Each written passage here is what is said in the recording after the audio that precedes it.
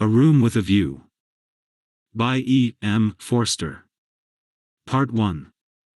Chapter 1. The Bertolini. The Signora had no business to do it, said Miss Bartlett, no business at all. She promised us south rooms with a view close together, instead of which here are north rooms, looking into a courtyard, and a long way apart. Oh, Lucy. And a cockney, besides, said Lucy, who had been further saddened by the Signora's unexpected accent. It might be London. She looked at the 2 rows of English people who were sitting at the table, at the row of white bottles of water and red bottles of wine that ran between the English people, at the portraits of the late Queen and the late Poet Laureate that hung behind the English people, heavily framed, at the notice of the English Church, Reverend Cuthbert Eager, M.A. Oxon, that was the only other decoration of the wall. Charlotte, don't you feel, too, that we might be in London? I can hardly believe that all kinds of other things are just outside. I suppose it is one's being so tired. This meat has surely been used for soup, said Miss Bartlett, laying down her fork. I want so to see the Arno. The rooms the Signora promised us in her letter would have looked over the Arno. The Signora had no business to do it at all. Oh, it is a shame. Any nook does for me, Miss Bartlett continued, but it does seem hard that you shouldn't have a view. Lucy felt that she had been selfish. Charlotte, you mustn't spoil me, of course, you must look over the Arno, too. I meant that. The first vacant room in the front, you must have it, said Miss Bartlett, part of whose traveling expenses were paid by Lucy's mother, a piece of generosity to which she made many a tactful allusion. No, no. You must have it. I insist on it. Your mother would never forgive me, Lucy. She would never forgive me. The ladies' voices grew animated, and, if the sad truth be owned, a little peevish. They were tired, and under the guise of unselfishness they wrangled. Some of their neighbors interchanged glances, and one of them, one of the ill-bred people whom one does meet abroad, leant forward over the table and actually intruded into their argument. He said, I have a view, I have a view. Miss Bartlett was startled. Generally at a pension people looked them over for a day or two before speaking, and often did not find out that they would do till they had gone. She knew that the intruder was ill-bred, even before she glanced at him. He was an old man, of heavy build, with a fair, shaven face and large eyes. There was something childish in those eyes, though it was not the childishness of senility. What exactly it was Miss Bartlett did not stop to consider, for her glance passed on to his clothes. These did not attract her. He was probably trying to become acquainted with them before they got into the swim. So she assumed a dazed expression when he spoke to her, and then said, A view? Oh, a view. How delightful a view is. This is my son, said the old man, his name's George. He has a view too. Ah, said Miss Bartlett, repressing Lucy, who was about to speak. What I mean, he continued, is that you can have our rooms, and we'll have yours. We'll change. The better class of tourist was shocked at this, and sympathized with the newcomers. Miss Bartlett, in reply, opened her mouth as little as possible, and said, Thank you very much indeed, that is out of the question. Why, said the old man, with both fists on the table. Because it is quite out of the question, thank you. You see, we don't like to take, began Lucy. Her cousin again repressed her. But why? He persisted. Women like looking at a view, men don't. And he thumped with his fists like a naughty child, and turned to his son, saying, George, persuade them. It's so obvious they should have the rooms, said the son. There's nothing else to say. He did not look at the ladies as he spoke, but his voice was perplexed and sorrowful. Lucy, too, was perplexed, but she saw that they were in for what is known as, quite a scene, and she had an odd feeling that whenever these ill-bred tourists spoke the contest widened and deepened till it dealt, not with rooms and views, but with, well, with something quite different, whose existence she had not realized before. Now the old man attacked Miss Bartlett almost violently. Why should she not change? What possible objection had she? They would clear out in half an hour. Miss Bartlett, though skilled in the delicacies of conversation, was powerless in the presence of brutality. It was impossible to snub anyone so gross. Her face reddened with displeasure. She looked around as much as to say, "Are you all like this?" And two little old ladies, who were sitting further up the table, with shawls hanging over the backs of the chairs, looked back, clearly indicating, "We are not, we are genteel." "Eat your dinner, dear," she said to Lucy, and began to toy again with the meat that she had once censured. Lucy mumbled that those seemed very odd people opposite. "Eat your dinner, dear. This pension is a failure. Tomorrow we will make a change." Hardly had she announced this fell decision when she reversed it. The curtains at the end of the room parted, and revealed a clergyman, stout but attractive, who hurried forward to take his place at the table, cheerfully apologizing for his lateness. Lucy, who had not yet acquired decency, at once rose to her feet, exclaiming, "Oh, oh! Why, it's Mr. Beebe! Oh, how perfectly lovely! Oh, Charlotte, we must stop now, however bad the rooms are." "Oh!" Miss Bartlett said, with more restraint. "How do you do, Mr. Beebe? I expect that you have forgotten us, Miss Bartlett and Miss Honeychurch, who were at Tunbridge Wells when you helped the vicar of St. Peter's that very cold Easter." The clergyman, who had the air of one on a holiday, did not remember the ladies quite as clearly as they remembered him. But he came forward pleasantly enough and accepted the chair into which he was beckoned by Lucy. "I am so glad to see you," said the girl, who was in a state of spiritual starvation, and would have been glad to see the waiter if her cousin had permitted it. "Just fancy how small the world is. Summer Street, too, makes it so specially funny." "Miss Honeychurch lives in the parish of Summer Street," said Miss Bartlett, filling up the gap, "and she happened to tell me in the course of conversation that you have just accepted the living." "Yes, I heard from mother so last week. She didn't know that I knew you at Tunbridge Wells, but I wrote back at once, and I said, 'Mr. Beebe is.'" "Quite right," said the clergyman. "I move into the rectory at Summer Street next June. I am lucky to be appointed to such a charming neighborhood." "Oh, how glad I am. The name of our house is Windy Corner." Mr. Beebe bowed. "There is mother and me generally, and my brother, though it's not often we get him to the church is rather far off, I mean. Lucy, dearest, let Mr. Beebe eat his dinner." "I am eating it, thank you, and enjoying it." He preferred to talk to Lucy, whose playing he remembered, rather than to Miss Bartlett, who probably remembered his sermons. He asked the girl whether she knew Florence well, and was informed at some length that she had never been there before. It is delightful to advise a newcomer, and he was first in the field. "Don't neglect the country round," his advice concluded. "The first fine afternoon drive up to Fiesole, and round by Settignano, or something of that sort." "No," cried a voice from the top of the table. "Mr. Beebe, you are wrong. The first fine afternoon your ladies must go to Prato." "That lady looks so clever," whispered Miss Bartlett to her cousin. "We are in luck."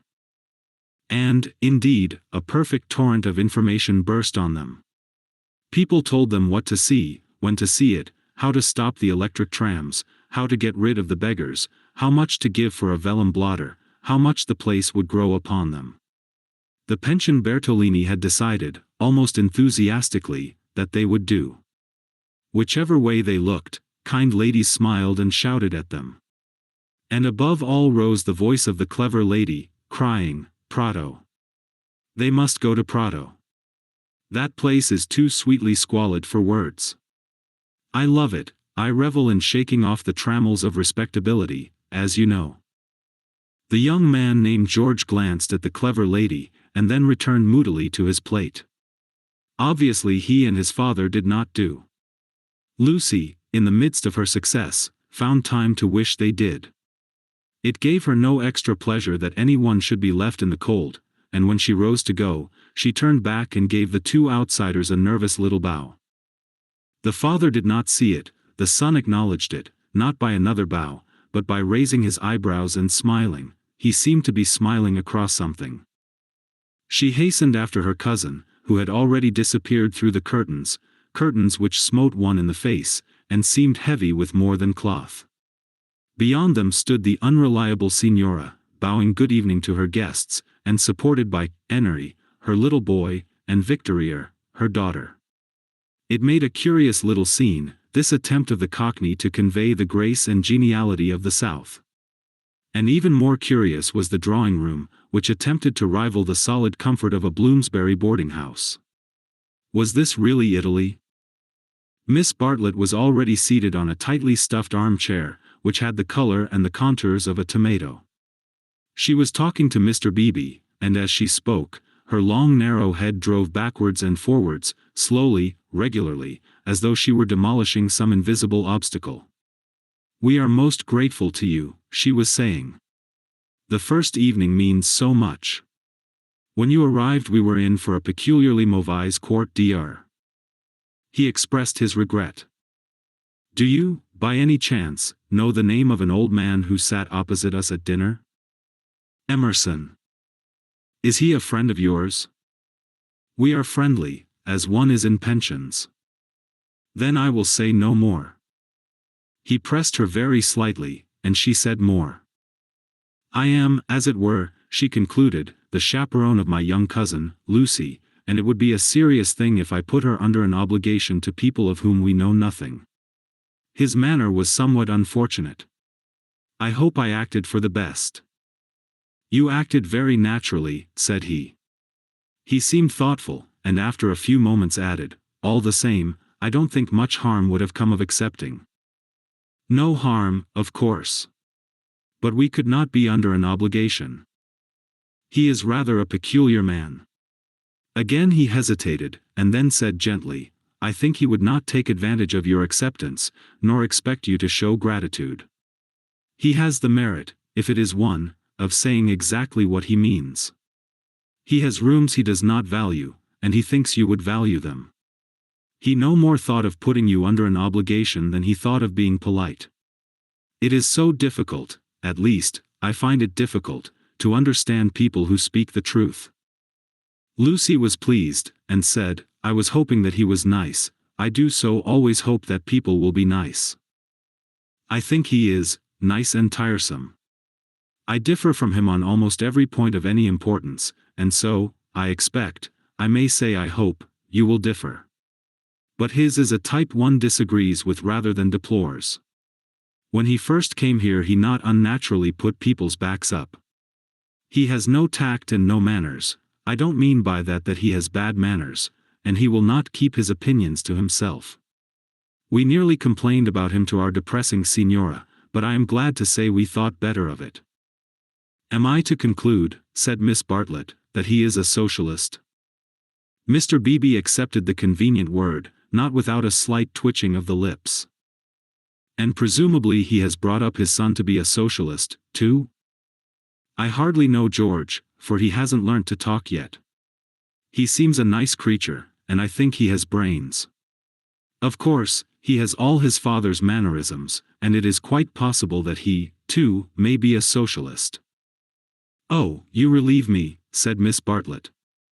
"So you think I ought to have accepted their offer? You feel I have been narrow-minded and suspicious?" "Not at all," he answered, "I never suggested that. But ought I not to apologize, at all events, for my apparent rudeness?" He replied, with some irritation, that it would be quite unnecessary, and got up from his seat to go to the smoking-room. "Was I a bore?" said Miss Bartlett, as soon as he had disappeared. "Why didn't you talk, Lucy? He prefers young people, I'm sure. I do hope I haven't monopolized him. I hoped you would have him all the evening, as well as all dinner time." "He is nice," exclaimed Lucy. "Just what I remember. He seems to see good in everyone. No one would take him for a clergyman." "My dear Lucia." "Well, you know what I mean. And you know how clergymen generally laugh. Mr. Beebe laughs just like an ordinary man.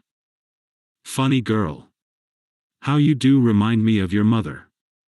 I wonder if she will approve of Mr. Beebe. I'm sure she will, and so will Freddie. I think everyone at Windy Corner will approve. It is the fashionable world.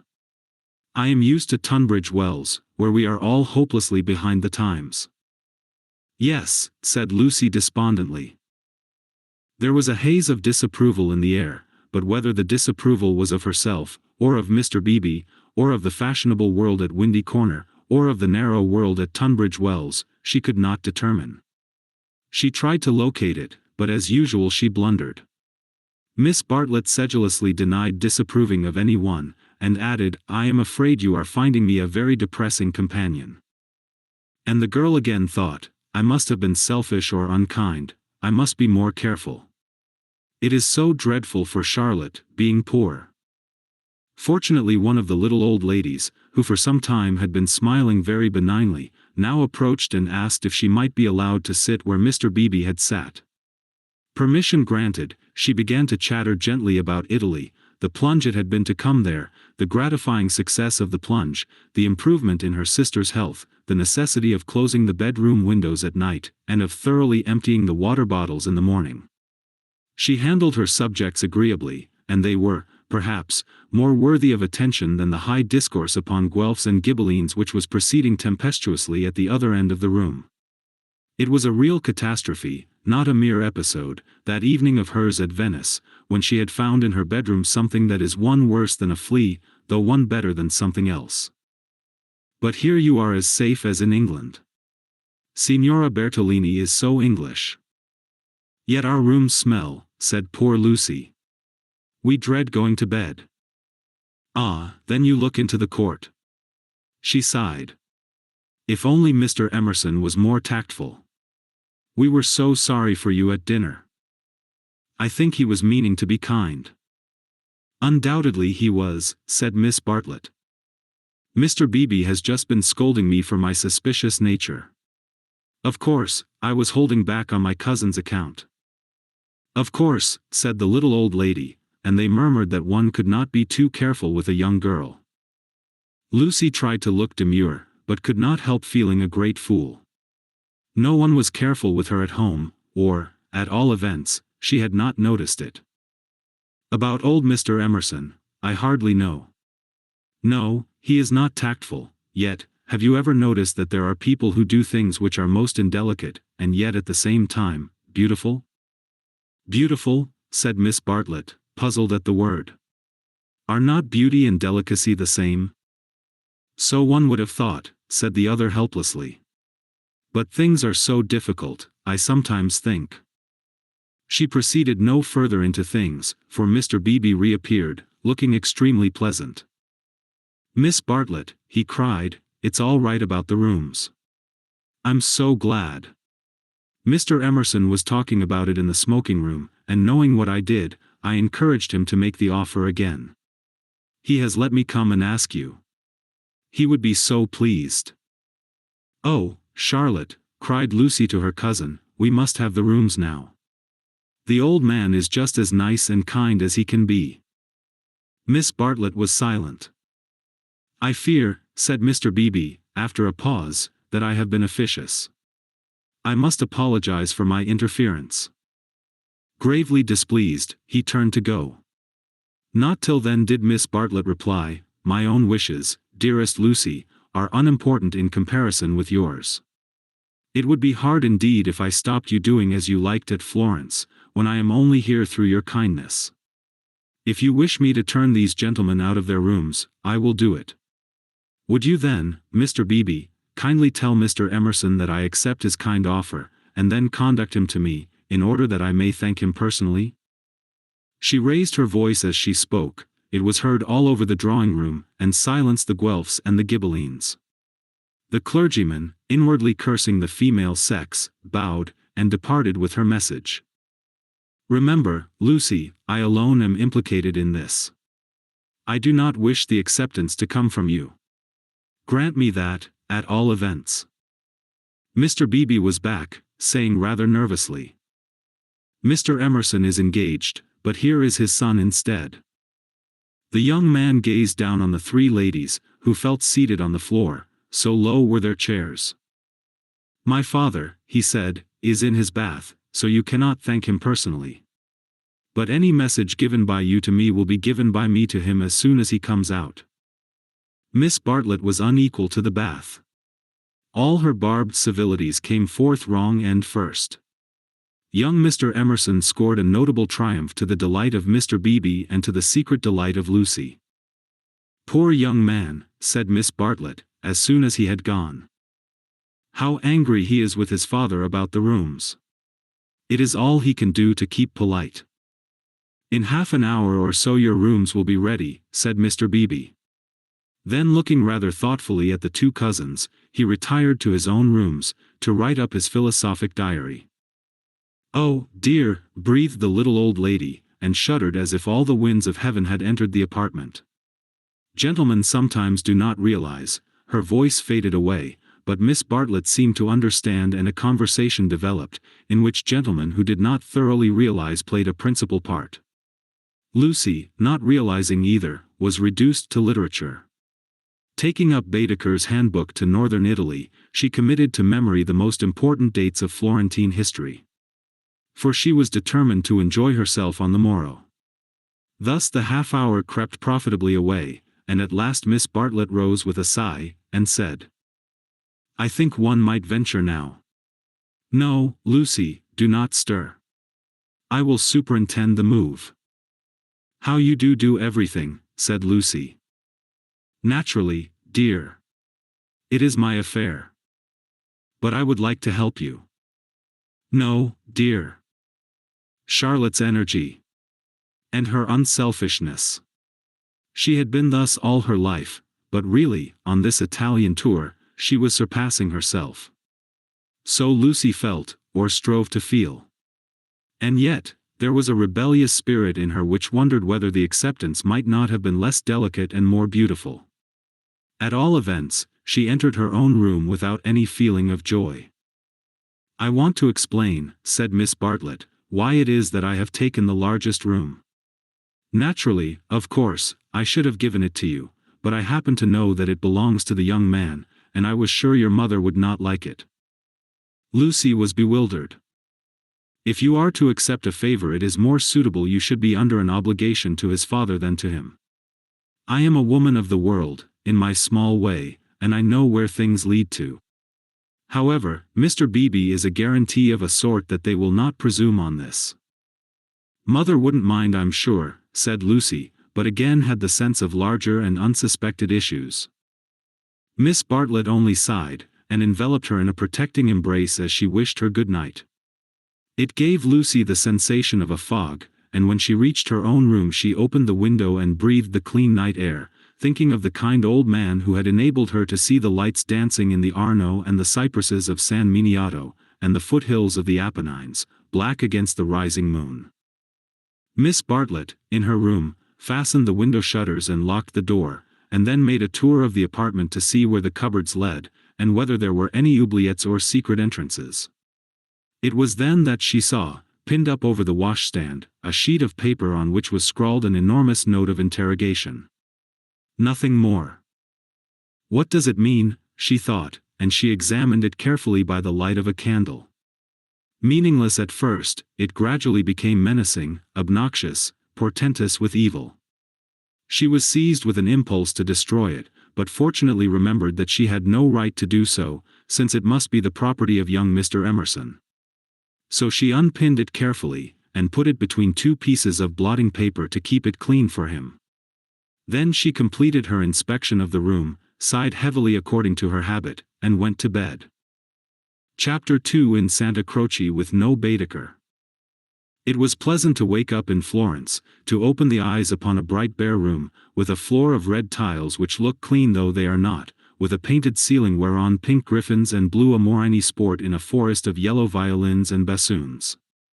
It was pleasant, too, to fling wide the windows, pinching the fingers in unfamiliar fastenings, to lean out into sunshine with beautiful hills and trees and marble churches opposite, and close below, the Arno, gurgling against the embankment of the road. Over the river men were at work with spades and sieves on the sandy foreshore, and on the river was a boat, also diligently employed for some mysterious end. An electric tram came rushing underneath the window. No one was inside it, except one tourist, but its platforms were overflowing with Italians, who preferred to stand. Children tried to hang on behind, and the conductor, with no malice, spat in their faces to make them let go. Then soldiers appeared, good-looking, undersized men, wearing each a knapsack covered with mangy fur, and a great coat which had been cut for some larger soldier. Beside them walked officers, looking foolish and fierce, and before them went little boys, turning somersaults in time with the band. The tramcar became entangled in their ranks, and moved on painfully, like a caterpillar in a swarm of ants. One of the little boys fell down, and some white bullocks came out of an archway. Indeed, if it had not been for the good advice of an old man who was selling button-hooks, the road might never have got clear. Over such trivialities as these many a valuable hour may slip away, and the traveler who has gone to Italy to study the tactile values of Giotto, or the corruption of the papacy, may return remembering nothing but the blue sky and the men and women who live under it. So it was as well that Miss Bartlett should tap and come in, and having commented on Lucy's leaving the door unlocked, and on her leaning out of the window before she was fully dressed, should urge her to hasten herself, or the best of the day would be gone. By the time Lucy was ready her cousin had done her breakfast, and was listening to the clever lady among the crumbs. A conversation then ensued, on not unfamiliar lines. Miss Bartlett was, after all, a wee bit tired, and thought they had better spend the morning settling in, unless Lucy would at all like to go out. Lucy would rather like to go out, as it was her first day in Florence, but, of course, she could go alone. Miss Bartlett could not allow this.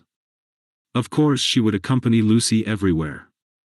Oh, certainly not, Lucy would stop with her cousin. Oh, no. That would never do. Oh, yes. At this point the clever lady broke in. If it is Mrs. Grundy who is troubling you, I do assure you that you can neglect the good person. Being English, Miss Honeychurch will be perfectly safe. Italians understand. A dear friend of mine, Contessa Baroncelli, has 2 daughters, and when she cannot send a maid to school with them, she lets them go in sailor hats instead. Everyone takes them for English, you see, especially if their hair is strained tightly behind. Miss Bartlett was unconvinced by the safety of Contessa Baroncelli's daughters. She was determined to take Lucy herself, her head not being so very bad. The clever lady then said that she was going to spend a long morning in Santa Croce, and if Lucy would come too, she would be delighted. I will take you by a dear dirty back way, Miss Honeychurch, and if you bring me luck, we shall have an adventure. Lucy said that this was most kind, and at once opened the Baedeker, to see where Santa Croce was. Tut, tut. Miss Lucy. I hope we shall soon emancipate you from Baedeker. He does but touch the surface of things. As to the true Italy, he does not even dream of it. The true Italy is only to be found by patient observation. This sounded very interesting, and Lucy hurried over her breakfast, and started with her new friend in high spirits. Italy was coming at last. The Cockney Signora and her works had vanished like a bad dream. Miss Lavish, for that was the clever lady's name, turned to the right along the sunny Lung Arno. How delightfully warm. But a wind down the side streets cut like a knife, didn't it? Ponte alle Grazie, particularly interesting, mentioned by Dante. San Miniato, beautiful as well as interesting, the crucifix that kissed a murderer, Miss Honeychurch would remember the story. The men on the river were fishing.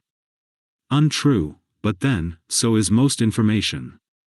Then Miss Lavish darted under the archway of the white bullocks, and she stopped, and she cried. A smell. A true Florentine smell. Every city, let me teach you, has its own smell. Is it a very nice smell? Said Lucy, who had inherited from her mother a distaste to dirt. One doesn't come to Italy for niceness, was the retort, one comes for life. Buon giorno. Buon giorno, bowing right and left. Look at that adorable wine cart. How the driver stares at us, dear, simple soul. So Miss Lavish proceeded through the streets of the city of Florence, short, fidgety, and playful as a kitten, though without a kitten's grace. It was a treat for the girl to be with anyone so clever and so cheerful, and a blue military cloak, such as an Italian officer wears, only increased the sense of festivity. Buon giorno. Take the word of an old woman, Miss Lucy, you will never repent of a little civility to your inferiors.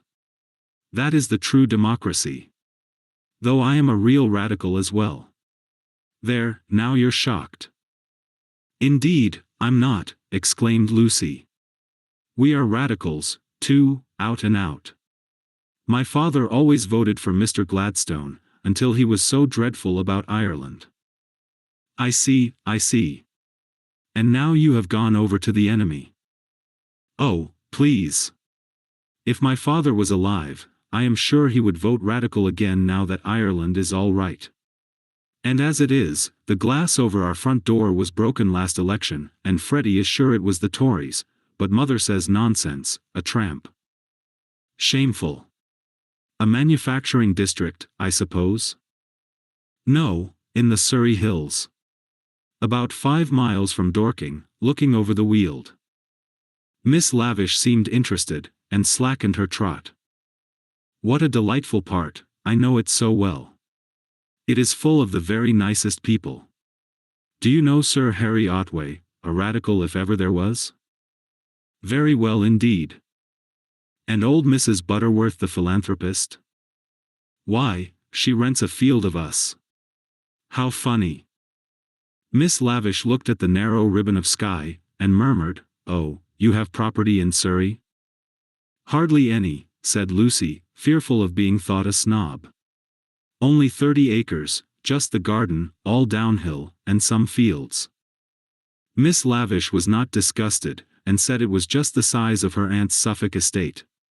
Italy receded. They tried to remember the last name of Lady Louisa someone, who had taken a house near Summer Street the other year, but she had not liked it, which was odd of her.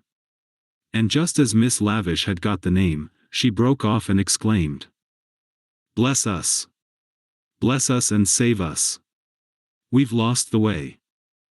Certainly they had seemed a long time in reaching Santa Croce, the tower of which had been plainly visible from the landing window.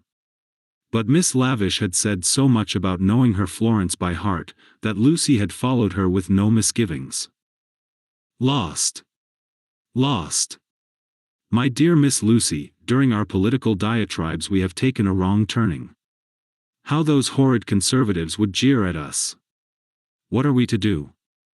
2 lone females in an unknown town. Now, this is what I call an adventure. Lucy, who wanted to see Santa Croce, suggested, as a possible solution, that they should ask the way there. "Oh, but that is the word of a craven. And no, you are not to look at your Baedeker. Give it to me, I shan't let you carry it. We will simply drift." Accordingly they drifted through a series of those grey-brown streets, neither commodious nor picturesque, in which the eastern quarter of the city abounds. Lucy soon lost interest in the discontent of Lady Louisa, and became discontented herself. For one ravishing moment Italy appeared. She stood in the square of the Annunziata and saw in the living terracotta those divine babies whom no cheap reproduction can ever stale.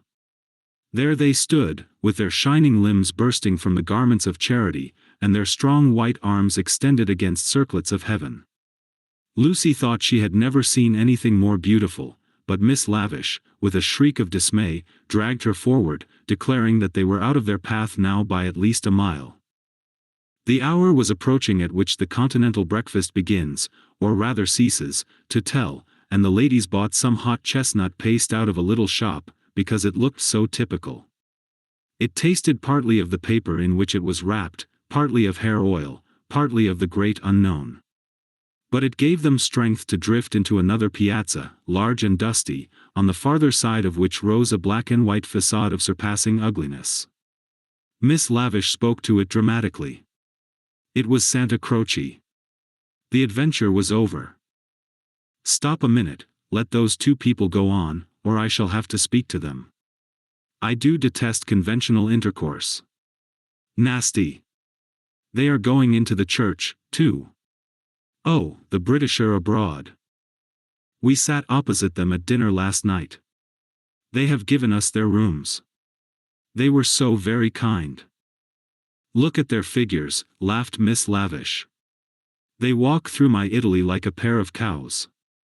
It's very naughty of me, but I would like to set an examination paper at Dover, and turn back every tourist who couldn't pass it. What would you ask us? Miss Lavish laid her hand pleasantly on Lucy's arm, as if to suggest that she, at all events, would get full marks. In this exalted mood they reached the steps of the great church, and were about to enter it when Miss Lavish stopped, squeaked, flung up her arms, and cried. There goes my local color box. I must have a word with him. And in a moment she was away over the piazza, her military cloak flapping in the wind, nor did she slacken speed till she caught up an old man with white whiskers, and nipped him playfully upon the arm. Lucy waited for nearly 10 minutes. Then she began to get tired. The beggars worried her, the dust blew in her eyes, and she remembered that a young girl ought not to loiter in public places. She descended slowly into the piazza with the intention of rejoining Miss Lavish, who was really almost too original. But at that moment Miss Lavish and her local color box moved also, and disappeared down a side street, both gesticulating largely. Tears of indignation came to Lucy's eyes, partly because Miss Lavish had jilted her, partly because she had taken her Baedeker. How could she find her way home? How could she find her way about in Santa Croce? Her first morning was ruined, and she might never be in Florence again. A few minutes ago she had been all high spirits, talking as a woman of culture, and half persuading herself that she was full of originality. Now she entered the church depressed and humiliated, not even able to remember whether it was built by the Franciscans or the Dominicans. Of course, it must be a wonderful building. But how like a barn! And how very cold! Of course, it contained frescoes by Giotto, in the presence of whose tactile values she was capable of feeling what was proper. But who was to tell her which they were?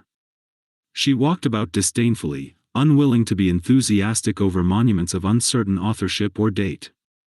There was no one even to tell her which, of all the sepulchral slabs that paved the nave and transepts, was the one that was really beautiful, the one that had been most praised by Mr. Ruskin.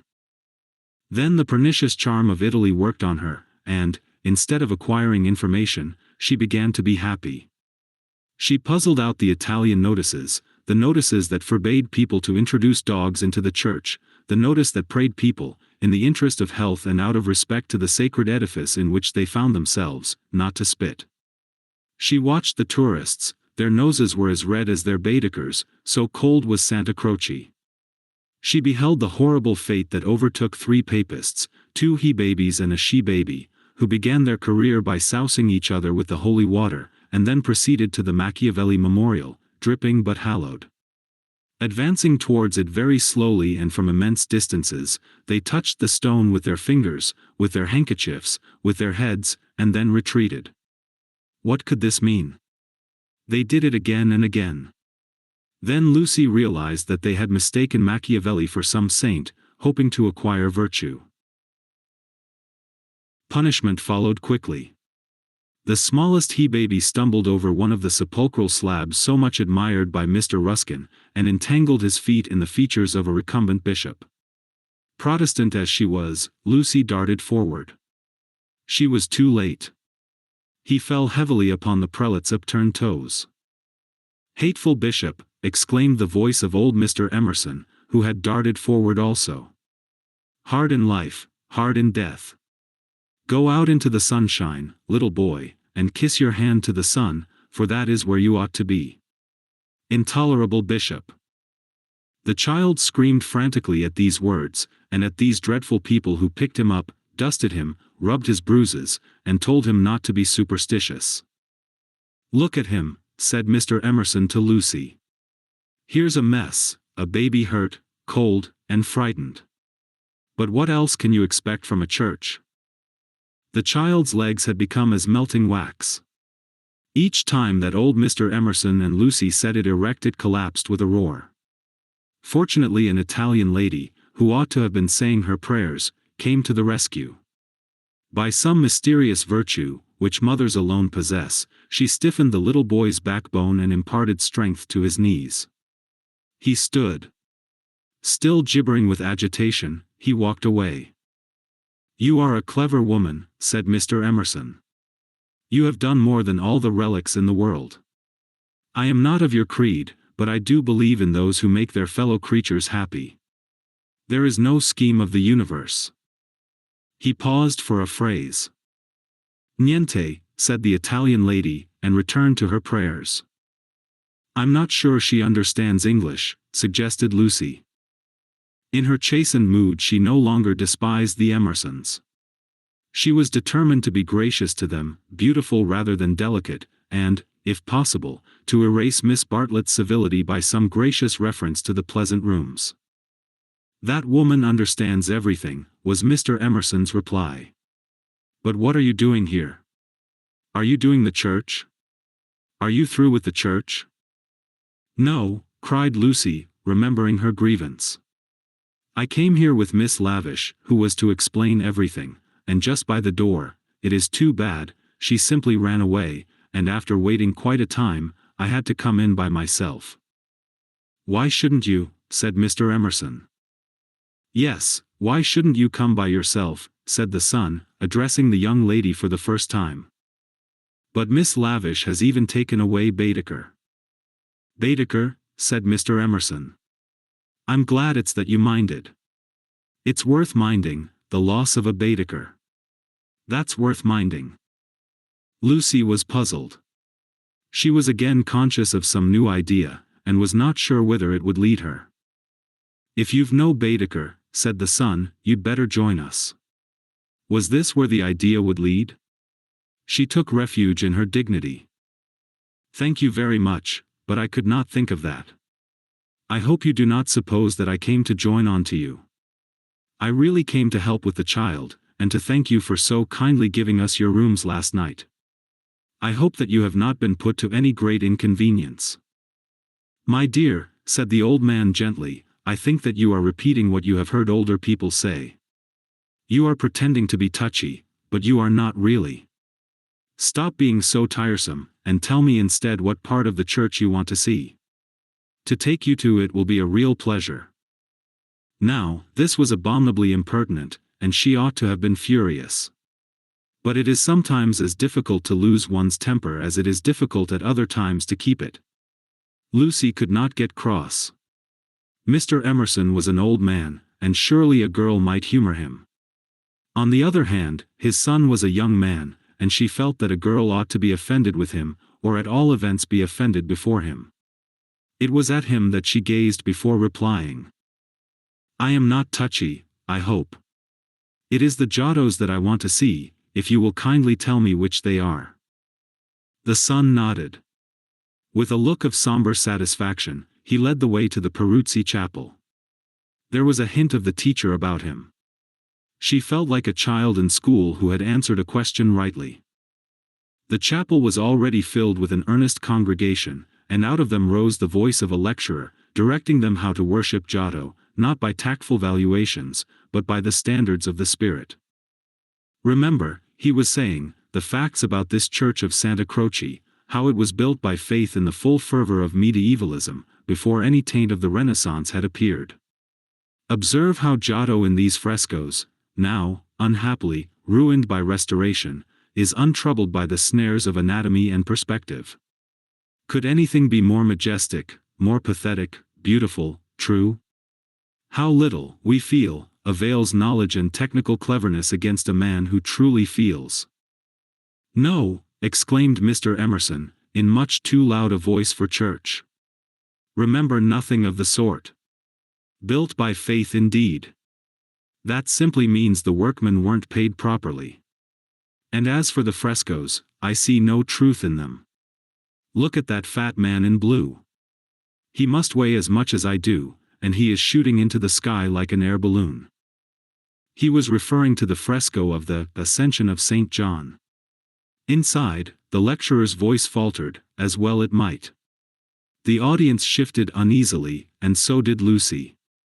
She was sure that she ought not to be with these men, but they had cast a spell over her. They were so serious and so strange that she could not remember how to behave.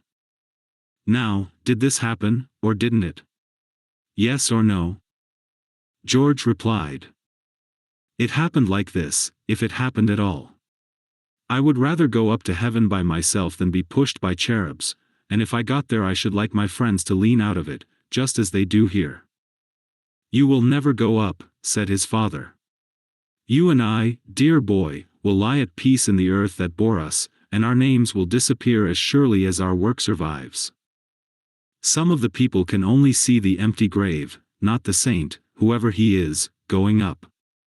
It did happen like that, if it happened at all. Pardon me, said a frigid voice. The chapel is somewhat small for 2 parties. We will incommode you no longer. The lecturer was a clergyman, and his audience must be also his flock, for they held prayer books as well as guide books in their hands. They filed out of the chapel in silence. Amongst them were the 2 little old ladies of the pension Bertolini, Miss Teresa and Miss Catherine Allen. Stop, cried Mr. Emerson. There's plenty of room for us all. Stop. The procession disappeared without a word. Soon the lecturer could be heard in the next chapel, describing the life of St. Francis. George, I do believe that clergyman is the Brixton curate. George went into the next chapel and returned, saying, perhaps he is. I don't remember. Then I had better speak to him and remind him who I am. It's that Mr. Eager.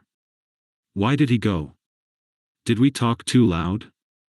How vexatious. I shall go and say we are sorry. Hadn't I better? Then perhaps he will come back. He will not come back, said George. But Mr. Emerson, contrite and unhappy, hurried away to apologize to the Reverend Cuthbert Eager. Lucy, apparently absorbed in a lunette, could hear the lecture again interrupted, the anxious, aggressive voice of the old man, the curt, injured replies of his opponent. The son, who took every little contretemps as if it were a tragedy, was listening also. My father has that effect on nearly everyone, he informed her. He will try to be kind. I hope we all try, said she, smiling nervously. Because we think it improves our characters. But he is kind to people because he loves them, and they find him out, and are offended, or frightened. How silly of them, said Lucy, though in her heart she sympathized. I think that a kind action done tactfully. Tact. He threw up his head in disdain. Apparently she had given the wrong answer. She watched the singular creature pace up and down the chapel. For a young man his face was rugged, and, until the shadows fell upon it, hard. Enshadowed, it sprang into tenderness. She saw him once again at Rome, on the ceiling of the Sistine Chapel, carrying a burden of acorns. Healthy and muscular, he yet gave her the feeling of grayness, of tragedy that might only find solution in the night. The feeling soon passed. It was unlike her to have entertained anything so subtle. Born of silence and of unknown emotion, it passed when Mr. Emerson returned, and she could re-enter the world of rapid talk, which was alone familiar to her. Were you snubbed? Asked his son tranquilly. But we have spoilt the pleasure of I don't know how many people. They won't come back. Full of innate sympathy, quickness to perceive good in others, vision of the brotherhood of man. Scraps of the lecture on St. Francis came floating round the partition wall. Don't let us spoil yours, he continued to Lucy. Have you looked at those saints? Yes, said Lucy. They are lovely. Do you know which is the tombstone that is praised in Ruskin? He did not know, and suggested that they should try to guess it. George, rather to her relief, refused to move, and she and the old man wandered not unpleasantly about Santa Croce, which, though it is like a barn, has harvested many beautiful things inside its walls. There were also beggars to avoid and guides to dodge round the pillars, and an old lady with her dog, and here and there a priest modestly edging to his mass through the groups of tourists. But Mr. Emerson was only half interested. He watched the lecturer, whose success he believed he had impaired, and then he anxiously watched his son. "Why will he look at that fresco?" he said uneasily. "I saw nothing in it." "I like Giotto," she replied. "It is so wonderful what they say about his tactile values. Though I like things like the Della Robbia babies better." "So you ought. A baby is worth a dozen saints. And my baby's worth the whole of paradise, and as far as I can see he lives in hell." Lucy again felt that this did not do. "In hell," he repeated. "He's unhappy." "Oh, dear," said Lucy. "How can he be unhappy when he is strong and alive? What more is one to give him? And think how he has been brought up, free from all the superstition and ignorance that lead men to hate one another in the name of God. With such an education as that, I thought he was bound to grow up happy." She was no theologian, but she felt that here was a very foolish old man, as well as a very irreligious one. She also felt that her mother might not like her talking to that kind of person, and that Charlotte would object most strongly. "What are we to do with him?" he asked. "He comes out for his holiday to Italy, and behaves, like that, like the little child who ought to have been playing, and who hurt himself upon the tombstone." "Eh? What did you say?" Lucy had made no suggestion. Suddenly he said, "Now don't be stupid over this. I don't require you to fall in love with my boy, but I do think you might try and understand him. You are nearer his age, and if you let yourself go I am sure you are sensible. You might help me. He has known so few women, and you have the time. You stop here several weeks, I suppose? But let yourself go. You are inclined to get muddled, if I may judge from last night. Let yourself go. Pull out from the depths those thoughts that you do not understand, and spread them out in the sunlight and know the meaning of them. By understanding George you may learn to understand yourself. It will be good for both of you." To this extraordinary speech Lucy found no answer. "I only know what it is that's wrong with him, not why it is." "And what is it?" asked Lucy fearfully, expecting some harrowing tale. "The old trouble, things won't fit." "What things?" "The things of the universe. It is quite true. They don't." "Oh, Mr. Emerson, whatever do you mean?" In his ordinary voice, so that she scarcely realized he was quoting poetry, he said, "From far, from eve and morning, and yon 12-winded sky, the stuff of life to knit me blew hither, here am I. George and I both know this, but why does it distress him?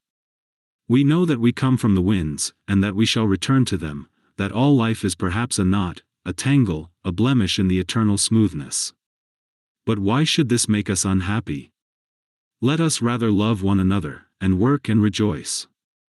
I don't believe in this world's sorrow." Miss Honeychurch assented. "Then make my boy think like us. Make him realize that by the side of the everlasting why there is a yes, a transitory yes if you like, but a yes." Suddenly she laughed. Surely one ought to laugh. A young man melancholy because the universe wouldn't fit, because life was a tangle or a wind, or a yes, or something. "I'm very sorry," she cried. "You'll think me unfeeling, but, then she became matronly. "Oh, but your son wants employment. Has he no particular hobby?" "Why, I myself have worries, but I can generally forget them at the piano, and collecting stamps did no end of good for my brother.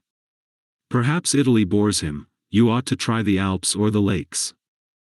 The old man's face saddened, and he touched her gently with his hand. This did not alarm her. She thought that her advice had impressed him and that he was thanking her for it. Indeed, he no longer alarmed her at all. She regarded him as a kind thing, but quite silly. Her feelings were as inflated spiritually as they had been an hour ago aesthetically, before she lost Baedeker. The dear George, now striding towards them over the tombstones, seemed both pitiable and absurd. He approached, his face in the shadow. He said, "Miss Bartlett." "Oh, good gracious me," said Lucy, suddenly collapsing and again seeing the whole of life in a new perspective. "Where? Where?" "In the nave." "I see. Those gossiping little Miss Allens must have—" She checked herself. "Poor girl," exploded Mr. Emerson. "Poor girl." She could not let this pass, for it was just what she was feeling herself.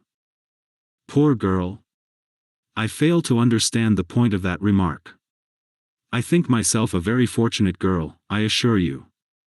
I'm thoroughly happy, and having a splendid time. Pray don't waste time mourning over me. There's enough sorrow in the world, isn't there, without trying to invent it. Goodbye. Thank you both so much for all your kindness. Ah, yes. There does come my cousin. A delightful morning. Santa Croce is a wonderful church. She joined her cousin. Chapter 3 Music, Violets, and the letter S. It so happened that Lucy, who found daily life rather chaotic, entered a more solid world when she opened the piano. She was then no longer either deferential or patronizing, no longer either a rebel or a slave.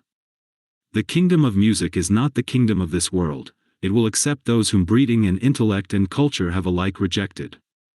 The commonplace person begins to play, and shoots into the empyrean without effort, whilst we look up, marveling how he has escaped us, and thinking how we could worship him and love him, would he but translate his visions into human words, and his experiences into human actions. Perhaps he cannot, certainly he does not, or does so very seldom. Lucy had done so never. She was no dazzling executant, her runs were not at all like strings of pearls, and she struck no more right notes than was suitable for one of her age and situation.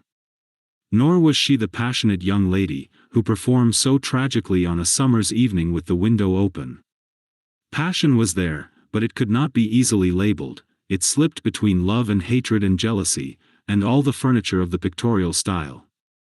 And she was tragical only in the sense that she was great, for she loved to play on the side of victory.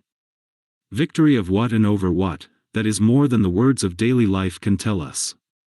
But that some sonatas of Beethoven are written tragic no one can gainsay, yet they can triumph or despair as the player decides, and Lucy had decided that they should triumph.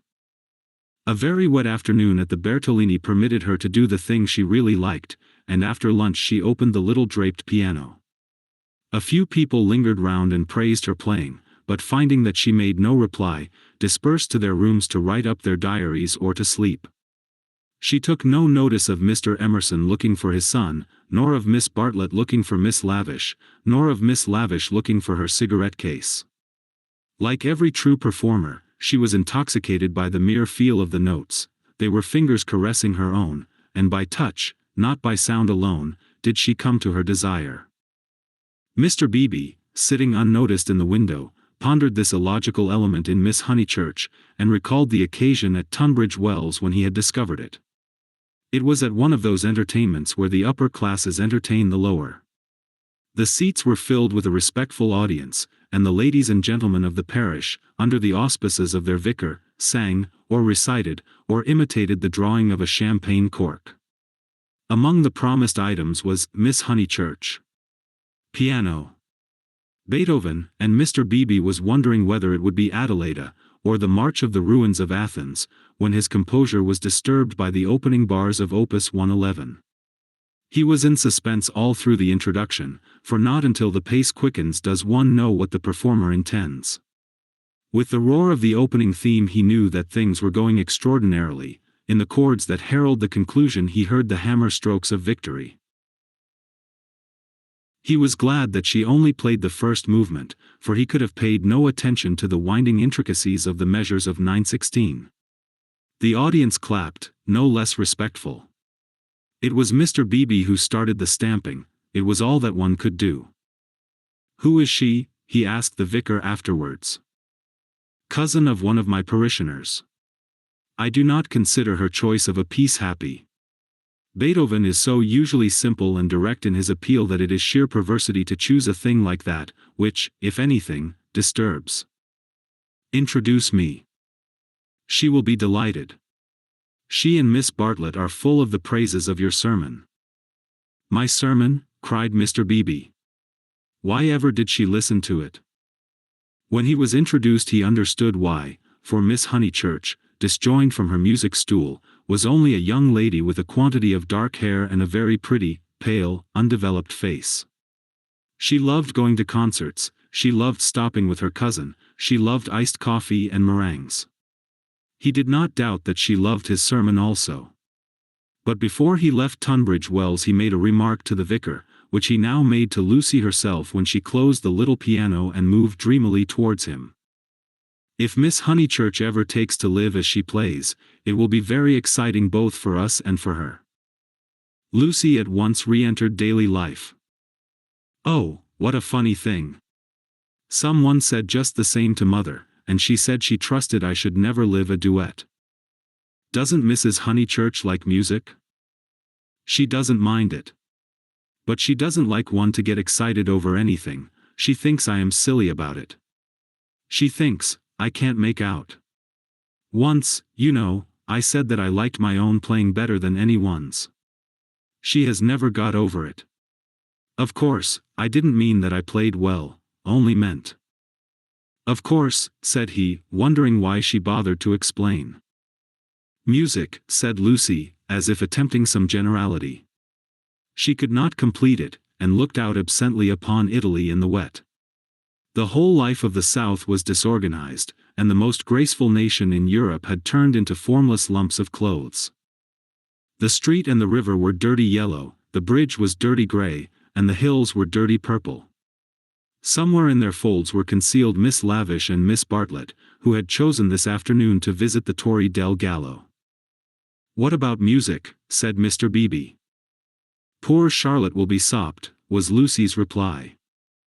The expedition was typical of Miss Bartlett, who would return cold, tired, hungry, and angelic, with a ruined skirt, a pulpy Baedeker, and a tickling cough in her throat.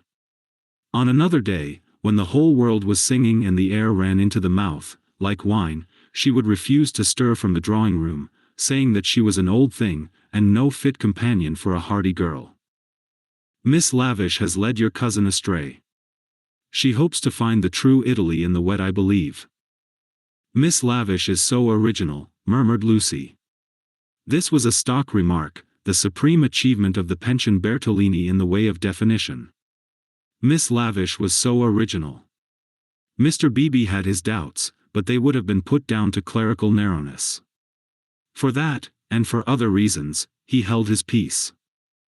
Is it true, continued Lucy in awestruck tone, that Miss Lavish is writing a book? They do say so. What is it about? It will be a novel, replied Mr. Beebe, dealing with modern Italy.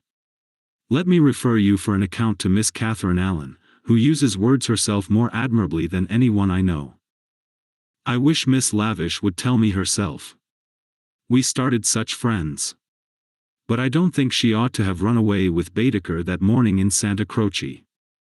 Charlotte was most annoyed at finding me practically alone, and so I couldn't help being a little annoyed with Miss Lavish. The two ladies, at all events, have made it up. He was interested in the sudden friendship between women so apparently dissimilar as Miss Bartlett and Miss Lavish. They were always in each other's company, with Lucy a slighted third. Miss Lavish he believed he understood, but Miss Bartlett might reveal unknown depths of strangeness, though not perhaps, of meaning. Was Italy deflecting her from the path of prim chaperone, which he had assigned to her at Tunbridge Wells? All his life he had loved to study maiden ladies, they were his specialty, and his profession had provided him with ample opportunities for the work. Girls like Lucy were charming to look at, but Mr. Beebe was, from rather profound reasons, somewhat chilly in his attitude towards the other sex, and preferred to be interested rather than enthralled. Lucy, for the third time, said that poor Charlotte would be sopped.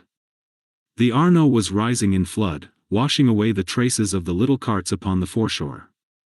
But in the southwest there had appeared a dull haze of yellow, which might mean better weather if it did not mean worse. She opened the window to inspect, and a cold blast entered the room, drawing a plaintive cry from Miss Catherine Allen, who entered at the same moment by the door. "Oh, dear Miss Honeychurch, you will catch a chill. And Mr. Beebe here besides. Who would suppose this is Italy? There is my sister actually nursing the hot water can, no comforts or proper provisions." She sidled towards them and sat down, self-conscious as she always was on entering a room which contained one man, or a man and one woman. "I could hear your beautiful playing, Miss Honeychurch, though I was in my room with the door shut." Doors shut, indeed, most necessary. No one has the least idea of privacy in this country. And one person catches it from another. Lucy answered suitably. Mr. Beebe was not able to tell the ladies of his adventure at Medina, where the chambermaid burst in upon him in his bath, exclaiming cheerfully, "Fa niente, sono vecchia." He contented himself with saying, "I quite agree with you, Miss Allen. The Italians are a most unpleasant people. They pry everywhere, they see everything, and they know what we want before we know it ourselves. We are at their mercy. They read our thoughts, they foretell our desires. From the cab driver down to Giotto, they turn us inside out, and I resent it. Yet in their heart of hearts they are, how superficial. They have no conception of the intellectual life. How right is Signora Bertolini, who exclaimed to me the other day, 'Oh, Mr. Beebe, if you knew what I suffer over the children's education. I won't ave my little Victory taught by a ignorant Italian what can't explain nothink.'" Miss Allen did not follow, but gathered that she was being mocked in an agreeable way. Her sister was a little disappointed in Mr. Beebe, having expected better things from a clergyman whose head was bald and who wore a pair of russet whiskers. Indeed, who would have supposed that tolerance, sympathy, and a sense of humor would inhabit that militant form? In the midst of her satisfaction she continued to sidle, and at last the cause was disclosed. From the chair beneath her she extracted a gunmetal cigarette case, on which were powdered in turquoise the initials, E.L. "That belongs to Lavish," said the clergyman. "A good fellow, Lavish, but I wish she'd start a pipe." "Oh, Mr. Beebe," said Miss Allen, divided between awe and mirth. "Indeed, though it is dreadful for her to smoke, it is not quite as dreadful as you suppose. She took to it, practically in despair, after her life's work was carried away in a landslip. Surely that makes it more excusable." "What was that?" asked Lucy. Mr. Beebe sat back complacently, and Miss Allen began as follows, "It was a novel, and I am afraid, from what I can gather, not a very nice novel. It is so sad when people who have abilities misuse them, and I must say they nearly always do. Anyhow, she left it almost finished in the grotto of the Calvary at the Cappuccini Hotel at Amalfi while she went for a little ink. She said, 'Can I have a little ink, please?'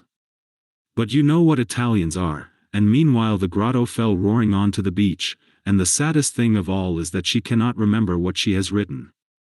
The poor thing was very ill after it, and so got tempted into cigarettes. It is a great secret, but I am glad to say that she is writing another novel. She told Teresa and Miss Pole the other day that she had got up all the local color. This novel is to be about modern Italy, the other was historical, but that she could not start till she had an idea. First she tried Perugia for an inspiration, then she came here, this must on no account get round. And so cheerful through it all. I cannot help thinking that there is something to admire in everyone, even if you do not approve of them." Miss Allen was always thus being charitable against her better judgment. A delicate pathos perfumed her disconnected remarks, giving them unexpected beauty, just as in the decaying autumn woods there sometimes rise odors reminiscent of spring.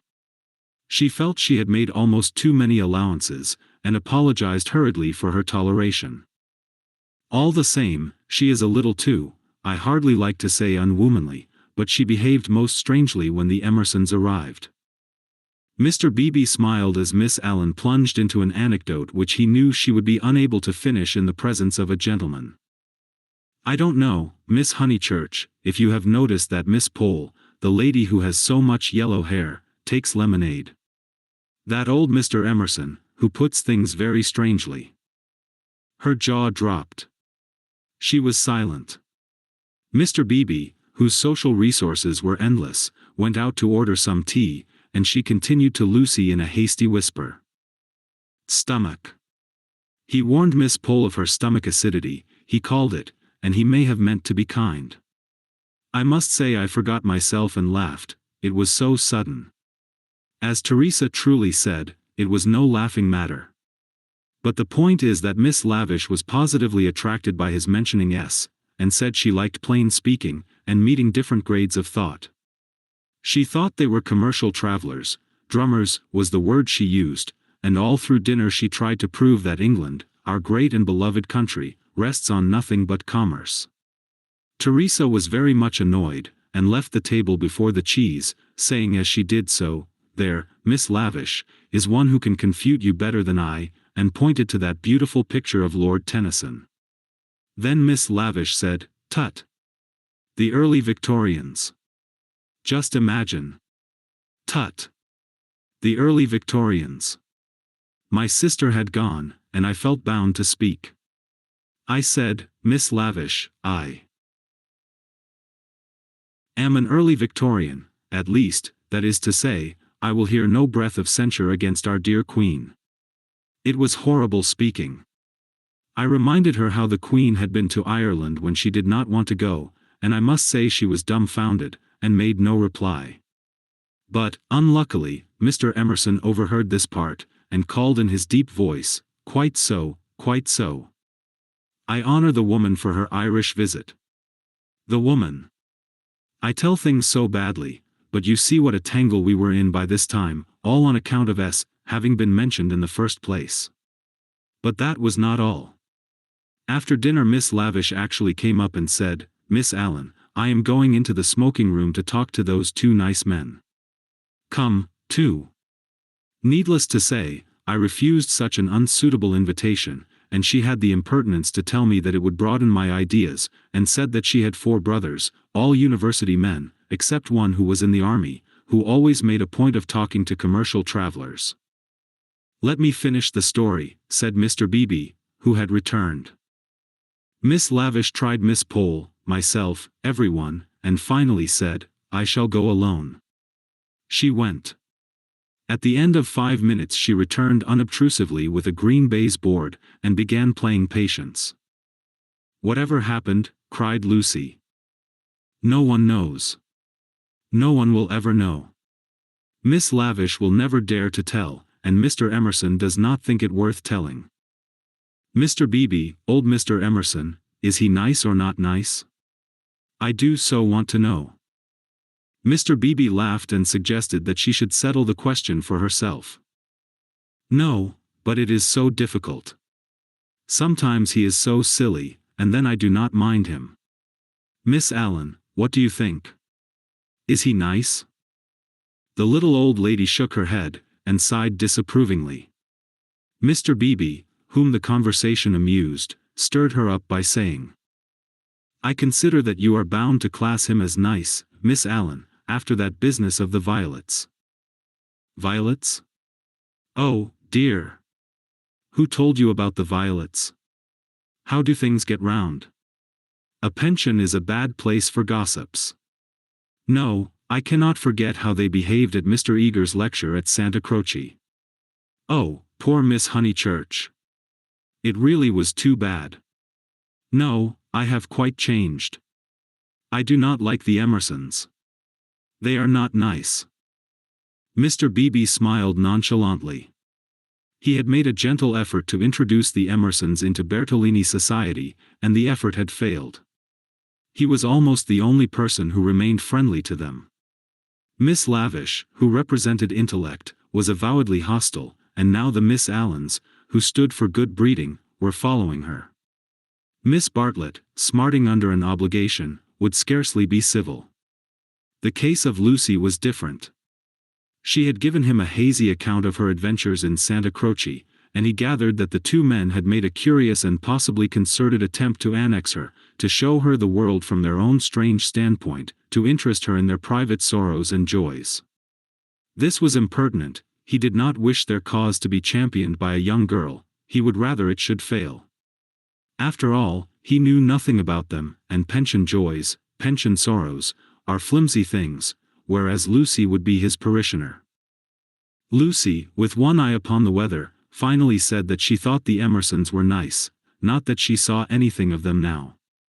Even their seats at dinner had been moved. "But aren't they always waylaying you to go out with them, dear?" said the little lady inquisitively. "Only once." Charlotte didn't like it, and said something, quite politely, of course. "Most right of her. They don't understand our ways. They must find their level." Mr. Beebe rather felt that they had gone under. They had given up their attempt, if it was one, to conquer society, and now the father was almost as silent as the son. He wondered whether he would not plan a pleasant day for these folk before they left, some expedition, perhaps, with Lucy well chaperoned to be nice to them. It was one of Mr. Beebe's chief pleasures to provide people with happy memories. Evening approached while they chatted, the air became brighter, the colors on the trees and hills were purified, and the Arno lost its muddy solidity and began to twinkle. There were a few streaks of bluish-green among the clouds, a few patches of watery light upon the earth, and then the dripping facade of San Miniato shone brilliantly in the declining sun. "Too late to go out," said Miss Allen in a voice of relief. "All the galleries are shut." "I think I shall go out," said Lucy. "I want to go round the town in the circular tram, on the platform by the driver." Her two companions looked grave. Mr. Beebe, who felt responsible for her in the absence of Miss Bartlett, ventured to say, "I wish we could. Unluckily I have letters. If you do want to go out alone, won't you be better on your feet?" "Italians, dear, you know," said Miss Allen. "Perhaps I shall meet someone who reads me through and through." But they still looked disapproval, and she so far conceded to Mr. Beebe as to say that she would only go for a little walk, and keep to the street frequented by tourists. "She oughtn't really to go at all," said Mr. Beebe, as they watched her from the window, "and she knows it. I put it down to too much Beethoven." Chapter 4 Fourth chapter. Mr. Beebe was right. Lucy never knew her desires so clearly as after music. She had not really appreciated the clergyman's wit, nor the suggestive twitterings of Miss Allen. Conversation was tedious, she wanted something big, and she believed that it would have come to her on the wind-swept platform of an electric tram. This she might not attempt. It was unladylike. Why? Why were most big things unladylike? Charlotte had once explained to her why. It was not that ladies were inferior to men, it was that they were different. Their mission was to inspire others to achievement rather than to achieve themselves. Indirectly, by means of tact and a spotless name, a lady could accomplish much. But if she rushed into the fray herself, she would be first censured, then despised, and finally ignored. Poems had been written to illustrate this point. There is much that is immortal in this medieval lady. The dragons have gone, and so have the knights, but still she lingers in our midst. She reigned in many an early Victorian castle, and was queen of much early Victorian song. It is sweet to protect her in the intervals of business, sweet to pay her honor when she has cooked our dinner well. But alas! The creature grows degenerate. In her heart also there are springing up strange desires. She too is enamored of heavy winds, and vast panoramas, and green expanses of the sea. She has marked the kingdom of this world, how full it is of wealth, and beauty, and war, a radiant crust, built around the central fires, spinning towards the receding heavens. Men, declaring that she inspires them to it, move joyfully over the surface, having the most delightful meetings with other men, happy, not because they are masculine, but because they are alive. Before the show breaks up, she would like to drop the august title of the Eternal Woman, and go there as her transitory self. Lucy does not stand for the medieval lady, who was rather an ideal to which she was bidden to lift her eyes when feeling serious. nor has she any system of revolt. Here and there a restriction annoyed her particularly, and she would transgress it, and perhaps be sorry that she had done so. This afternoon she was peculiarly restive. She would really like to do something of which her well-wishers disapproved. As she might not go on the electric tram, she went to Alinari's shop. There she bought a photograph of Botticelli's Birth of Venus. Venus, being a pity, spoilt the picture, otherwise so charming, and Miss Bartlett had persuaded her to do without it. A pity in art of course signified the nude. Giorgione's Tempesta, the Idolino, some of the Sistine frescoes and the Apoxiomenos, were added to it. She felt a little calmer then, and bought Fra Angelico's Coronation, Giotto's Ascension of St. John, some Della Robbia babies, and some Guido Reni Madonnas. For her taste was Catholic, and she extended uncritical approval to every well-known name. But though she spent nearly 7 lire, the gates of liberty seemed still unopened. She was conscious of her discontent. It was new to her to be conscious of it. The world, she thought, is certainly full of beautiful things, if only I could come across them. It was not surprising that Mrs. Honeychurch disapproved of music, declaring that it always left her daughter peevish, unpractical, and touchy. Nothing ever happens to me, she reflected, as she entered the Piazza Signoria and looked nonchalantly at its marvels, now fairly familiar to her. The great square was in shadow, the sunshine had come too late to strike it. Neptune was already unsubstantial in the twilight, half god, half ghost, and his fountain plashed dreamily to the men and satyrs who idled together on its marge. The loggia showed as the triple entrance of a cave, wherein many a deity, shadowy, but immortal, looking forth upon the arrivals and departures of mankind.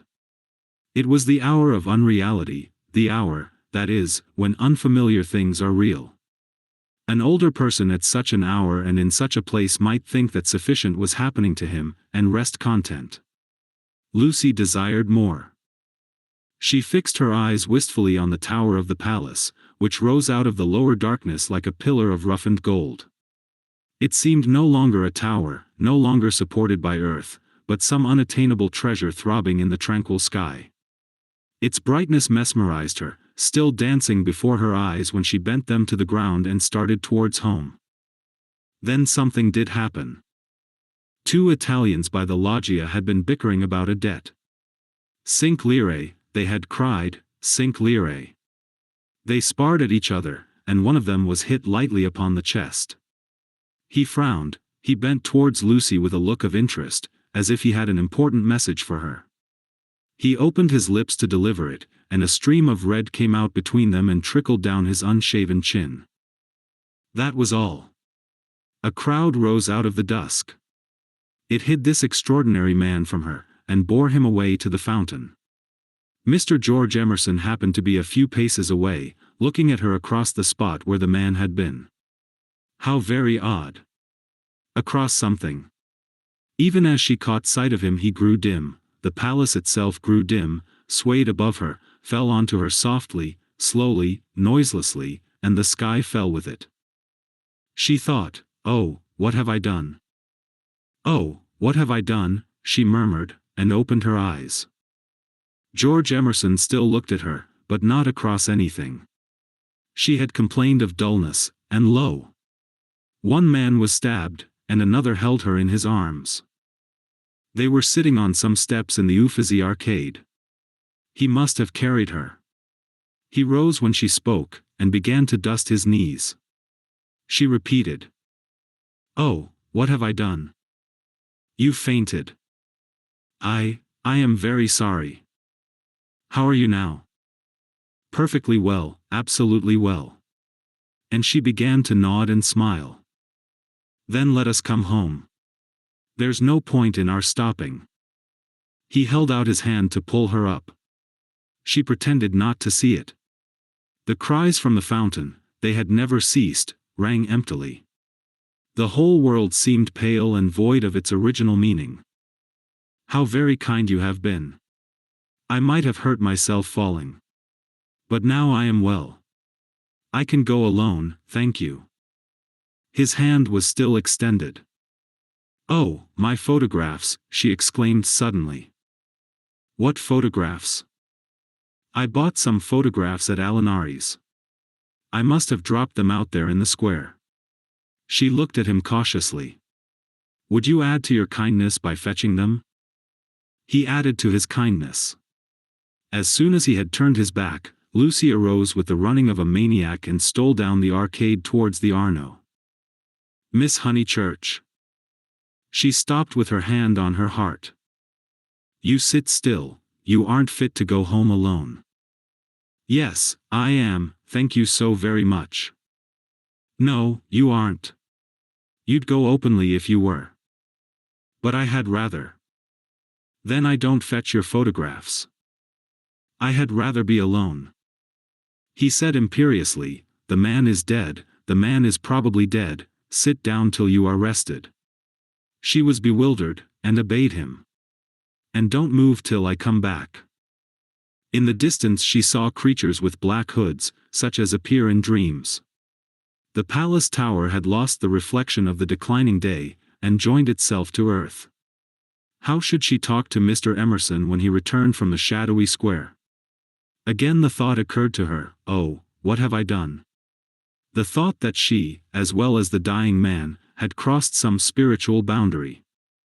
He returned, and she talked of the murder. Oddly enough, it was an easy topic. She spoke of the Italian character. She became almost garrulous over the incident that had made her faint 5 minutes before. Being strong physically, she soon overcame the horror of blood. She rose without his assistance, and though wings seemed to flutter inside her, she walked firmly enough towards the Arno. There a cabman signaled to them, they refused him. And the murderer tried to kiss him, you say, how very odd Italians are, and gave himself up to the police. Mr. Beebe was saying that Italians know everything, but I think they are rather childish. When my cousin and I were at the Pitti yesterday, what was that? He had thrown something into the stream. What did you throw in? Things I didn't want, he said crossly. Mr. Emerson. Well? Where are the photographs? He was silent. I believe it was my photographs that you threw away. I didn't know what to do with them, he cried, and his voice was that of an anxious boy. Her heart warmed towards him for the first time. They were covered with blood. There. I'm glad I've told you, and all the time we were making conversation I was wondering what to do with them. He pointed downstream. They've gone. The river swirled under the bridge, I did mind them so, and one is so foolish, it seemed better that they should go out to the sea, I don't know, I may just mean that they frightened me. Then the boy verged into a man. For something tremendous has happened, I must face it without getting muddled. It isn't exactly that a man has died. Something warned Lucy that she must stop him. It has happened, he repeated, and I mean to find out what it is. Mr. Emerson. He turned towards her frowning, as if she had disturbed him in some abstract quest. I want to ask you something before we go in. They were close to their pension. She stopped and leant her elbows against the parapet of the embankment. He did likewise. There is at times a magic in identity of position, it is one of the things that have suggested to us eternal comradeship. She moved her elbows before saying, I have behaved ridiculously. He was following his own thoughts. I was never so much ashamed of myself in my life, I cannot think what came over me. I nearly fainted myself, he said, but she felt that her attitude repelled him. Well, I owe you 1,000 apologies. Oh, all right. And, this is the real point, you know how silly people are gossiping, ladies especially, I am afraid, you understand what I mean? I'm afraid I don't. I mean, would you not mention it to anyone, my foolish behavior? Your behavior? Oh, yes, all right, all right. Thank you so much. And would you? She could not carry her request any further. The river was rushing below them, almost black in the advancing night. He had thrown her photographs into it, and then he had told her the reason. It struck her that it was hopeless to look for chivalry in such a man. He would do her no harm by idle gossip, he was trustworthy, intelligent, and even kind, he might even have a high opinion of her. But he lacked chivalry, his thoughts, like his behavior, would not be modified by awe. It was useless to say to him, "And would you?"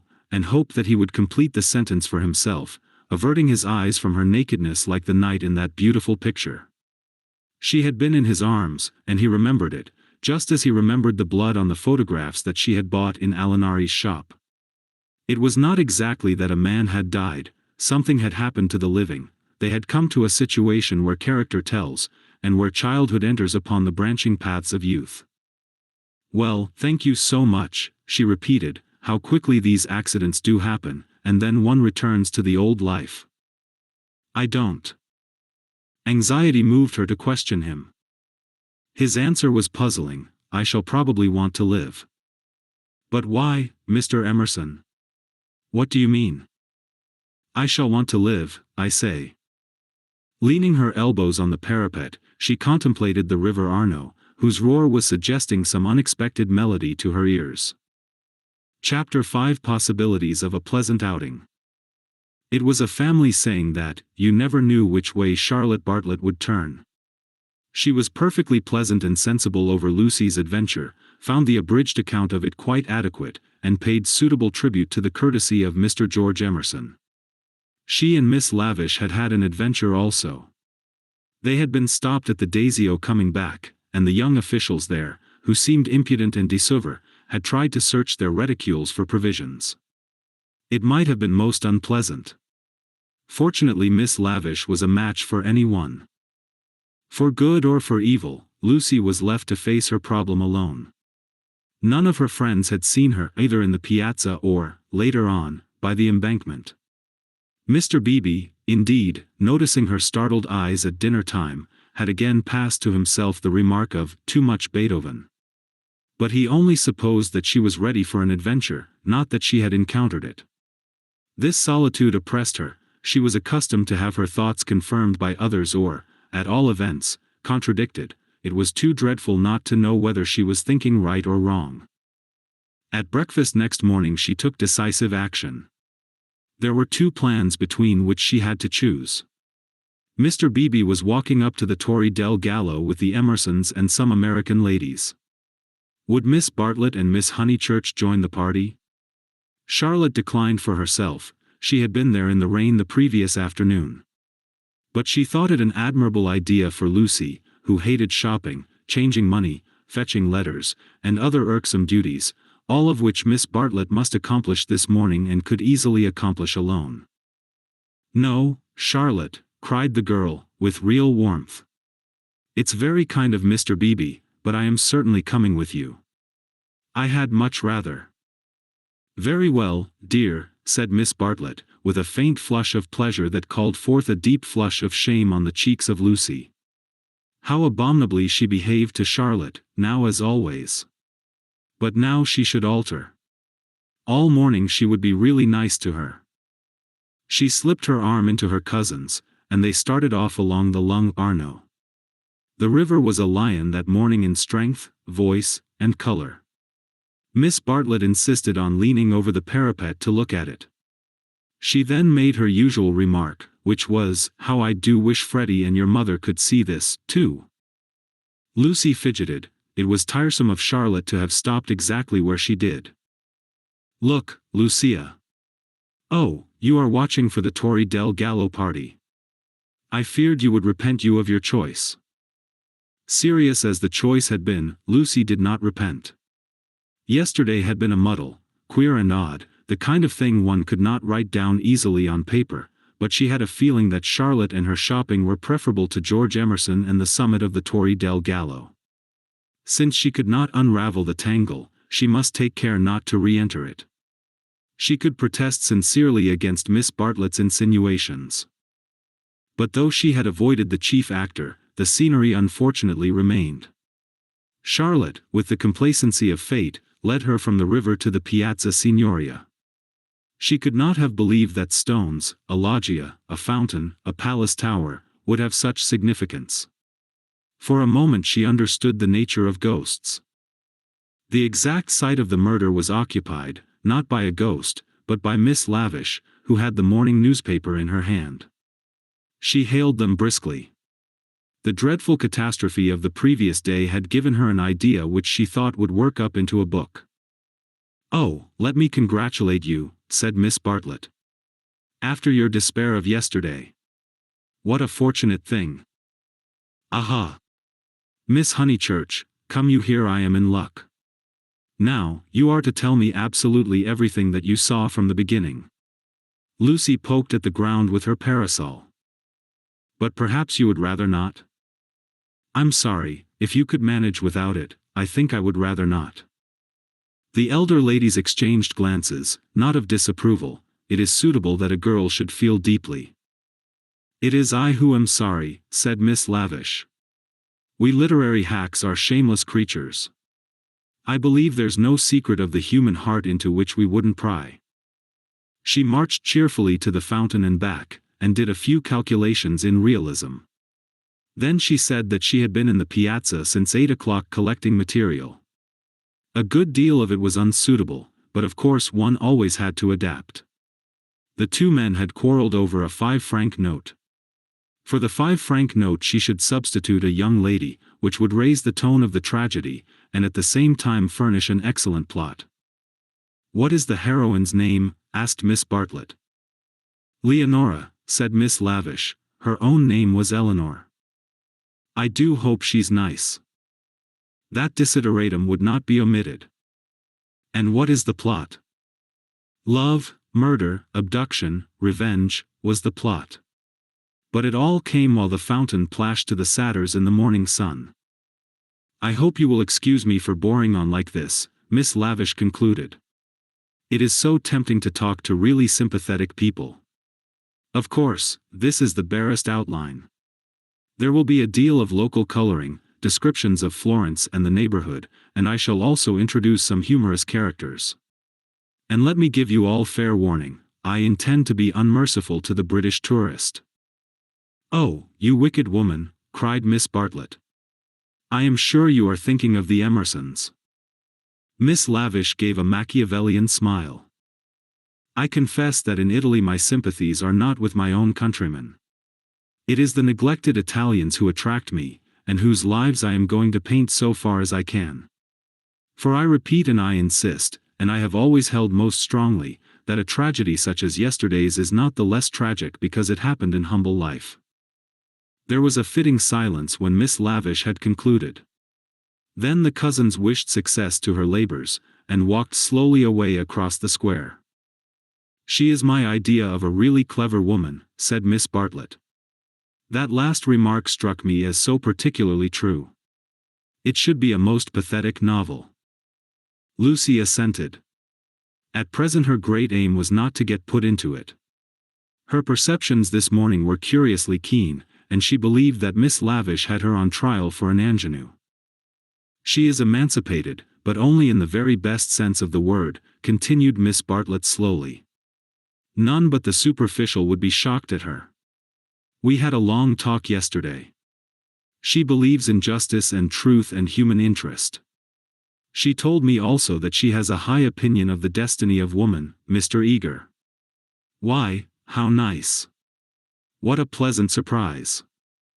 "Ah, not for me," said the chaplain blandly, "for I have been watching you and Miss Honeychurch for quite a little time." "We were chatting to Miss Lavish." His brow contracted. "So I saw." "Were you indeed? Andate via. Sono occupato." The last remark was made to a vendor of panoramic photographs who was approaching with a courteous smile. "I am about to venture a suggestion. Would you and Miss Honeychurch be disposed to join me in a drive some day this week, a drive in the hills? We might go up by Fiesole and back by Setignano.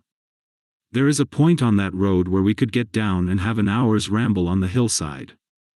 The view thence of Florence is most beautiful, far better than the hackneyed view of Fiesole. It is the view that Alessio Baldovinetti is fond of introducing into his pictures. That man had a decided feeling for landscape. Decidedly. But who looks at it today? Ah, the world is too much for us. Miss Bartlett had not heard of Alessio Baldovinetti, but she knew that Mr. Eager was no commonplace chaplain.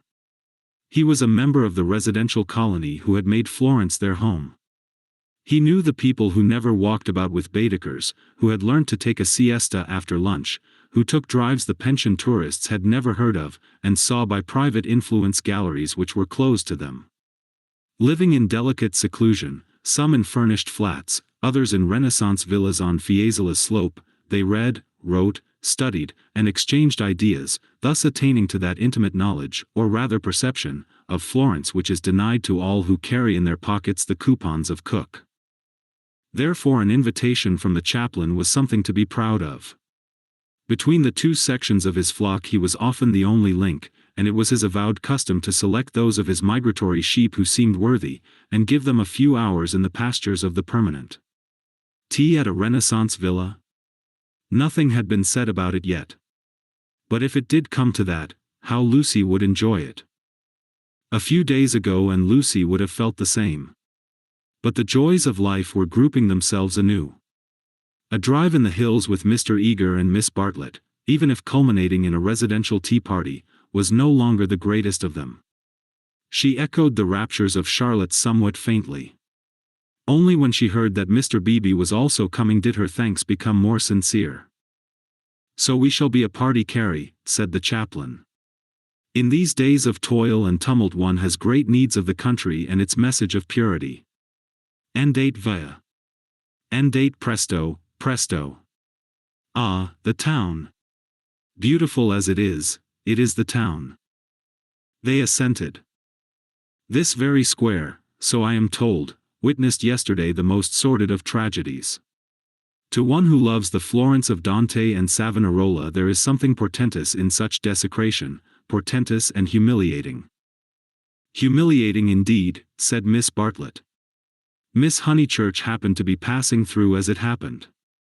She can hardly bear to speak of it. She glanced at Lucy proudly. "And how came we to have you here?" asked the chaplain paternally. Miss Bartlett's recent liberalism oozed away at the question. "Do not blame her, please, Mr. Eager. The fault is mine, I left her unchaperoned." "So you were here alone, Miss Honeychurch?" His voice suggested sympathetic reproof but at the same time indicated that a few harrowing details would not be unacceptable. His dark, handsome face drooped mournfully towards her to catch her reply. "Practically. One of our pension acquaintances kindly brought her home," said Miss Bartlett, adroitly concealing the sex of the preserver. "For her also it must have been a terrible experience. I trust that neither of you was at all, that it was not in your immediate proximity?" Of the many things Lucy was noticing today, not the least remarkable was this, the ghoulish fashion in which respectable people will nibble after blood. George Emerson had kept the subject strangely pure. "He died by the fountain, I believe," was her reply. "And you and your friend were over at the loggia. That must have saved you much. You have not, of course, seen the disgraceful illustrations which the gutter press. This man is a public nuisance. He knows that I am a resident perfectly well, and yet he goes on worrying me to buy his vulgar views." Surely the vendor of photographs was in league with Lucy, in the eternal league of Italy with youth. He had suddenly extended his book before Miss Bartlett and Mr. Eager, binding their hands together by a long glossy ribbon of churches, pictures, and views. "This is too much," cried the chaplain, striking petulantly at one of Fra Angelico's angels. She tore. A shrill cry rose from the vendor. The book, it seemed, was more valuable than one would have supposed. "Willingly would I purchase," began Miss Bartlett. "Ignore him," said Mr. Eager sharply, and they all walked rapidly away from the square. But an Italian can never be ignored, least of all when he has a grievance. His mysterious persecution of Mr. Eager became relentless, the air rang with his threats and lamentations. He appealed to Lucy, would not she intercede? He was poor, he sheltered a family, the tax on bread. He waited, he gibbered, he was recompensed, he was dissatisfied. He did not leave them until he had swept their minds clean of all thoughts whether pleasant or unpleasant. Shopping was the topic that now ensued. Under the chaplain's guidance they selected many hideous presents and mementos, florid little picture frames that seemed fashioned in gilded pastry, other little frames, more severe, that stood on little easels, and were carven out of oak, a blotting book of vellum, a Dante of the same material, cheap mosaic brooches, which the maids, next Christmas, would never tell from real, pins, pots, heraldic saucers, brown art photographs, Eros and Psyche in alabaster, St. Peter to match, all of which would have cost less in London. This successful morning left no pleasant impressions on Lucy. She had been a little frightened, both by Miss Lavish and by Mr. Eager, she knew not why. And as they frightened her, she had, strangely enough, ceased to respect them. She doubted that Miss Lavish was a great artist. She doubted that Mr. Eager was as full of spirituality and culture as she had been led to suppose. They were tried by some new test, and they were found wanting. As for Charlotte, she was exactly the same. It might be possible to be nice to her, it was impossible to love her. The son of a laborer, I happen to know it for a fact. A mechanic of some sort himself when he was young, then he took to writing for the socialistic press. I came across him at Brixton. They were talking about the Emersons. How wonderfully people rise in these days, sighed Miss Bartlett, fingering a model of the Leaning Tower of Pisa. Generally, replied Mr. Eager, one has only sympathy for their success. The desire for education and for social advance, in these things there is something not wholly vile. There are some working men whom one would be very willing to see out here in Florence, little as they would make of it. Is he a journalist now? Miss Bartlett asked. He is not, he made an advantageous marriage. He uttered this remark with a voice full of meaning, and ended with a sigh. Oh, so he has a wife. Dead, Miss Bartlett, dead. I wonder, yes, I wonder how he has the effrontery to look me in the face, to dare to claim acquaintance with me. He was in my London parish long ago. The other day in Santa Croce, when he was with Miss Honeychurch, I snubbed him. Let him beware that he does not get more than a snub. What? Cried Lucy, flushing. Exposure, hissed Mr. Eager. He tried to change the subject, but in scoring a dramatic point he had interested his audience more than he had intended. Miss Bartlett was full of very natural curiosity. Lucy, though she wished never to see the Emersons again, was not disposed to condemn them on a single word. Do you mean, she asked, that he is an irreligious man? We know that already. Lucy, dear, said Miss Bartlett, gently reproving her cousin's penetration. I should be astonished if you knew all. The boy, an innocent child at the time, I will exclude. God knows what his education and his inherited qualities may have made him. Perhaps, said Miss Bartlett, it is something that we had better not hear. To speak plainly, said Mr. Eager, it is. I will say no more. For the first time Lucy's rebellious thoughts swept out in words, for the first time in her life. You have said very little. It was my intention to say very little, was his frigid reply. He gazed indignantly at the girl, who met him with equal indignation. She turned towards him from the shop counter, her breast heaved quickly.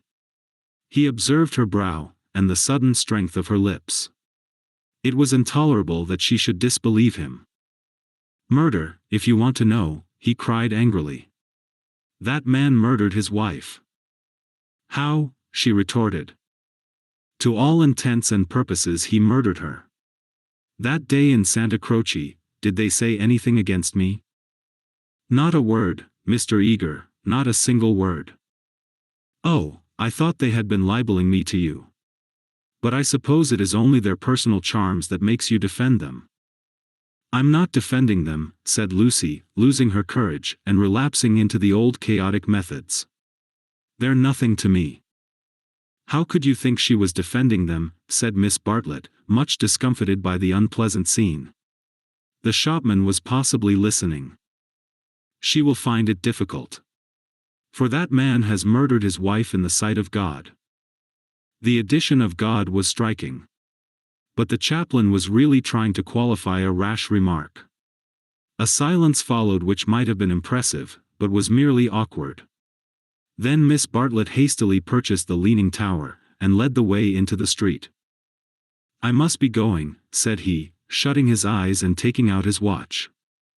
Miss Bartlett thanked him for his kindness, and spoke with enthusiasm of the approaching drive. "Drive? Oh, is our drive to come off?" Lucy was recalled to her manners, and after a little exertion the complacency of Mr. Eager was restored. "Bother the drive," exclaimed the girl, as soon as he had departed. "It is just the drive we had arranged with Mr. Beebe without any fuss at all. Why should he invite us in that absurd manner? We might as well invite him. We are each paying for ourselves." Miss Bartlett, who had intended to lament over the Emersons, was launched by this remark into unexpected thoughts. "If that is so, dear, if the drive we and Mr. Beebe are going with Mr. Eager is really the same as the one we are going with Mr. Beebe, then I foresee a sad kettle of fish." "How?" "Because Mr. Beebe has asked Eleanor Lavish to come, too. That will mean another carriage. Far worse. Mr. Eager does not like Eleanor. She knows it herself. The truth must be told, she is too unconventional for him." They were now in the newspaper room at the English Bank. Lucy stood by the central table, heedless of Punch and the Graphic, trying to answer, or at all events to formulate the questions rioting in her brain. The well-known world had broken up, and there emerged Florence, a magic city where people thought and did the most extraordinary things. Murder, accusations of murder, a lady clinging to one man and being rude to another, were these the daily incidents of her streets? Was there more in her frank beauty than met the eye, the power, perhaps, to evoke passions, good and bad, and to bring them speedily to a fulfillment? Happy Charlotte, who, though greatly troubled over things that did not matter, seemed oblivious to things that did, who could conjecture with admirable delicacy where things might lead to, but apparently lost sight of the goal as she approached it. Now she was crouching in the corner trying to extract a circular note from a kind of linen nosebag which hung in chaste concealment round her neck. She had been told that this was the only safe way to carry money in Italy, it must only be broached within the walls of the English Bank. As she groped she murmured, "Whether it is Mr. Beebe who forgot to tell Mr. Eager, or Mr. Eager who forgot when he told us, or whether they have decided to leave Eleanor out altogether, which they could scarcely do, but in any case we must be prepared. It is you they really want, I am only asked for appearances. You shall go with the two gentlemen, and I and Eleanor will follow behind. A one-horse carriage would do for us. Yet how difficult it is." "It is indeed," replied the girl, with a gravity that sounded sympathetic. "What do you think about it?" asked Miss Bartlett, flushed from the struggle, and buttoning up her dress. "I don't know what I think, nor what I want." "Oh, dear, Lucy. I do hope Florence isn't boring you. Speak the word, and, as you know, I would take you to the ends of the earth tomorrow." "Thank you, Charlotte," said Lucy, and pondered over the offer. There were letters for her at the bureau, one from her brother, full of athletics and biology, one from her mother, delightful as only her mother's letters could be. She had read in it of the crocuses which had been bought for yellow and were coming up puce, of the new parlour-maid, who had watered the ferns with essence of lemonade, of the semi-detached cottages which were ruining Summer Street, and breaking the heart of Sir Harry Otway. She recalled the free, pleasant life of her home, where she was allowed to do everything, and where nothing ever happened to her. The road up through the pine woods, the clean drawing-room, the view over the Sussex Weald, all hung before her bright and distinct, but pathetic as the pictures in a gallery to which, after much experience, a traveller returns. "And the news?" asked Miss Bartlett. "Mrs. Vyse and her son have gone to Rome," said Lucy, giving the news that interested her least. "Do you know the Vyses?" "Oh, not that way back. We can never have too much of the dear Piazza Signoria. They're nice people, the Vyses. So clever, my idea of what's really clever. Don't you long to be in Rome? I die for it. The Piazza Signoria is too stony to be brilliant. It has no grass, no flowers, no frescoes, no glittering walls of marble or comforting patches of ruddy brick. By an odd chance, unless we believe in a presiding genius of places, the statues that relieve its severity suggest, not the innocence of childhood, nor the glorious bewilderment of youth, but the conscious achievements of maturity. Perseus and Judith, Hercules and thus Nelda, they have done or suffered something, and though they are immortal, immortality has come to them after experience, not before. Here, not only in the solitude of nature, might a hero meet a goddess, or a heroine a god. Charlotte, cried the girl suddenly. Here's an idea. What if we popped off to Rome tomorrow, straight to the Vice's hotel? For I do know what I want. I'm sick of Florence. No, you said you'd go to the ends of the earth. Do. Miss Bartlett, with equal vivacity, replied. Oh, you droll person. Pray, what would become of your drive in the hills? They passed together through the gaunt beauty of the square, laughing over the unpractical suggestion. Chapter 6. The Reverend Arthur Beebe, the Reverend Cuthbert Eager, Mr. Emerson, Mr. George Emerson, Miss Eleanor Lavish, Miss Charlotte Bartlett, and Mississippi Lucy Honeychurch drive out in carriages to see a view. Italians drive them. It was Phaeton who drove them to Fiesole that memorable day, a youth all irresponsibility and fire, recklessly urging his master's horses up the stony hill. Mr. Beebe recognized him at once. Neither the ages of faith nor the age of doubt had touched him. He was Phaeton in Tuscany driving a cab. And it was Persephone whom he asked leave to pick up on the way, saying that she was his sister, Persephone, tall and slender and pale, returning with the spring to her mother's cottage, and still shading her eyes from the unaccustomed light. To her Mr. Eager objected, saying that here was the thin edge of the wedge, and one must guard against imposition. But the ladies interceded, and when it had been made clear that it was a very great favor, the goddess was allowed to mount beside the god. Phaeton at once slipped the left rein over her head, thus enabling himself to drive with his arm round her waist. She did not mind. Mr. Eager, who sat with his back to the horses, saw nothing of the indecorous proceeding, and continued his conversation with Lucy. The other two occupants of the carriage were old Mr. Emerson and Miss Lavish. For a dreadful thing had happened. Mr. Beebe, without consulting Mr. Eager, had doubled the size of the party. And though Miss Bartlett and Miss Lavish had planned all the morning how the people were to sit, at the critical moment when the carriages came round they lost their heads, and Miss Lavish got in with Lucy, while Miss Bartlett, with George Emerson and Mr. Beebe, followed on behind. It was hard on the poor chaplain to have his party carry thus transformed. Tea at a Renaissance villa, if he had ever meditated it, was now impossible.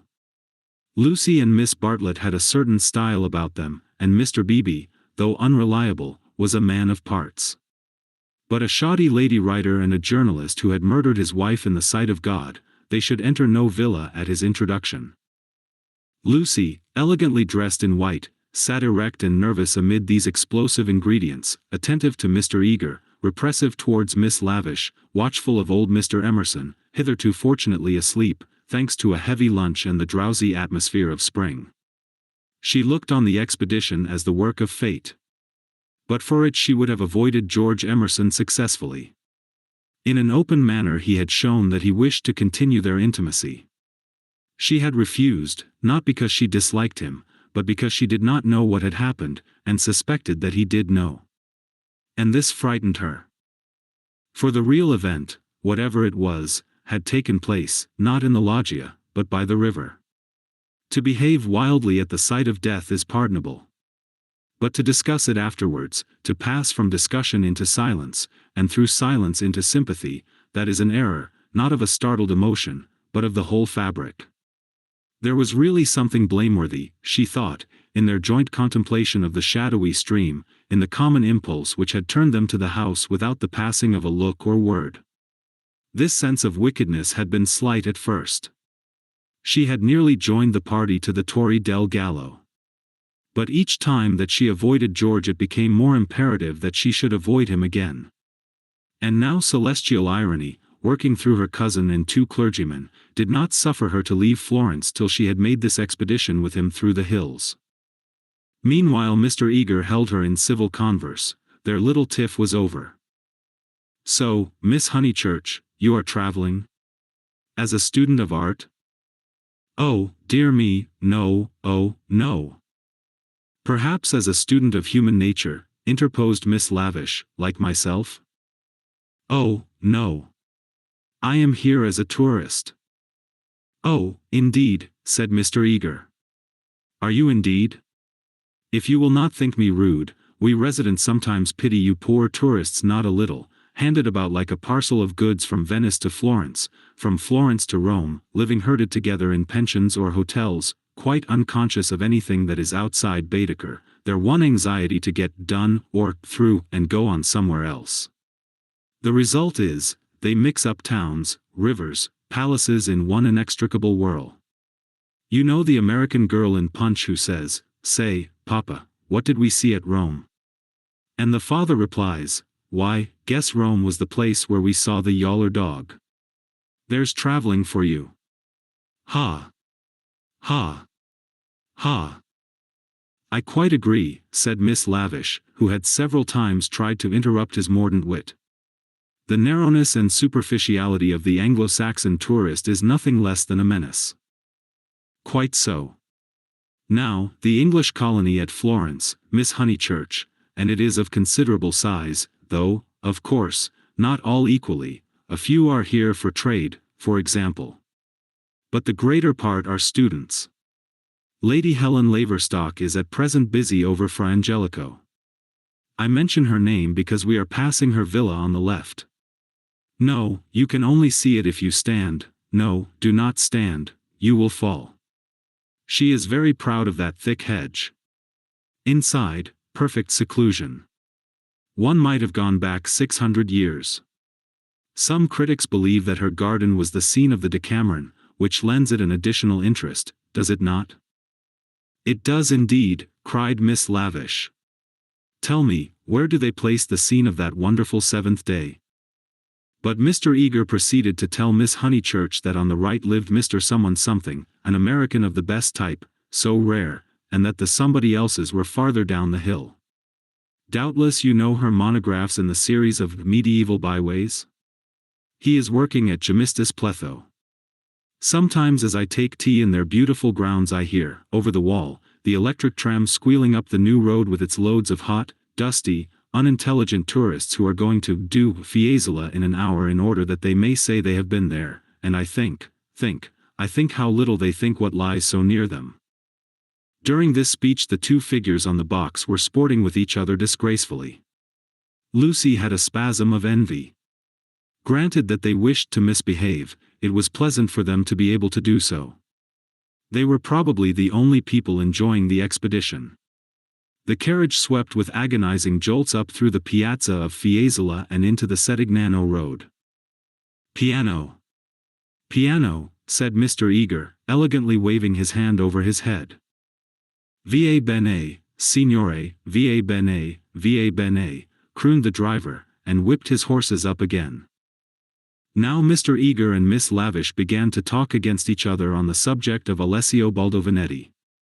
Was he a cause of the Renaissance, or was he one of its manifestations? The other carriage was left behind. As the pace increased to a gallop the large, slumbering form of Mr. Emerson was thrown against the chaplain with the regularity of a machine. "Piano! Piano!" said he, with a martyred look at Lucy. An extra lurch made him turn angrily in his seat. Phaeton, who for some time had been endeavoring to kiss Persephone, had just succeeded. A little scene ensued, which, as Miss Bartlett said afterwards, was most unpleasant. The horses were stopped, the lovers were ordered to disentangle themselves, the boy was to lose his pourboire, the girl was immediately to get down. "She is my sister," said he, turning round on them with piteous eyes.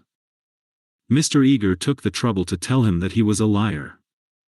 Phaeton hung down his head, not at the matter of the accusation, but at its manner.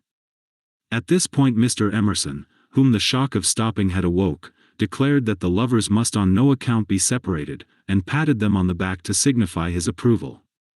And Miss Lavish, though unwilling to ally him, felt bound to support the cause of Bohemianism.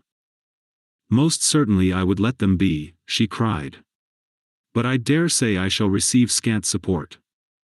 I have always flown in the face of the conventions all my life. This is what I call an adventure." "We must not submit," said Mr. Eager. "I knew he was trying it on. He is treating us as if we were a party of Cook's tourists." "Surely no," said Miss Lavish, her ardor visibly decreasing. The other carriage had drawn up behind, and sensible Mr. Beebe called out that after this warning the couple would be sure to behave themselves properly. "Leave them alone," Mr. Emerson begged the chaplain, of whom he stood in no awe. "Do we find happiness so often that we should turn it off the box when it happens to sit there? To be driven by lovers, a king might envy us, and if we part them it's more like sacrilege than anything I know." Here the voice of Miss Bartlett was heard saying that a crowd had begun to collect. Mr. Eager, who suffered from an overfluent tongue rather than a resolute will, was determined to make himself heard. He addressed the driver again. Italian in the mouth of Italians is a deep-voiced stream, with unexpected cataracts and boulders to preserve it from monotony. In Mr. Eager's mouth it resembled nothing so much as an acid-whistling fountain which played ever higher and higher, and quicker, and more shrilly, till abruptly it was turned off with a click. "Signorina," said the man to Lucy, when the display had ceased. Why should he appeal to Lucy? "Signorina," echoed Persephone in her glorious contralto. She pointed at the other carriage. "Why?" For a moment the two girls looked at each other. Then Persephone got down from the box. "Victory at last," said Mr. Eager, smiting his hands together as the carriages started again. "It is not victory," said Mr. Emerson. "It is defeat. You have parted two people who were happy." Mr. Eager shut his eyes. He was obliged to sit next to Mr. Emerson, but he would not speak to him. The old man was refreshed by sleep, and took up the matter warmly. He commanded Lucy to agree with him. He shouted for support to his son. "We have tried to buy what cannot be bought with money. He has bargained to drive us, and he is doing it. We have no rights over his soul." Miss Lavish frowned. It is hard when a person you have classed as typically British speaks out of his character. "He was not driving us well," she said. "He jolted us." "That I deny. It was as restful as sleeping." "Aha! He is jolting us now. Can you wonder? He would like to throw us out, and most certainly he is justified. And if I were superstitious I'd be frightened of the girl, too. It doesn't do to injure young people. Have you ever heard of Lorenzo de' Medici?" Miss Lavish bristled. "Most certainly I have. Do you refer to Lorenzo il Magnifico, or to Lorenzo, Duke of Urbino, or to Lorenzo surnamed Lorenzino on account of his diminutive stature? The Lord knows. Possibly he does know, for I refer to Lorenzo the poet. He wrote a line, so I heard yesterday, which runs like this: "Don't go fighting against the spring." Mr. Eager could not resist the opportunity for erudition. "Non fate guerra al maggio," he murmured. "War not with the May" would render a correct meaning. "The point is, we have warred with it. Look." He pointed to the Val d'Arno, which was visible far below them, through the budding trees. 50 miles of spring, and we've come up to admire them. Do you suppose there's any difference between spring in nature and spring in man? But there we go, praising the one and condemning the other as improper, ashamed that the same laws work eternally through both. No one encouraged him to talk.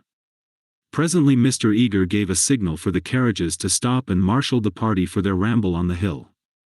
A hollow like a great amphitheater, full of terrace steps and misty olives, now lay between them and the heights of Fiesole, and the road, still following its curve, was about to sweep on to a promontory which stood out in the plain. It was this promontory, uncultivated, wet, covered with bushes and occasional trees, which had caught the fancy of Alessio Baldovinetti nearly 500 years before. He had ascended it, that diligent and rather obscure master, possibly with an eye to business, possibly for the joy of ascending. Standing there, he had seen that view of the Val d'Arno and distant Florence, which he afterwards had introduced not very effectively into his work. But where exactly had he stood? That was the question which Mr. Eager hoped to solve now. And Miss Lavish, whose nature was attracted by anything problematical, had become equally enthusiastic. But it is not easy to carry the pictures of Alessio Baldovinetti in your head, even if you have remembered to look at them before starting. And the haze in the valley increased the difficulty of the quest. The party sprang about from tuft to tuft of grass, their anxiety to keep together being only equaled by their desire to go different directions. Finally they split into groups.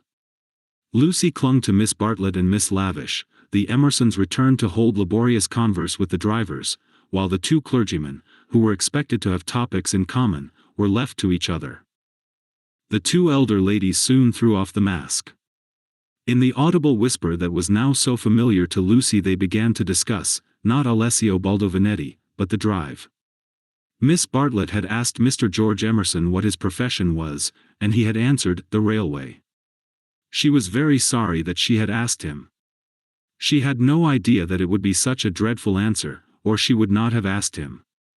Mr. Beebe had turned the conversation so cleverly, and she hoped that the young man was not very much hurt at her asking him. The railway, gasped Miss Lavish. Oh, but I shall die. Of course it was the railway. She could not control her mirth. He is the image of a porter, on the southeastern. Eleanor, be quiet, plucking at her vivacious companion. Hush. They'll hear, the Emersons. I can't stop. Let me go my wicked way. A porter. Eleanor. I'm sure it's all right, put in Lucy. The Emersons won't hear, and they wouldn't mind if they did. Miss Lavish did not seem pleased at this. Miss Honeychurch listening, she said rather crossly. Poof. Woof. You naughty girl. Go away. Oh, Lucy, you ought to be with Mr. Eager, I'm sure. I can't find them now, and I don't want to either. Mr. Eager will be offended. It is your party. Please, I'd rather stop here with you. No, I agree, said Miss Lavish. It's like a school feast, the boys have got separated from the girls. Miss Lucy, you are to go. We wish to converse on high topics unsuited for your ear. The girl was stubborn.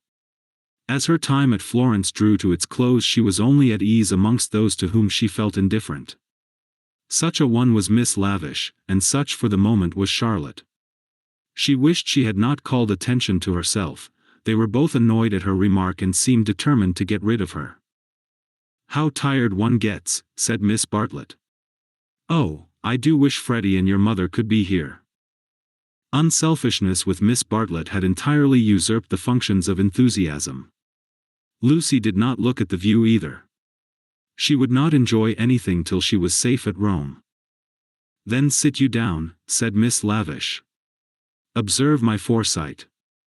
With many a smile she produced two of those mackintosh squares that protect the frame of the tourist from damp grass or cold marble steps. She sat on one, who was to sit on the other?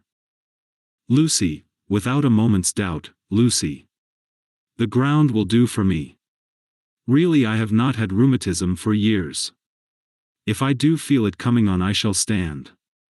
Imagine your mother's feelings if I let you sit in the wet in your white linen.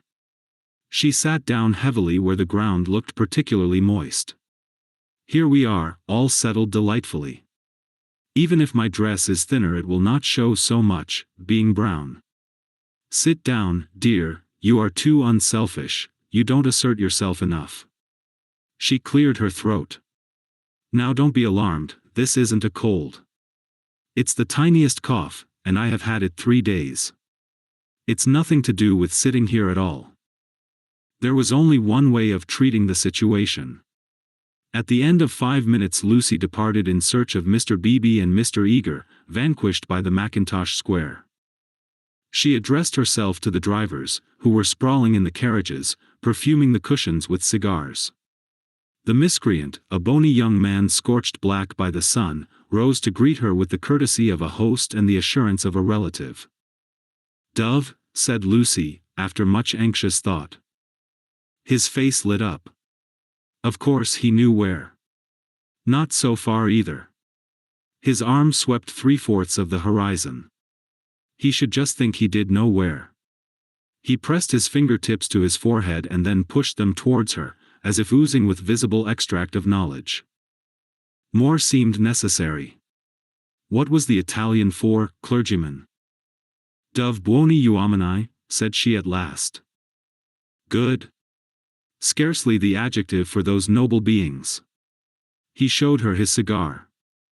"Uno, più, piccolo," was her next remark, implying, "Has the cigar been given to you by Mr. Beebe, the smaller of the two good men?" She was correct as usual.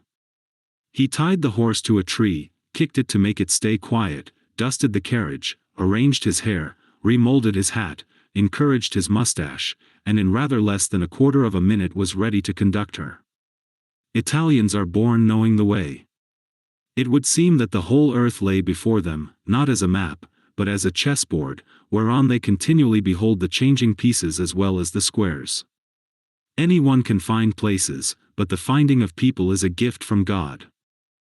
He only stopped once, to pick her some great blue violets. She thanked him with real pleasure. In the company of this common man the world was beautiful and direct. For the first time she felt the influence of spring. His arm swept the horizon gracefully. Violets, like other things, existed in great profusion there. Would she like to see them? "Ma buoni uomini." He bowed. "Certainly. Good men first, violets afterwards."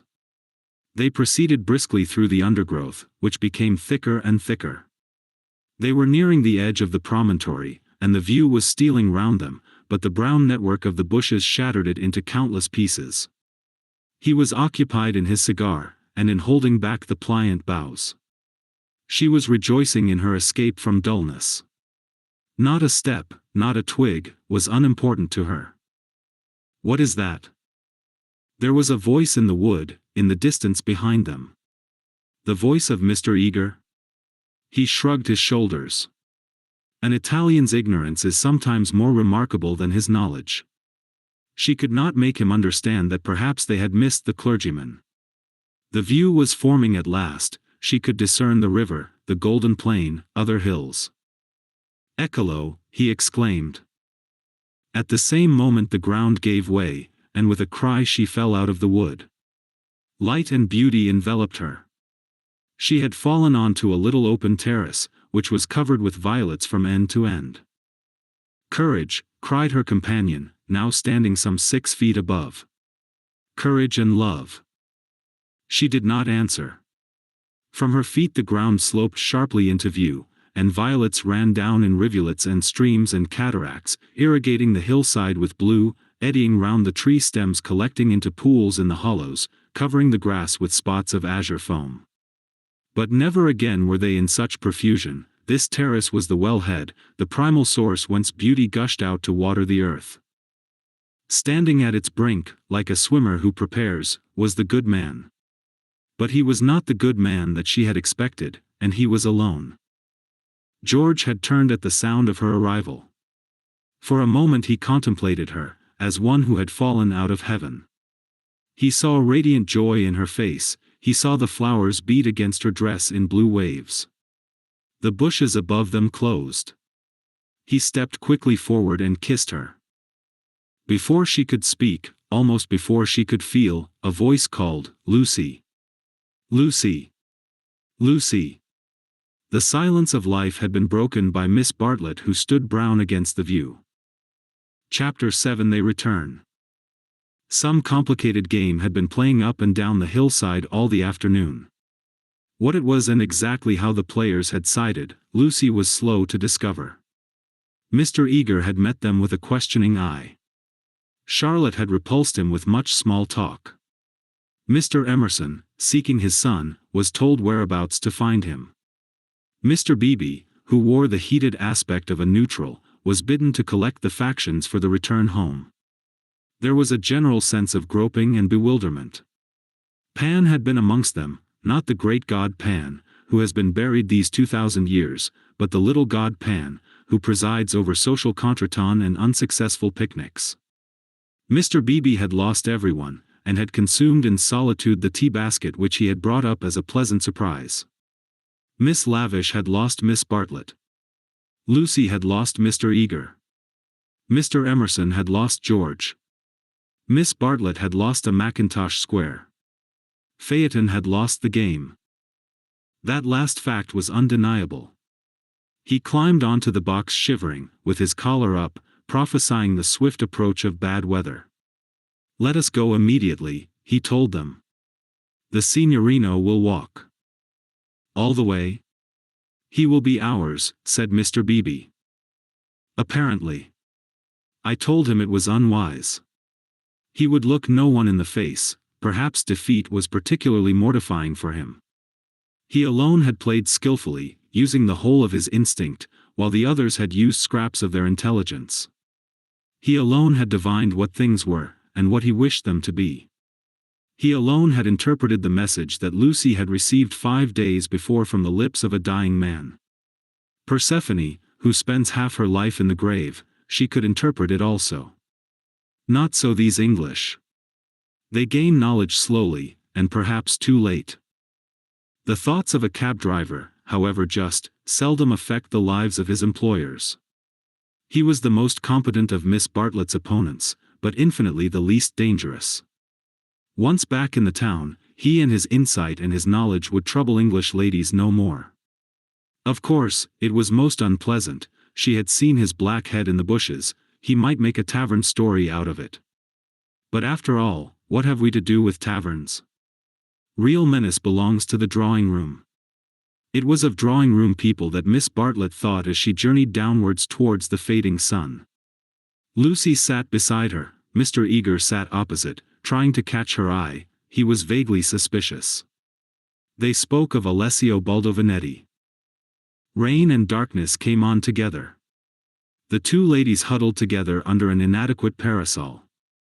There was a lightning flash, and Miss Lavish, who was nervous, screamed from the carriage in front. At the next flash, Lucy screamed also. Mr. Eager addressed her professionally. "Courage, Miss Honeychurch, courage and faith. If I might say so, there is something almost blasphemous in this horror of the elements. Are we seriously to suppose that all these clouds, all this immense electrical display, is simply called into existence to extinguish you or me? No, of course. Even from the scientific standpoint the chances against our being struck are enormous. The steel knives, the only articles which might attract the current, are in the other carriage. And, in any case, we are infinitely safer than if we were walking. Courage, courage and faith." Under the rug, Lucy felt the kindly pressure of her cousin's hand. At times our need for a sympathetic gesture is so great that we care not what exactly it signifies or how much we may have to pay for it afterwards. Miss Bartlett, by this timely exercise of her muscles, gained more than she would have got in hours of preaching or cross-examination. She renewed it when the two carriages stopped, half into Florence. "Mr. Eager," called Mr. Beebe. "We want your assistance. Will you interpret for us?" "George," cried Mr. Emerson. "Ask your driver which way George went. The boy may lose his way. He may be killed." "Go, Mr. Eager," said Miss Bartlett, "don't ask our driver is no help. Go and support poor Mr. Beebe, he is nearly demented." "He may be killed," cried the old man. "He may be killed." "Typical behavior," said the chaplain, as he quitted the carriage. "In the presence of reality that kind of person invariably breaks down." "What does he know?" whispered Lucy as soon as they were alone. "Charlotte, how much does Mr. Eager know?" Nothing, dearest, he knows nothing. But, she pointed at the driver, he knows everything. Dearest, had we better? Shall I? She took out her purse. It is dreadful to be entangled with low-class people. He saw it all. Tapping Phaeton's back with her guidebook, she said, Silenzio, and offered him a franc. Va bene, he replied, and accepted it. As well this ending to his day as any. But Lucy, a mortal maid, was disappointed in him. There was an explosion up the road. The storm had struck the overhead wire of the tramline, and one of the great supports had fallen. If they had not stopped, perhaps they might have been hurt. They chose to regard it as a miraculous preservation, and the floods of love and sincerity, which fructify every hour of life, burst forth in tumult. They descended from the carriages, they embraced each other. It was as joyful to be forgiven past unworthinesses as to forgive them. For a moment they realized vast possibilities of good.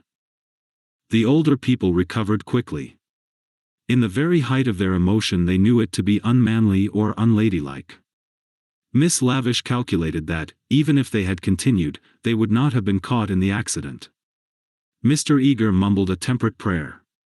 But the drivers, through miles of dark squalid road, poured out their souls to the Dryads and the saints, and Lucy poured out hers to her cousin. Charlotte, dear Charlotte, kiss me. Kiss me again. Only you can understand me. You warned me to be careful. And I thought I was developing. Do not cry, dearest. Take your time. I have been obstinate and silly, worse than you know, far worse. Once by the river, oh, but he isn't killed, he wouldn't be killed, would he? The thought disturbed her repentance. As a matter of fact, the storm was worst along the road, but she had been near danger, and so she thought it must be near to everyone. I trust not. One would always pray against that. He is really, I think he was taken by surprise, just as I was before. But this time I'm not to blame, I want you to believe that. I simply slipped into those violets. No, I want to be really truthful. I am a little to blame. I had silly thoughts. The sky, you know, was gold, and the ground all blue, and for a moment he looked like someone in a book. In a book? Heroes, gods, the nonsense of schoolgirls. And then? But, Charlotte, you know what happened then. Miss Bartlett was silent. Indeed, she had little more to learn.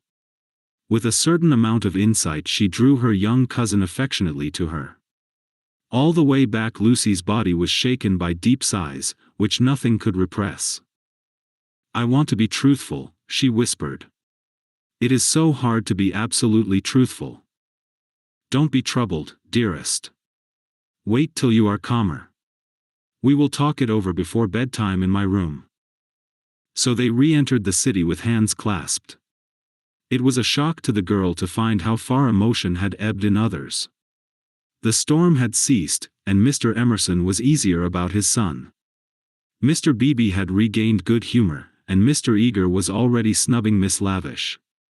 Charlotte alone she was sure of, Charlotte, whose exterior concealed so much insight and love. The luxury of self-exposure kept her almost happy through the long evening. She thought not so much of what had happened as of how she should describe it. All her sensations, her spasms of courage, her moments of unreasonable joy, her mysterious discontent, should be carefully laid before her cousin. And together in divine confidence they would disentangle and interpret them all. At last, thought she, I shall understand myself. I shan't again be troubled by things that come out of nothing, and mean I don't know what. Miss Allen asked her to play. She refused vehemently. Music seemed to her the employment of a child. She sat close to her cousin, who, with commendable patience, was listening to a long story about lost luggage. When it was over she capped it by a story of her own. Lucy became rather hysterical with the delay. In vain she tried to check, or at all events to accelerate, the tale. It was not till a late hour that Miss Bartlett had recovered her luggage and could say in her usual tone of gentle reproach, "Well, dear, I at all events am ready for Bedfordshire. Come into my room, and I will give a good brush to your hair." With some solemnity the door was shut, and a cane chair placed for the girl. Then Miss Bartlett said, "So what is to be done?" She was unprepared for the question. It had not occurred to her that she would have to do anything. A detailed exhibition of her emotions was all that she had counted upon. "What is to be done?" "A point, dearest, which you alone can settle." The rain was streaming down the black windows, and the great room felt damp and chilly. One candle burnt trembling on the chest of drawers close to Miss Bartlett's toque, which cast monstrous and fantastic shadows on the bolted door. A tram roared by in the dark, and Lucy felt unaccountably sad, though she had long since dried her eyes. She lifted them to the ceiling, where the griffins and bassoons were colorless and vague, the very ghosts of joy. "It has been raining for nearly 4 hours," she said at last. Miss Bartlett ignored the remark. "How do you propose to silence him?" "The driver?" "My dear girl, no, Mr. George Emerson." Lucy began to pace up and down the room. "I don't understand," she said at last. She understood very well, but she no longer wished to be absolutely truthful. "How are you going to stop him talking about it?" "I have a feeling that talk is a thing he will never do. I, too, intend to judge him charitably. But unfortunately I have met the type before. They seldom keep their exploits to themselves." "Exploits?" cried Lucy, wincing under the horrible plural. "My poor dear, did you suppose that this was his first? Come here and listen to me. I am only gathering it from his own remarks. Do you remember that day at lunch when he argued with Miss Allen that liking one person is an extra reason for liking another?" "Yes," said Lucy, whom at the time the argument had pleased. "Well, I am no prude. There is no need to call him a wicked young man, but obviously he is thoroughly unrefined. Let us put it down to his deplorable antecedents and education, if you wish. But we are no farther on with our question. What do you propose to do?"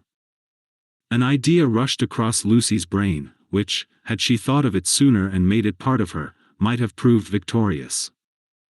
"I propose to speak to him," said she. Miss Bartlett uttered a cry of genuine alarm. "You see, Charlotte, your kindness, I shall never forget it. But, as you said, it is my affair. Mine and his. And you are going to implore him, to beg him to keep silence?" "Certainly not. There would be no difficulty. Whatever you ask him he answers, yes or no, then it is over. I have been frightened of him. But now I am not one little bit. But we fear him for you, dear. You are so young and inexperienced, you have lived among such nice people, that you cannot realize what men can be, how they can take a brutal pleasure in insulting a woman whom her sex does not protect and rally round. This afternoon, for example, if I had not arrived, what would have happened?" "I can't think," said Lucy gravely. Something in her voice made Miss Bartlett repeat her question, intoning it more vigorously. "What would have happened if I hadn't arrived?" "I can't think," said Lucy again. "When he insulted you, how would you have replied?" "I hadn't time to think. You came." "Yes, but won't you tell me now what you would have done?" "I should have," she checked herself, and broke the sentence off. She went up to the dripping window and strained her eyes into the darkness.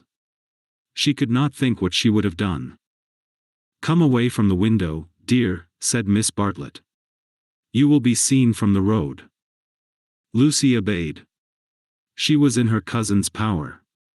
She could not modulate out the key of self-abasement in which she had started.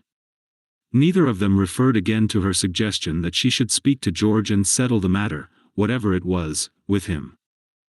Miss Bartlett became plaintive. "Oh, for a real man. We are only 2 women, you and I. Mr. Beebe is hopeless. There is Mr. Eager, but you do not trust him. Oh, for your brother. He is young, but I know that his sister's insult would rouse in him a very lion. Thank God, chivalry is not yet dead. There are still left some men who can reverence woman. As she spoke, she pulled off her rings, of which she wore several, and ranged them upon the pin cushion. Then she blew into her gloves and said, "It will be a push to catch the morning train, but we must try." "What train?" "The train to Rome." She looked at her gloves critically. The girl received the announcement as easily as it had been given. "When does the train to Rome go?" "At 8. Signora Bertolini would be upset." "We must face that," said Miss Bartlett, not liking to say that she had given notice already. "She will make us pay for a whole week's pension." "I expect she will. However, we shall be much more comfortable at the Vice's hotel." "Isn't afternoon tea given there for nothing?" "Yes, but they pay extra for wine." After this remark she remained motionless and silent. To her tired eyes Charlotte throbbed and swelled like a ghostly figure in a dream. They began to sort their clothes for packing, for there was no time to lose, if they were to catch the train to Rome. Lucy, when admonished, began to move to and fro between the rooms, more conscious of the discomforts of packing by candlelight than of a subtler ill. Charlotte, who was practical without ability, knelt by the side of an empty trunk, vainly endeavoring to pave it with books of varying thickness and size. She gave 2 or 3 sighs, for the stooping posture hurt her back, and, for all her diplomacy, she felt that she was growing old. The girl heard her as she entered the room, and was seized with one of those emotional impulses to which she could never attribute a cause. She only felt that the candle would burn better, the packing go easier, the world be happier, if she could give and receive some human love. The impulse had come before today, but never so strongly. She knelt down by her cousin's side and took her in her arms. Miss Bartlett returned the embrace with tenderness and warmth. But she was not a stupid woman, and she knew perfectly well that Lucy did not love her, but needed her to love. For it was in ominous tones that she said, after a long pause, "Dearest Lucy, how will you ever forgive me?" Lucy was on her guard at once, knowing by bitter experience what forgiving Miss Bartlett meant. Her emotion relaxed, she modified her embrace a little, and she said, "Charlotte dear, what do you mean? As if I have anything to forgive." "You have a great deal, and I have a very great deal to forgive myself, too. I know well how much I vex you at every turn. But no." Miss Bartlett assumed her favorite role, that of the prematurely aged martyr. "Ah, but yes. I feel that our tour together is hardly the success I had hoped. I might have known it would not do. You want someone younger and stronger and more in sympathy with you. I am too uninteresting and old-fashioned, only fit to pack and unpack your things. Please. My only consolation was that you found people more to your taste, and were often able to leave me at home. I had my own poor ideas of what a lady ought to do, but I hope I did not inflict them on you more than was necessary. You had your own way about these rooms, at all events." "You mustn't say these things," said Lucy softly. She still clung to the hope that she and Charlotte loved each other, heart and soul. They continued to pack in silence. "I have been a failure," said Miss Bartlett, as she struggled with the straps of Lucy's trunk instead of strapping her own. "Failed to make you happy, failed in my duty to your mother. She has been so generous to me, I shall never face her again after this disaster. But mother will understand. It is not your fault, this trouble, and it isn't a disaster either. It is my fault, it is a disaster.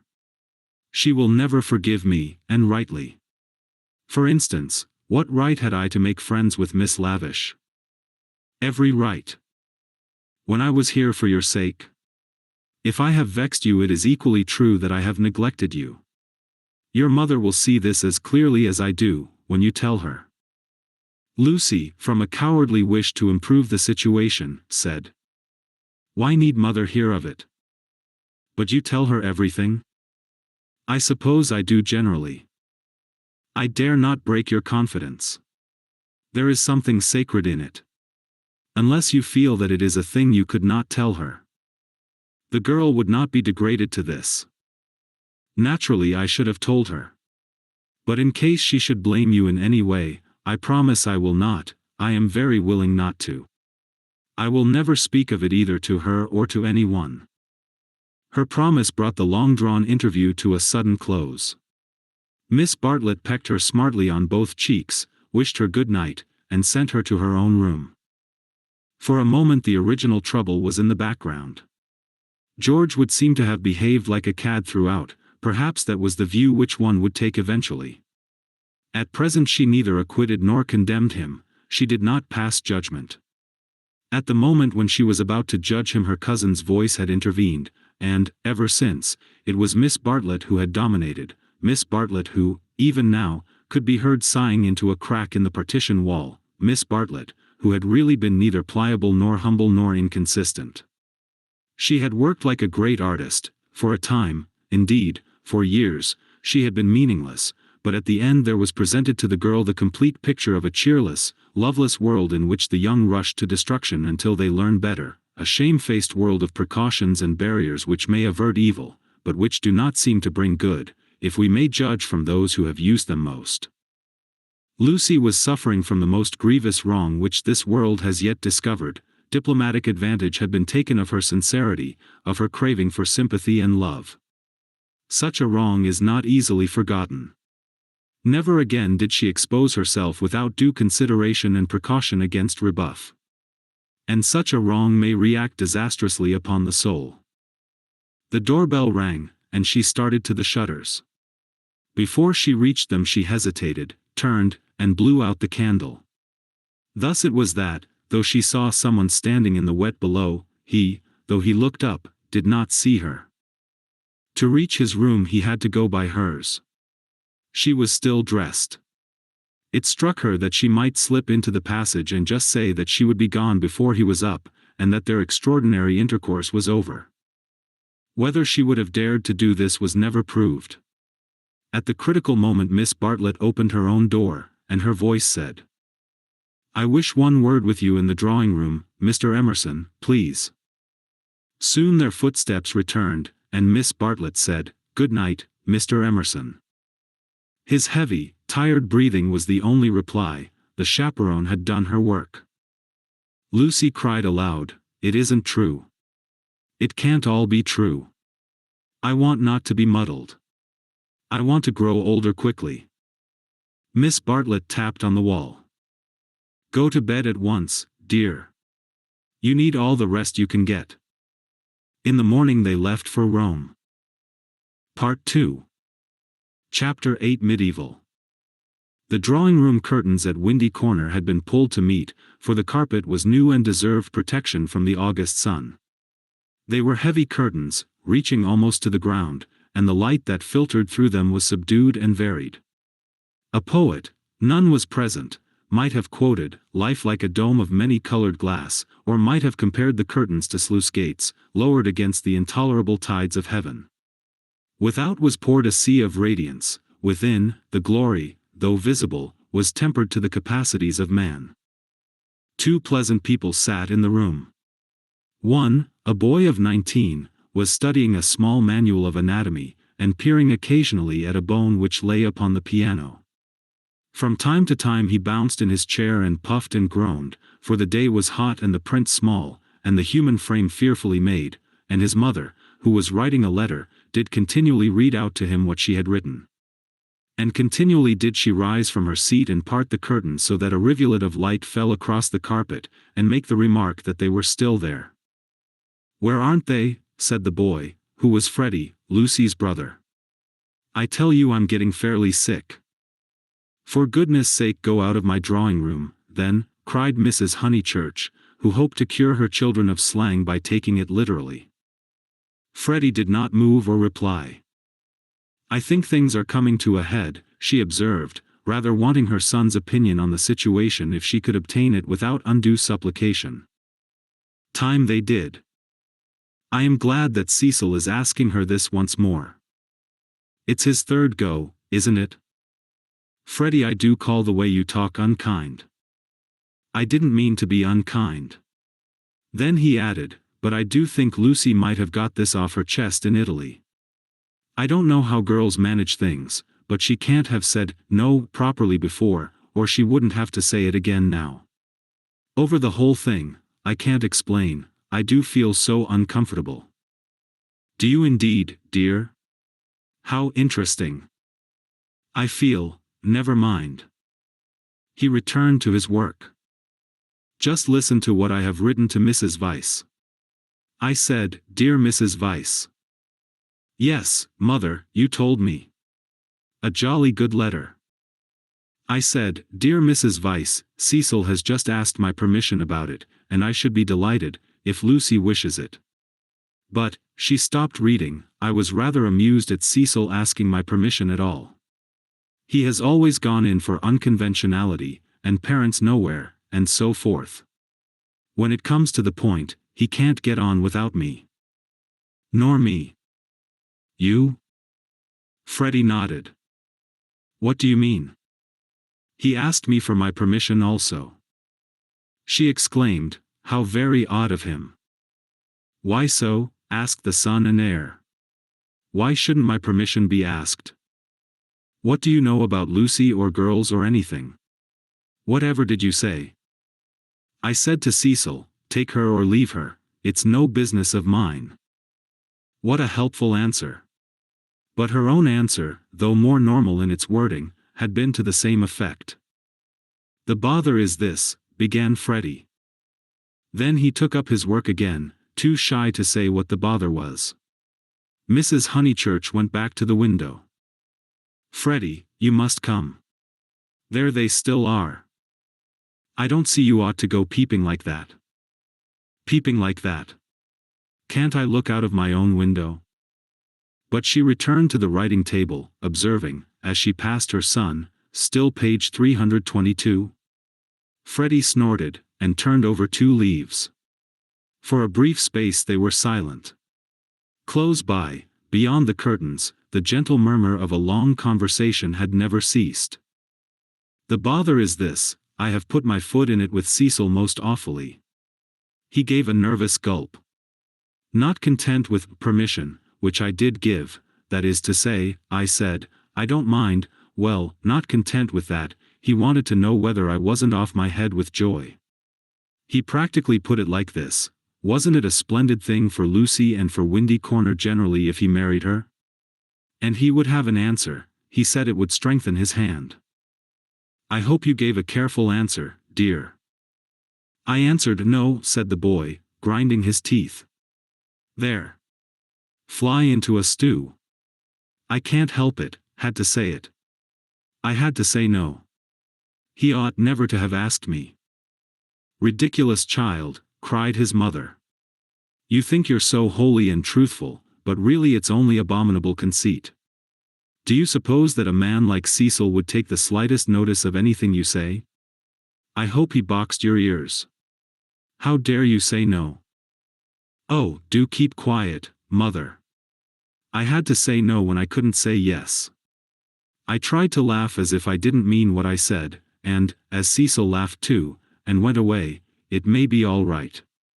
But I feel my foot's in it. Oh, do keep quiet, though, and let a man do some work. No, said Mrs. Honeychurch, with the air of one who has considered the subject, I shall not keep quiet. You know all that has passed between them in Rome, you know why he is down here, and yet you deliberately insult him, and try to turn him out of my house. Not a bit, he pleaded. I only let out I didn't like him. I don't hate him, but I don't like him. What I mind is that he'll tell Lucy. He glanced at the curtains dismally. Well, I like him, said Mrs. Honeychurch. I know his mother, he's good, he's clever, he's rich, he's well connected, oh, you needn't kick the piano. He's well connected, I'll say it again if you like, he's well connected. She paused, as if rehearsing her eulogy, but her face remained dissatisfied. She added, and he has beautiful manners. I liked him till just now. I suppose it's having him spoiling Lucy's first week at home, and it's also something that Mr. Beebe said, not knowing. Mr. Beebe, said his mother, trying to conceal her interest. I don't see how Mr. Beebe comes in. You know Mr. Beebe's funny way, when you never quite know what he means. He said, Mr. Vice is an ideal bachelor. I was very cute, I asked him what he meant. He said, oh, he's like me, better detached. I couldn't make him say any more, but it set me thinking. Since Cecil has come after Lucy he hasn't been so pleasant, at least, I can't explain. You never can, dear. But I can. You are jealous of Cecil because he may stop Lucy knitting you silk ties. The explanation seemed plausible, and Freddie tried to accept it. But at the back of his brain there lurked a dim mistrust. Cecil praised one too much for being athletic. Was that it? Cecil made one talk in one's own way. This tired one. Was that it? And Cecil was the kind of fellow who would never wear another fellow's cap. Unaware of his own profundity, Freddie checked himself. He must be jealous, or he would not dislike a man for such foolish reasons. Will this do? Called his mother. Dear Mrs. Vice, Cecil has just asked my permission about it, and I should be delighted if Lucy wishes it. Then I put in at the top, and I have told Lucy so. I must write the letter out again, and I have told Lucy so. But Lucy seems very uncertain, and in these days young people must decide for themselves. I said that because I didn't want Mrs. Vice to think us old-fashioned. She goes in for lectures and improving her mind, and all the time a thick layer of flue under the beds, and the maid's dirty thumb marks where you turn on the electric light. She keeps that flat abominably. Suppose Lucy marries Cecil, would she live in a flat, or in the country? Don't interrupt so foolishly. Where was I? Oh yes, young people must decide for themselves. I know that Lucy likes your son, because she tells me everything, and she wrote to me from Rome when he asked her first. No, I'll cross that last bit out, it looks patronizing. I'll stop at, because she tells me everything. Or shall I cross that out, too? Cross it out, too, said Freddie. Mrs. Honeychurch left it in. Then the whole thing runs, Dear Mrs. Vice, Cecil has just asked my permission about it, and I should be delighted if Lucy wishes it, and I have told Lucy so. But Lucy seems very uncertain, and in these days young people must decide for themselves. I know that Lucy likes your son, because she tells me everything. But I do not know. Look out, cried Freddie. The curtains parted.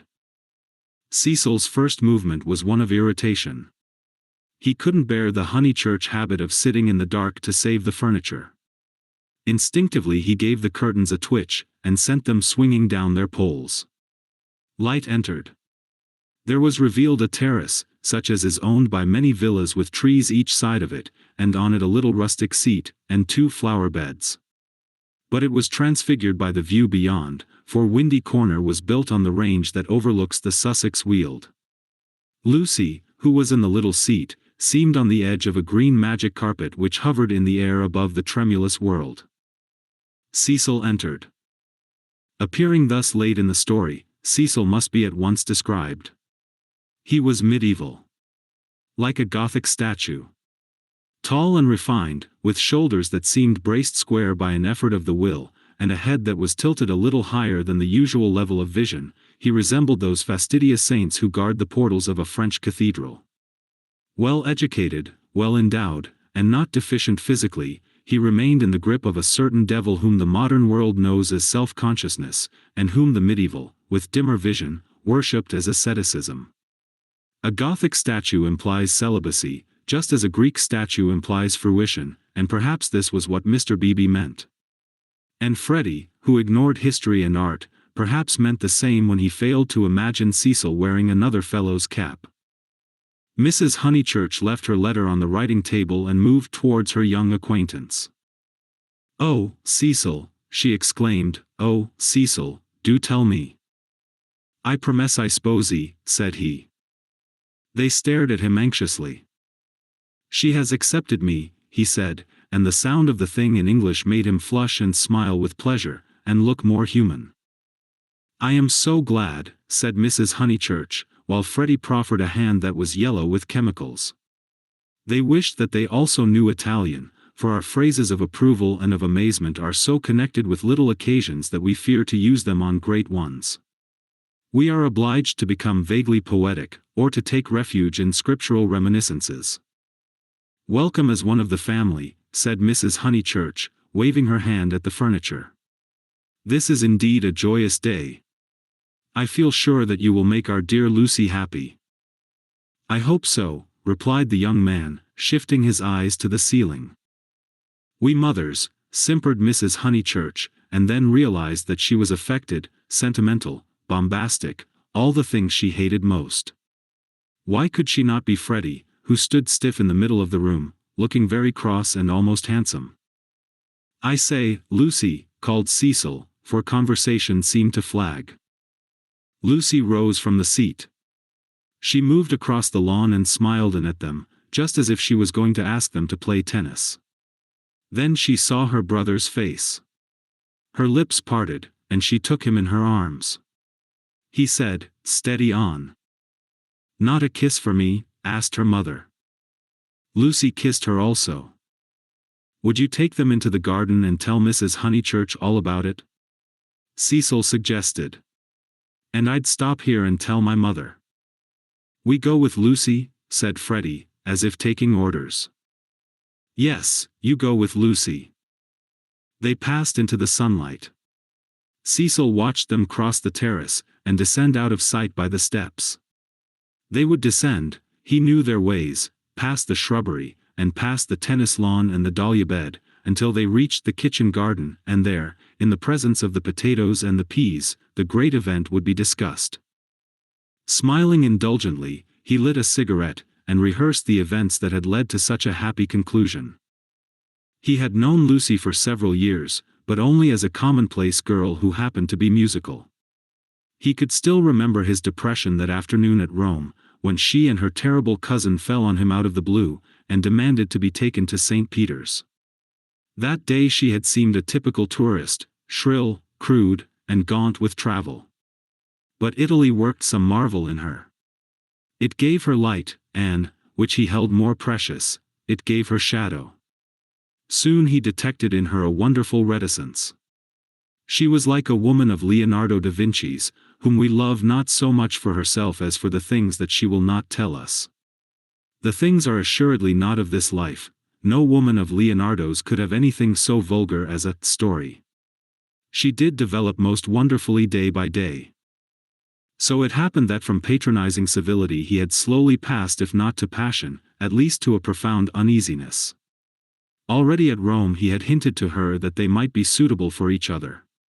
It had touched him greatly that she had not broken away at the suggestion. Her refusal had been clear and gentle. After it, as the horrid phrase went, she had been exactly the same to him as before. 3 months later, on the margin of Italy, among the flower-clad Alps, he had asked her again in bald, traditional language. She reminded him of a Leonardo more than ever. Her sunburnt features were shadowed by fantastic rock. At his word she had turned and stood between him and the light with immeasurable plains behind her. He walked home with her unashamed, feeling not at all like a rejected suitor.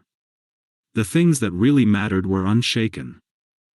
So now he had asked her once more, and, clear and gentle as ever, she had accepted him, giving no coy reasons for her delay, but simply saying that she loved him and would do her best to make him happy. His mother, too, would be pleased. She had counseled the step.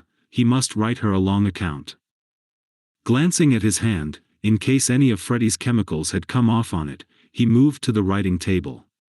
There he saw, "Dear Mrs. Weiss," followed by many erasures. He recoiled without reading any more, and after a little hesitation sat down elsewhere, and penciled a note on his knee. Then he lit another cigarette, which did not seem quite as divine as the first, and considered what might be done to make Windy Corner drawing room more distinctive.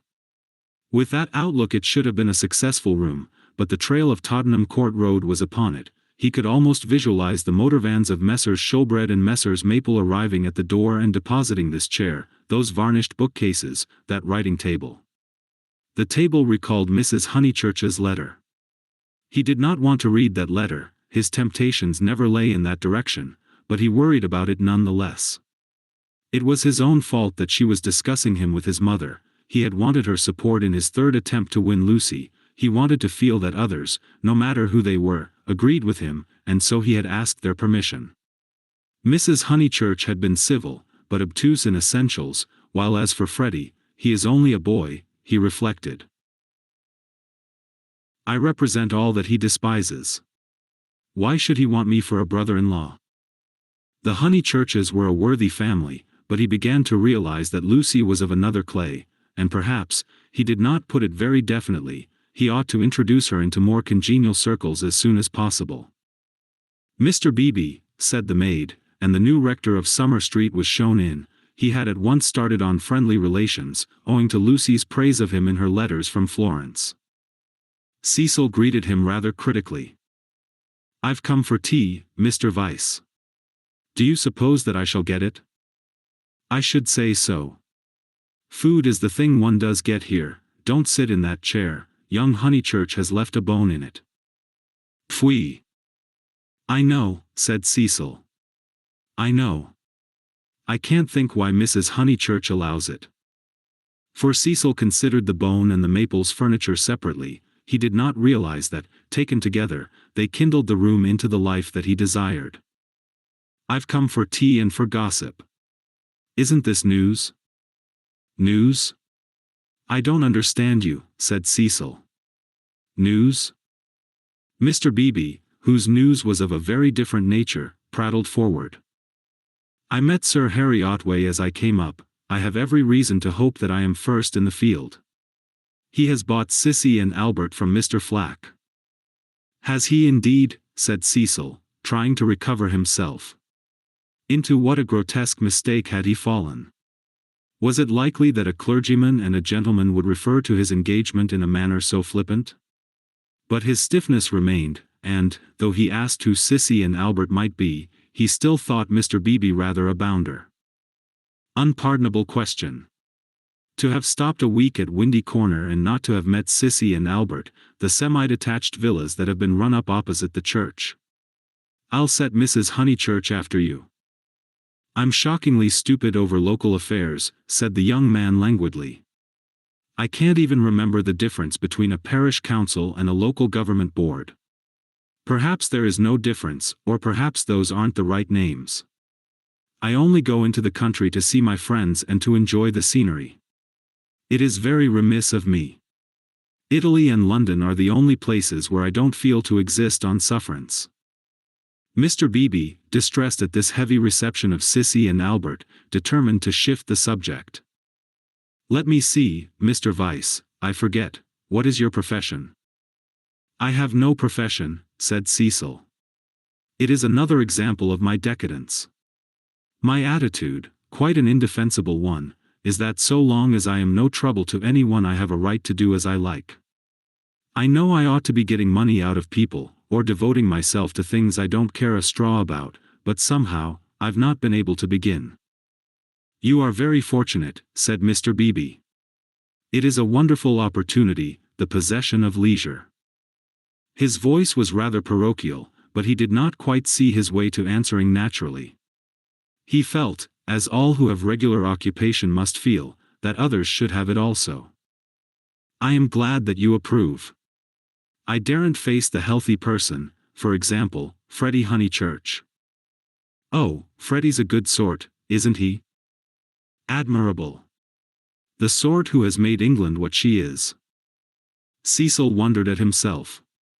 Why, on this day of all others, was he so hopelessly contrary?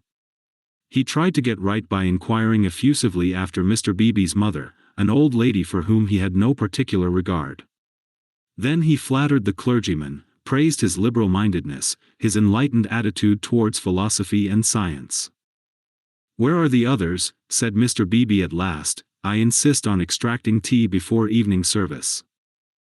I suppose and never told them you were here. In this house one is so coached in the servants the day one arrives. The fault of N is that she begs your pardon when she hears you perfectly, and kicks the chair legs with her feet. The faults of Mary, I forget the faults of Mary, but they are very grave. Shall we look in the garden? I know the faults of Mary. She leaves the dustpans standing on the stairs.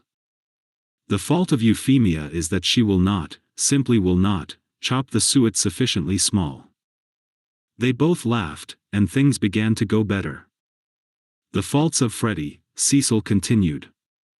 Ah, he has too many. No one but his mother can remember the faults of Freddie. Try the faults of Miss Honeychurch, they are not innumerable. She has none, said the young man, with grave sincerity. I quite agree. At present she has none. At present? I'm not cynical. I'm only thinking of my pet theory about Miss Honeychurch. Does it seem reasonable that she should play so wonderfully, and live so quietly? I suspect that one day she will be wonderful in both. The watertight compartments in her will break down, and music and life will mingle. Then we shall have her heroically good, heroically bad, too heroic, perhaps, to be good or bad. Cecil found his companion interesting. And at present you think her not wonderful as far as life goes? Well, I must say I've only seen her at Tunbridge Wells, where she was not wonderful, and at Florence. Since I came to Summer Street she has been away. You saw her, didn't you, at Rome and in the Alps? Oh, I forgot, of course, you knew her before. No, she wasn't wonderful in Florence either, but I kept on expecting that she would be. In what way? Conversation had become agreeable to them, and they were pacing up and down the terrace. I could as easily tell you what tune she'll play next. There was simply the sense that she had found wings, and meant to use them. I can show you a beautiful picture in my Italian diary, Miss Honeychurch as a kite, Miss Bartlett holding the string. Picture number 2, the string breaks. The sketch was in his diary, but it had been made afterwards, when he viewed things artistically. At the time he had given surreptitious tugs to the string himself. But the string never broke? No. I mightn't have seen Miss Honeychurch rise, but I should certainly have heard Miss Bartlett fall. It has broken now, said the young man in low, vibrating tones. Immediately he realized that of all the conceited, ludicrous, contemptible ways of announcing an engagement this was the worst. He cursed his love of metaphor. Had he suggested that he was a star and that Lucy was soaring up to reach him? Broken? What do you mean? I meant, said Cecil stiffly, that she is going to marry me. The clergyman was conscious of some bitter disappointment which he could not keep out of his voice. I am sorry, I must apologize.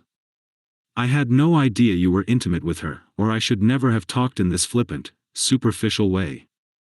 Mr. Vyse, you ought to have stopped me. And down the garden he saw Lucy herself. Yes, he was disappointed. Cecil, who naturally preferred congratulations to apologies, drew down his mouth at the corners. Was this the reception his action would get from the world? Of course, he despised the world as a whole, every thoughtful man should, it is almost a test of refinement. But he was sensitive to the successive particles of it which he encountered. Occasionally he could be quite crude.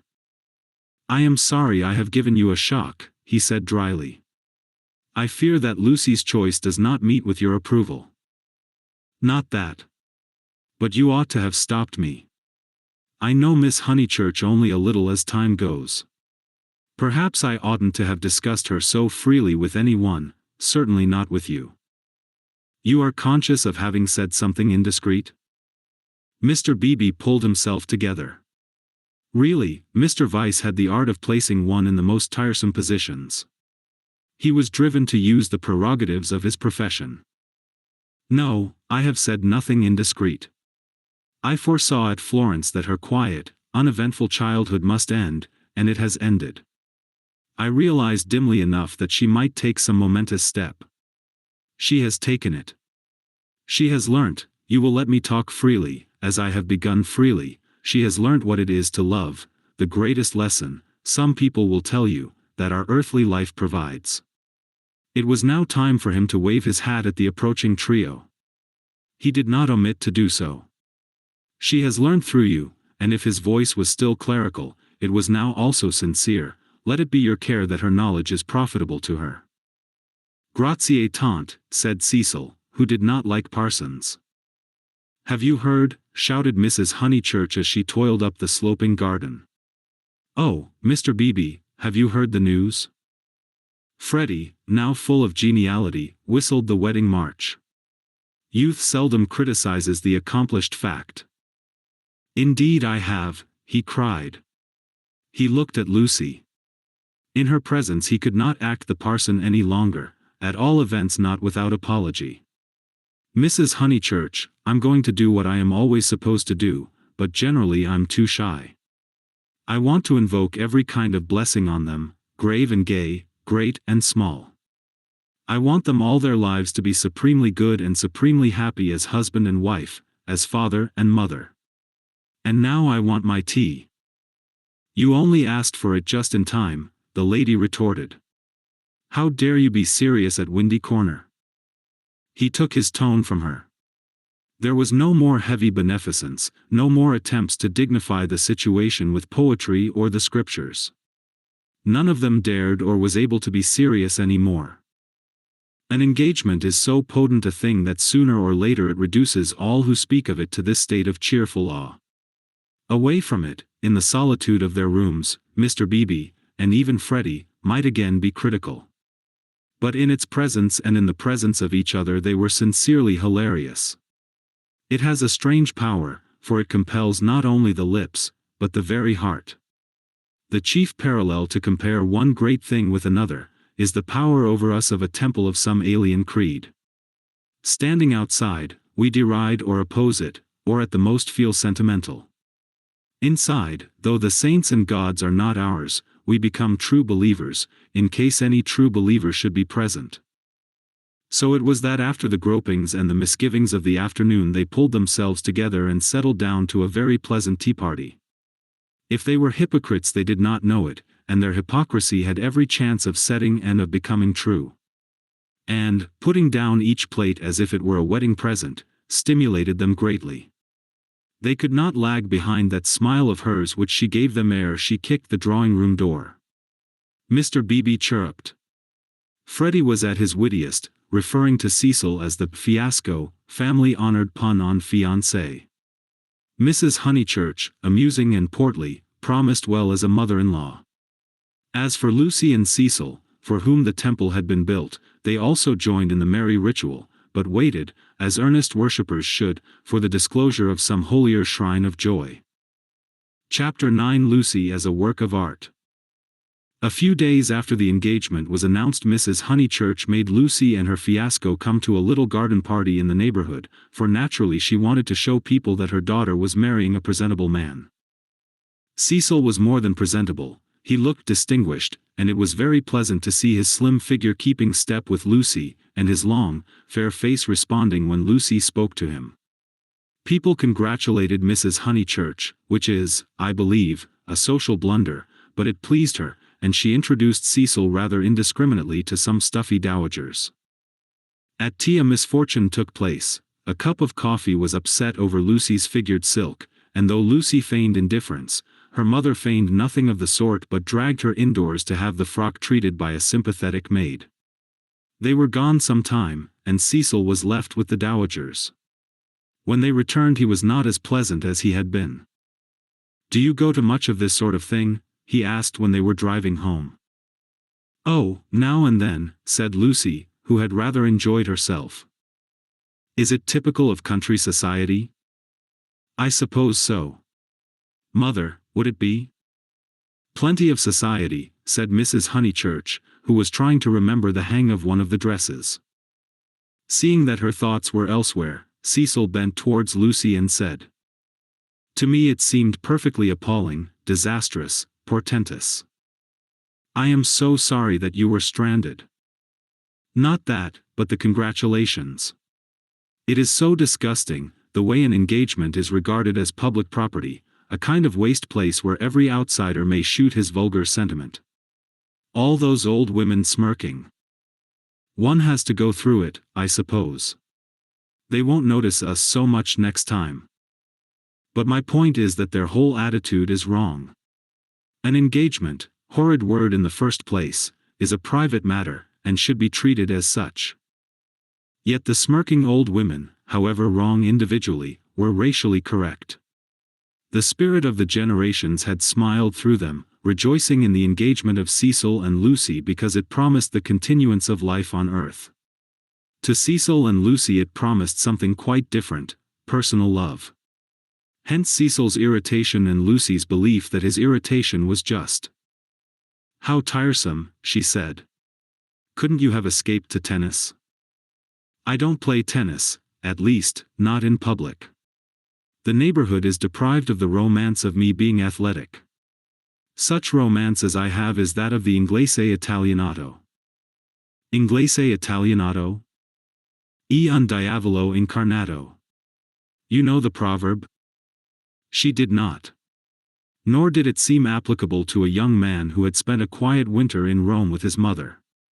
But Cecil, since his engagement, had taken to affect a cosmopolitan naughtiness which he was far from possessing. "Well," said he, "I cannot help it if they do disapprove of me. There are certain irremovable barriers between myself and them, and I must accept them." "We all have our limitations, I suppose," said wise Lucy. "Sometimes they are forced on us, though," said Cecil, who saw from her remark that she did not quite understand his position. "How?" "It makes a difference, doesn't it, whether we fully fence ourselves in, or whether we are fenced out by the barriers of others?" She thought a moment, and agreed that it did make a difference. "Difference?" cried Mrs. Honeychurch, suddenly alert. "I don't see any difference. Fences are fences, especially when they are in the same place." "We were speaking of motives," said Cecil, on whom the interruption jarred. "My dear Cecil, look here." She spread out her knees and perched her card case on her lap. "This is me. That's Windy Corner. The rest of the pattern is the other people. Motives are all very well, but the fence comes here." "We weren't talking of real fences," said Lucy, laughing. "Oh, I see, dear, poetry." She leant placidly back. Cecil wondered why Lucy had been amused. "I tell you who has no fences, as you call them," she said, "and that's Mr. Beebe. A parson fenceless would mean a parson defenseless." Lucy was slow to follow what people said, but quick enough to detect what they meant. She missed Cecil's epigram, but grasped the feeling that prompted it. "Don't you like Mr. Beebe?" she asked thoughtfully. "I never said so," he cried. "I consider him far above the average. I only denied," and he swept off on the subject of fences again, and was brilliant. "Now, a clergyman that I do hate," said she, wanting to say something sympathetic, "a clergyman that does have fences, and the most dreadful ones, is Mr. Eager, the English chaplain at Florence. He was truly insincere, not merely the manner unfortunate. He was a snob, and so conceited, and he did say such unkind things." "What sort of things?" "There was an old man at the Bertolini whom he said had murdered his wife." "Perhaps he had." "No." "Why, no. He was such a nice old man, I'm sure." Cecil laughed at her feminine inconsequence. "Well, I did try to sift the thing. Mr. Eager would never come to the point. He prefers it vague, said the old man had practically murdered his wife, had murdered her in the sight of God." "Hush, dear," said Mrs. Honeychurch absently. "But isn't it intolerable that a person whom we're told to imitate should go round spreading slander? It was, I believe, chiefly owing to him that the old man was dropped. People pretended he was vulgar, but he certainly wasn't that." "Poor old man. What was his name?" "Harris," said Lucy glibly. "Let's hope that Mrs. Harris there warn't no sich person," said her mother. Cecil nodded intelligently. Isn't Mr. Eager a parson of the cultured type? He asked. I don't know. I hate him. I've heard him lecture on Giotto. I hate him. Nothing can hide a petty nature. I hate him. My goodness gracious me, child, said Mrs. Honeychurch. You'll blow my head off. Whatever is there to shout over? I forbid you and Cecil to hate any more clergymen. He smiled. There was indeed something rather incongruous in Lucy's moral outburst over Mr. Eager. It was as if one should see the Leonardo on the ceiling of the Sistine. He longed to hint to her that not here lay her vocation, that a woman's power and charm reside in mystery, not in muscular rant. But possibly rant is a sign of vitality, it mars the beautiful creature, but shows that she is alive. After a moment, he contemplated her flushed face and excited gestures with a certain approval. He forbore to repress the sources of youth. Nature, simplest of topics, he thought, lay around them. He praised the pine woods, the deep lasts of bracken, the crimson leaves that spotted the hurt bushes, the serviceable beauty of the turnpike road. The outdoor world was not very familiar to him, and occasionally he went wrong in a question of fact. Mrs. Honeychurch's mouth twitched when he spoke of the perpetual green of the larch. I count myself a lucky person, he concluded. When I'm in London I feel I could never live out of it. When I'm in the country I feel the same about the country. After all, I do believe that birds and trees and the sky are the most wonderful things in life, and that the people who live amongst them must be the best. It's true that in 9 cases out of 10 they don't seem to notice anything. The country gentleman and the country laborer are each in their way the most depressing of companions. Yet they may have a tacit sympathy with the workings of nature which is denied to us of the town. Do you feel that, Mrs. Honeychurch? Mrs. Honeychurch started and smiled. She had not been attending. Cecil, who was rather crushed on the front seat of the Victoria, felt irritable, and determined not to say anything interesting again. Lucy had not attended either. Her brow was wrinkled, and she still looked furiously cross, the result, he concluded, of too much moral gymnastics. It was sad to see her thus blind to the beauties of an August wood. Come down, O maid, from yonder mountain height, he quoted, and touched her knee with his own. She flushed again and said, What height? Come down, O maid, from yonder mountain height, what pleasure lives in height, the shepherd sang. In height and in the splendor of the hills. Let us take Mrs. Honeychurch's advice and hate clergymen no more. What's this place? Summer Street, of course, said Lucy, and roused herself. The woods had opened to leave space for a sloping triangular meadow. Pretty cottages lined it on 2 sides, and the upper and third side was occupied by a new stone church, expensively simple, a charming shingled spire. Mr. Beebe's house was near the church. In height it scarcely exceeded the cottages. Some great mansions were at hand, but they were hidden in the trees. The scene suggested a Swiss Alp rather than the shrine and center of a leisured world, and was marred only by 2 ugly little villas, the villas that had competed with Cecil's engagement, having been acquired by Sir Harry Otway the very afternoon that Lucy had been acquired by Cecil. Sissy was the name of one of these villas, Albert of the other. These titles were not only picked out in shaded Gothic on the garden gates, but appeared a second time on the porches, where they followed the semicircular curve of the entrance arch in block capitals. Albert was inhabited. His tortured garden was bright with geraniums and lobelias and polished shells. His little windows were chastely swathed in Nottingham lace. Sissy was to let. 3 notice boards, belonging to Dorking agents, lolled on her fence and announced the not surprising fact. Her paths were already weedy, her pocket handkerchief of a lawn was yellow with dandelions. The place is ruined, said the ladies mechanically. Summer Street will never be the same again. As the carriage passed, Sissy's door opened, and a gentleman came out of her. Stop, cried Mrs. Honeychurch, touching the coachman with her parasol. Here's Sir Harry. Now we shall know.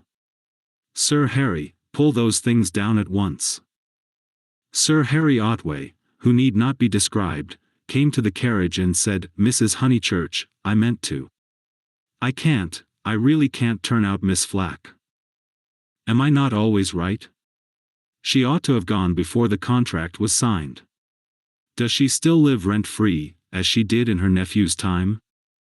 But what can I do?" He lowered his voice. "An old lady, so very vulgar, and almost bedridden." "Turn her out," said Cecil bravely. Sir Harry sighed, and looked at the villas mournfully. He had had full warning of Mr. Flack's intentions, and might have bought the plot before building commenced, but he was apathetic and dilatory. He had known Summer Street for so many years that he could not imagine it being spoilt. Not till Mrs. Flack had laid the foundation stone, and the apparition of red and cream brick began to rise, did he take alarm.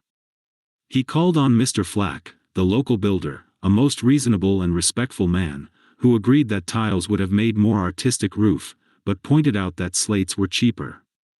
He ventured to differ, however, about the Corinthian columns which were to cling like leeches to the frames of the bow windows, saying that, for his part, he liked to relieve the facade by a bit of decoration. Sir Harry hinted that a column, if possible, should be structural as well as decorative. Mr. Flack replied that all the columns had been ordered, adding, and all the capitals different, one with dragons in the foliage, another approaching to the Ionian style, another introducing Mrs. Flack's initials, every one different. For he had read his Ruskin. He built his villas according to his desire, and not until he had inserted an immovable ant into one of them did Sir Harry buy. This futile and unprofitable transaction filled the knight with sadness as he leant on Mrs. Honeychurch's carriage. He had failed in his duties to the countryside, and the countryside was laughing at him as well. He had spent money, and yet Summer Street was spoilt as much as ever. All he could do now was to find a desirable tenant for Sissy, someone really desirable. "The rent is absurdly low," he told them, "and perhaps I am an easy landlord. But it is such an awkward size. It is too large for the peasant class and too small for anyone the least like ourselves." Cecil had been hesitating whether he should despise the villas or despise Sir Harry for despising them. The latter impulse seemed the more fruitful. "You ought to find a tenant at once," he said maliciously. "It would be a perfect paradise for a bank clerk." "Exactly," said Sir Harry excitedly. "That is exactly what I fear, Mr. Vyse. It will attract the wrong type of people. The train service has improved, a fatal improvement, to my mind. And what are 5 miles from a station in these days of bicycles?" "Rather a strenuous clerk it would be," said Lucy. Cecil, who had his full share of medieval mischievousness, replied that the physique of the lower middle classes was improving at a most appalling rate. She saw that he was laughing at their harmless neighbor, and roused herself to stop him. "Sir Harry," she exclaimed, "I have an idea. How would you like spinsters?" "My dear Lucy, it would be splendid. Do you know any such?" "Yes, I met them abroad." "Gentlewomen?" he asked tentatively. "Yes, indeed, and at the present moment homeless. I heard from them last week, Miss Teresa and Miss Catherine Allen. I'm really not joking. They are quite the right people. Mr. Beebe knows them, too. May I tell them to write to you?" "Indeed you may," he cried. "Here we are with the difficulty solved already. How delightful it is. Extra facilities, please tell them they shall have extra facilities, for I shall have no agents' fees. Oh, the agents! The appalling people they have sent me. One woman, when I wrote, a tactful letter, you know, asking her to explain her social position to me, replied that she would pay the rent in advance. As if one cares about that. And several references I took up were most unsatisfactory, people swindlers, or not respectable. And oh, the deceit! I have seen a good deal of the seamy side this last week. The deceit of the most promising people. My dear Lucy, the deceit." She nodded. "My advice, put in Mrs. Honeychurch, is to have nothing to do with Lucy and her decayed gentlewomen at all. I know the type. Preserve me from people who have seen better days, and bring heirlooms with them that make the house smell stuffy. It's a sad thing, but I'd far rather let to someone who is going up in the world than to someone who has come down. I think I follow you, said Sir Harry, but it is, as you say, a very sad thing. The Misses Allen aren't that, cried Lucy. Yes, they are, said Cecil. I haven't met them, but I should say they were a highly unsuitable addition to the neighborhood. Don't listen to him, Sir Harry, he's tiresome. It's I who am tiresome, he replied. I oughtn't to come with my troubles to young people. But really I am so worried, and Lady Otway will only say that I cannot be too careful, which is quite true, but no real help. Then may I write to my Mrs. Allen? Please. But his eye wavered when Mrs. Honeychurch exclaimed. Beware. They are certain to have canaries. Sir Harry, beware of canaries, they spit the seed out through the bars of the cages and then the mice come. Beware of women altogether. Only let to a man. Really, he murmured gallantly, though he saw the wisdom of her remark. Men don't gossip over teacups. If they get drunk, there's an end of them, they lie down comfortably and sleep it off. If they're vulgar, they somehow keep it to themselves. It doesn't spread so. Give me a man, of course, provided he's clean. Sir Harry blushed. Neither he nor Cecil enjoyed these open compliments to their sex. Even the exclusion of the dirty did not leave them much distinction.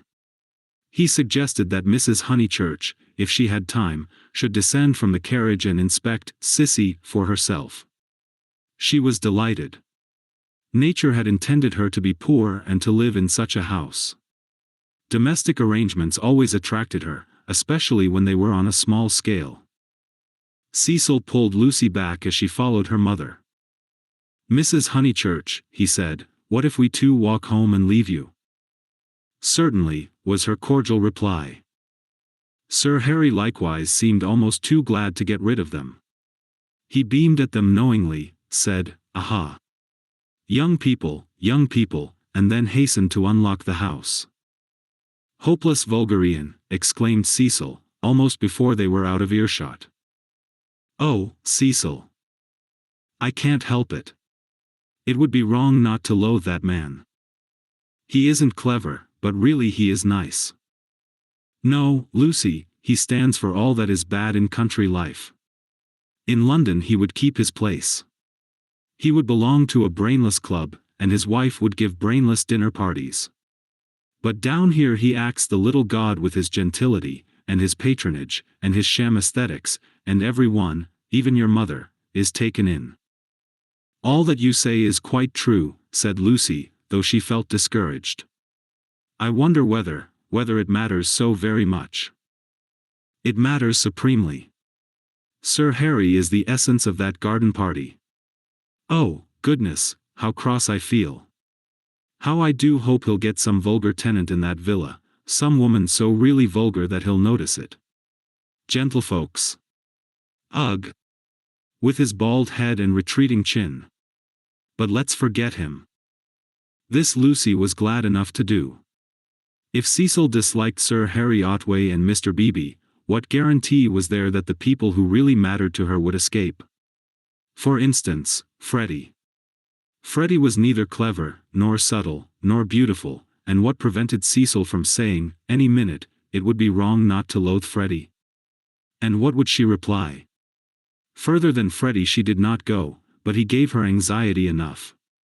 She could only assure herself that Cecil had known Freddie some time, and that they had always got on pleasantly, except, perhaps, during the last few days, which was an accident, perhaps. Which way shall we go? She asked him. Nature, simplest of topics, she thought, was around them. Summer Street lay deep in the woods, and she had stopped where a footpath diverged from the highroad. Are there two ways? Perhaps the road is more sensible, as we're got up smart. I'd rather go through the wood, said Cecil, with that subdued irritation that she had noticed in him all the afternoon. "Why is it, Lucy, that you always say the road? Do you know that you have never once been with me in the fields or the wood since we were engaged?"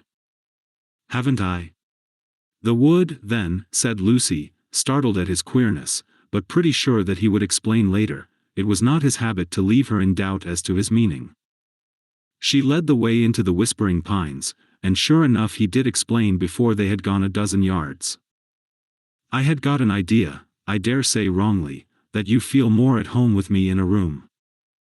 "A room?" she echoed, hopelessly bewildered. "Yes. Or, at the most, in a garden, or on a road. Never in the real country like this." "Oh, Cecil, whatever do you mean? I have never felt anything of the sort. You talk as if I was a kind of poetess sort of person. I don't know that you aren't. I connect you with a view, a certain type of view. Why shouldn't you connect me with a room?" She reflected a moment, and then said, laughing, "Do you know that you're right? I do. I must be a poetess after all. When I think of you it's always as in a room." "How funny." To her surprise, he seemed annoyed. "A drawing room, pray? With no view?" "Yes, with no view, I fancy." "Why not?" "I'd rather," he said reproachfully, "that you connected me with the open air." She said again, "Oh, Cecil, whatever do you mean?" As no explanation was forthcoming, she shook off the subject as too difficult for a girl, and led him further into the wood, pausing every now and then at some particularly beautiful or familiar combination of the trees. She had known the wood between Summer Street and Windy Corner ever since she could walk alone. She had played at losing Freddie in it, when Freddie was a purple-faced baby, and though she had been to Italy, it had lost none of its charm. Presently they came to a little clearing among the pines, another tiny green alp, solitary this time, and holding in its bosom a shallow pool. She exclaimed, "The sacred lake." "Why do you call it that?" "I can't remember why. I suppose it comes out of some book. It's only a puddle now, but you see that stream going through it? Well, a good deal of water comes down after heavy rains, and can't get away at once, and the pool becomes quite large and beautiful. Then Freddie used to bathe there. He is very fond of it." "And you?" He meant, "Are you fond of it?" But she answered dreamily, "I bathed here, too, till I was found out." Then there was a row. At another time he might have been shocked, for he had depths of prudishness within him. But now? With his momentary cult of the fresh air, he was delighted at her admirable simplicity. He looked at her as she stood by the pool's edge. She was got up smart, as she phrased it, and she reminded him of some brilliant flower that has no leaves of its own, but blooms abruptly out of a world of green. "Who found you out?" "Charlotte," she murmured. "She was stopping with us." "Charlotte, Charlotte. Poor girl." She smiled gravely. A certain scheme, from which hitherto he had shrunk, now appeared practical. "Lucy." "Yes, I suppose we ought to be going," was her reply. "Lucy, I want to ask something of you that I have never asked before." At the serious note in his voice she stepped frankly and kindly towards him. "What, Cecil?" "Hitherto never, not even that day on the lawn when you agreed to marry me." He became self-conscious and kept glancing round to see if they were observed. His courage had gone. "Yes? Up to now I have never kissed you." She was as scarlet as if he had put the thing most indelicately. "No, more you have," she stammered. "Then I ask you, may I now?" "Of course, you may, Cecil. You might before. I can't run at you, you know." At that supreme moment he was conscious of nothing but absurdities. Her reply was inadequate. She gave such a businesslike lift to her veil. As he approached her he found time to wish that he could recoil. As he touched her, his gold pince-nez became dislodged and was flattened between them. Such was the embrace. He considered, with truth, that it had been a failure. Passion should believe itself irresistible. It should forget civility and consideration and all the other curses of a refined nature. Above all, it should never ask for leave where there is a right of way. Why could he not do as any laborer or navvy, nay, as any young man behind the counter would have done? He recast the scene. Lucy was standing flower-like by the water. He rushed up and took her in his arms. She rebuked him, permitted him and revered him ever after for his manliness. For he believed that women revere men for their manliness. They left the pool in silence, after this one salutation.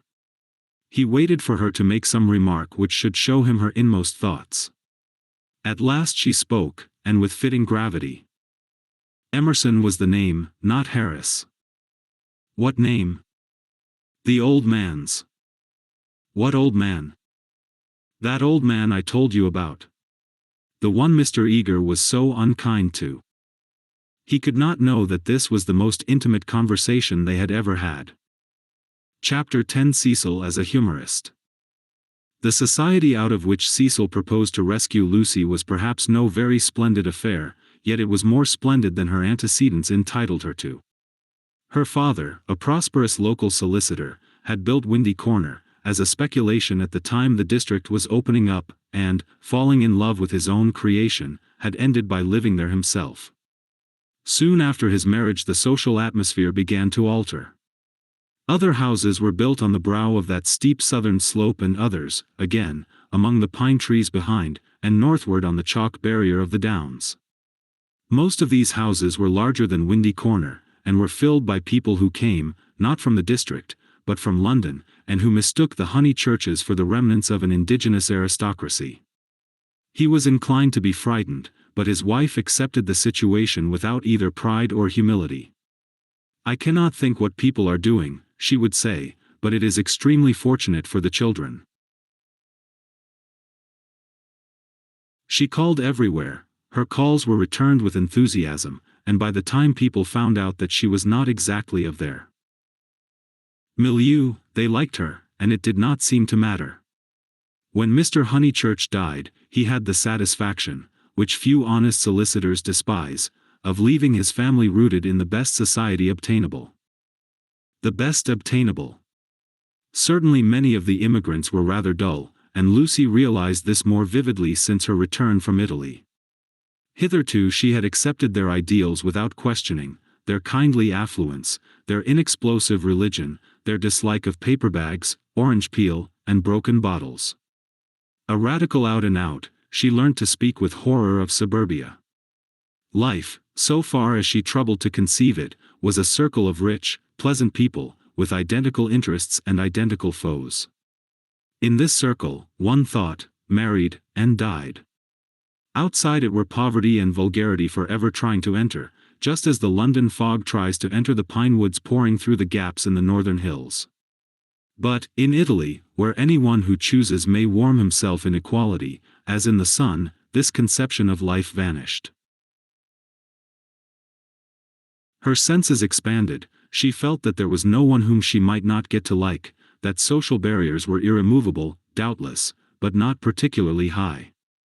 You jump over them just as you jump into a peasant's olive yard in the Apennines, and he is glad to see you. She returned with new eyes.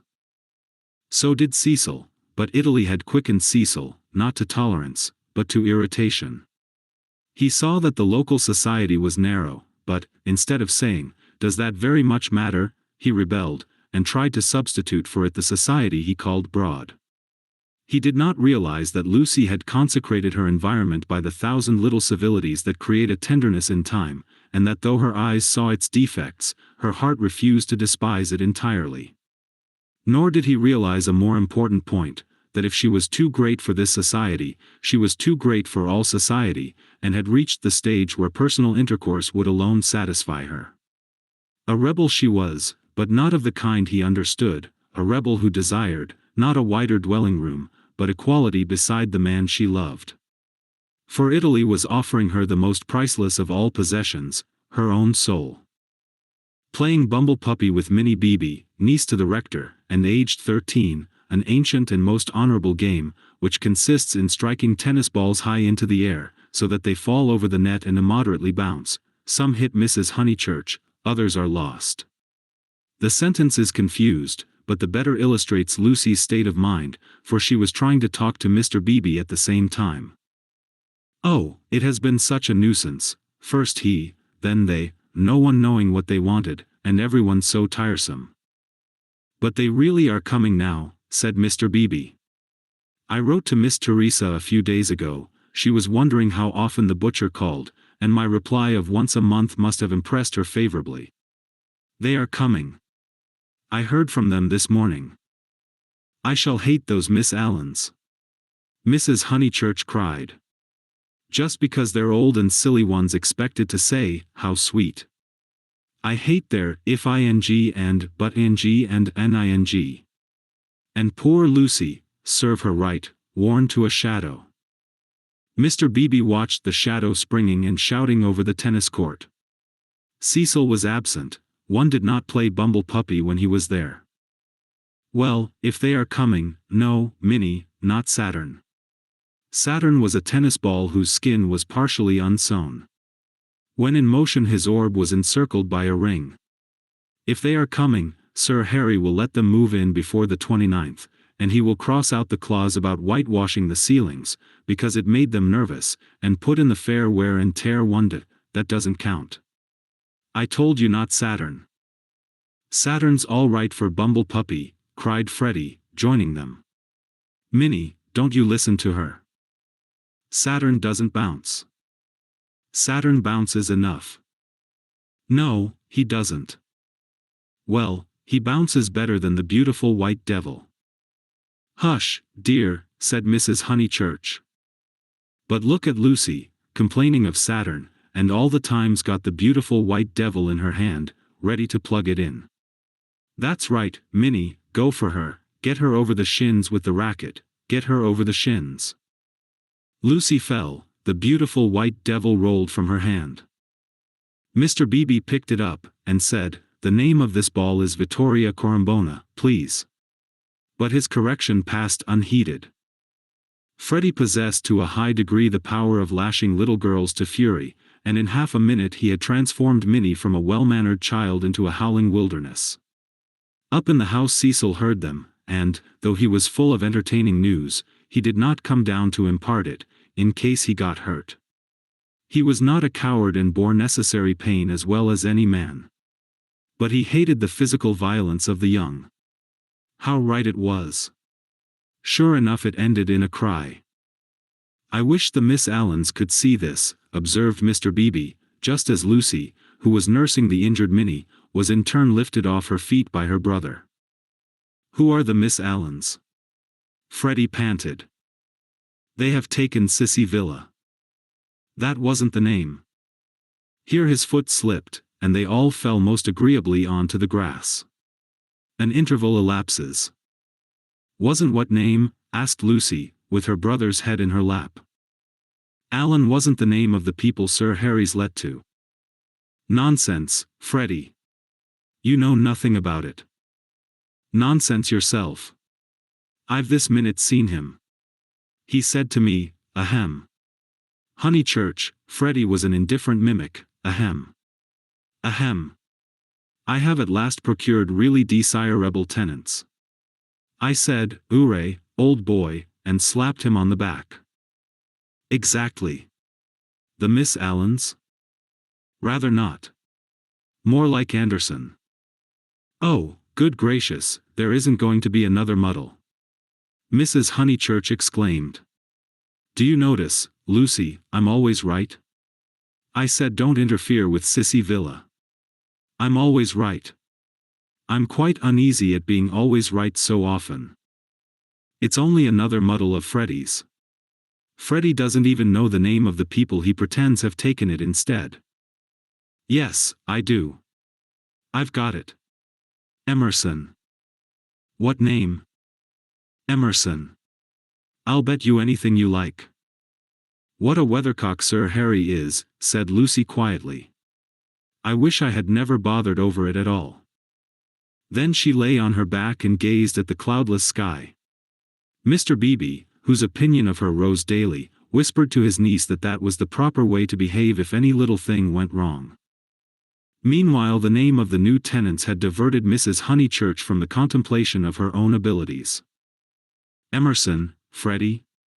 Do you know what Emersons they are?" "I don't know whether they're any Emersons," retorted Freddie, who was democratic. Like his sister and like most young people, he was naturally attracted by the idea of equality, and the undeniable fact that there are different kinds of Emersons annoyed him beyond measure. "I trust they are the right sort of person." "All right, Lucy," she was sitting up again, "I see you looking down your nose and thinking your mother's a snob. But there is a right sort and a wrong sort, and it's affectation to pretend there isn't." "Emerson's a common enough name," Lucy remarked. She was gazing sideways. Seated on a promontory herself, she could see the pine-clad promontories descending one beyond another into the Weald. The further one descended the garden, the more glorious was this lateral view. "I was merely going to remark, Freddie, that I trusted they were no relations of Emerson the philosopher, a most trying man. Pray, does that satisfy you?" "Oh, yes," he grumbled. "And you will be satisfied, too, for they're friends of Cecil, so, elaborate irony, you and the other country families will be able to call in perfect safety." "Cecil?" exclaimed Lucy. "Don't be rude, dear," said his mother placidly. "Lucy, don't screech. It's a new bad habit you're getting into." "But has Cecil—" "Friends of Cecil's," he repeated, "and so really desirable." "Ahem. Honeychurch, I have just telegraphed to them." She got up from the grass. It was hard on Lucy. Mr. Beebe sympathized with her very much. While she believed that her snub about the Miss Allens came from Sir Harry Otway, she had borne it like a good girl. She might well screech when she heard that it came partly from her lover. Mr. Vyse was a tease, something worse than a tease. He took a malicious pleasure in thwarting people. The clergyman, knowing this, looked at Miss Honeychurch with more than his usual kindness. When she exclaimed, "But Cecil's Emersons, they can't possibly be the same ones, there is that," he did not consider that the exclamation was strange, but saw in it an opportunity of diverting the conversation while she recovered her composure. He diverted it as follows. "The Emersons who were at Florence, do you mean?" "No, I don't suppose it will prove to be them. It is probably a long cry from them to friends of Mr. Vyse." "Oh, Mrs. Honeychurch, the oddest people. The queerest people. For our part we liked them, didn't we?" He appealed to Lucy. "There was a great scene over some violets. They picked violets and filled all the vases in the room of these very Miss Allens who have failed to come to Sissy Villa. Poor little ladies. So shocked and so pleased. It used to be one of Miss Catherine's great stories. 'My dear sister loves flowers,' it began. They found the whole room a mass of blue, vases and jugs, and the story ends with, 'so ungentlemanly and yet so beautiful.' It is all very difficult. Yes, I always connect those Florentine Emersons with violets." "Fiasco's done you this time," remarked Freddie, not seeing that his sister's face was very red. She could not recover herself. Mr. Beebe saw it, and continued to divert the conversation. These particular Emersons consisted of a father and a son, the son a goodly, if not a good young man, not a fool, I fancy, but very immature, pessimism, etc. Our special joy was the father, such a sentimental darling, and people declared he had murdered his wife. In his normal state Mr. Beebe would never have repeated such gossip, but he was trying to shelter Lucy in her little trouble. He repeated any rubbish that came into his head. "Murdered his wife," said Mrs. Honeychurch. "Lucy, don't desert us, go on playing bumble puppy. Really, the Pension Bertolini must have been the oddest place. That's the second murderer I've heard of as being there. Whatever was Charlotte doing to stop? By the by, we really must ask Charlotte here some time. Mr. Beebe could recall no second murderer. He suggested that his hostess was mistaken. At the hint of opposition she warmed. She was perfectly sure that there had been a second tourist of whom the same story had been told. The name escaped her. What was the name? Oh, what was the name? She clasped her knees for the name. Something in Thackeray. She struck her matronly forehead. Lucy asked her brother whether Cecil was in. "Oh, don't go," he cried, and tried to catch her by the ankles. "I must go," she said gravely. "Don't be silly. You always overdo it when you play." As she left them, her mother's shout of "Harris" shivered the tranquil air, and reminded her that she had told a lie and had never put it right. Such a senseless lie, too, yet it shattered her nerves and made her connect these Emersons, friends of Cecil's, with a pair of nondescript tourists.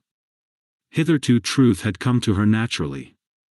She saw that for the future she must be more vigilant, and be absolutely truthful. Well, at all events, she must not tell lies. She hurried up the garden, still flushed with shame.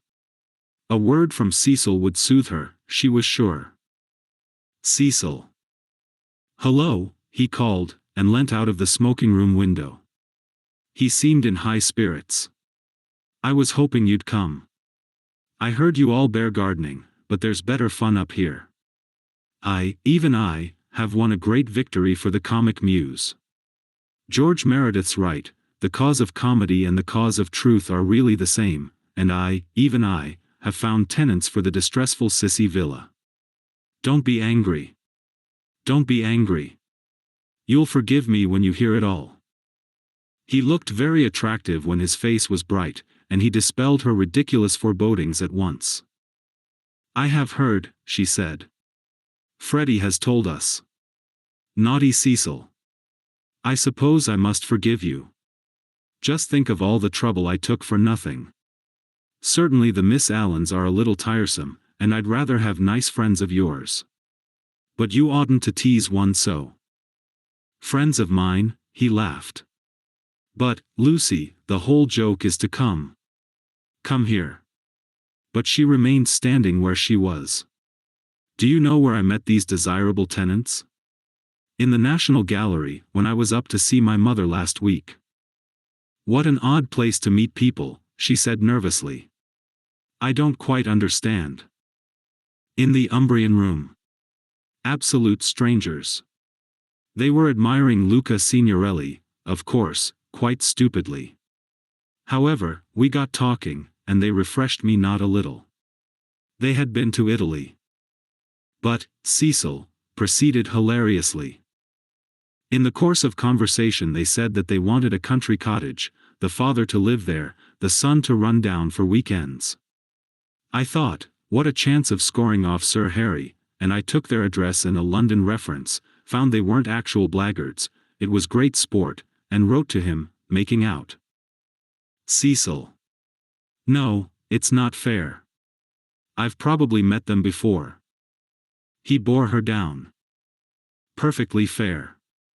Anything is fair that punishes a snob. That old man will do the neighborhood a world of good. Sir Harry is too disgusting with his decayed gentlewomen. I meant to read him a lesson sometime. No, Lucy, the classes ought to mix, and before long you'll agree with me. There ought to be intermarriage, all sorts of things. I believe in democracy." "No, you don't," she snapped. "You don't know what the word means." He stared at her, and felt again that she had failed to be Leonardesque. "No, you don't." Her face was inartistic, that of a peevish virago. "It isn't fair, Cecil. I blame you very much indeed.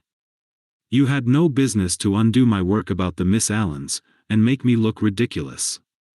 You call it scoring off Sir Harry, but do you realize that it is all at my expense? I consider it most disloyal of you." She left him. Temper, he thought, raising his eyebrows. No, it was worse than temper, snobbishness. As long as Lucy thought that his own smart friends were supplanting the Miss Allens, she had not minded. He perceived that these new tenants might be of value educationally. He would tolerate the father and draw out the son, who was silent. In the interests of the comic muse and of truth, he would bring them to Windy Corner. Chapter 11 In Mrs. Vyse's well-appointed flat. The comic muse, though able to look after her own interests, did not disdain the assistance of Mr. Vyse.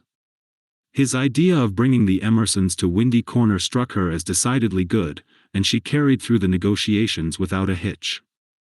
Sir Harry Otway signed the agreement, met Mr. Emerson, who was duly disillusioned.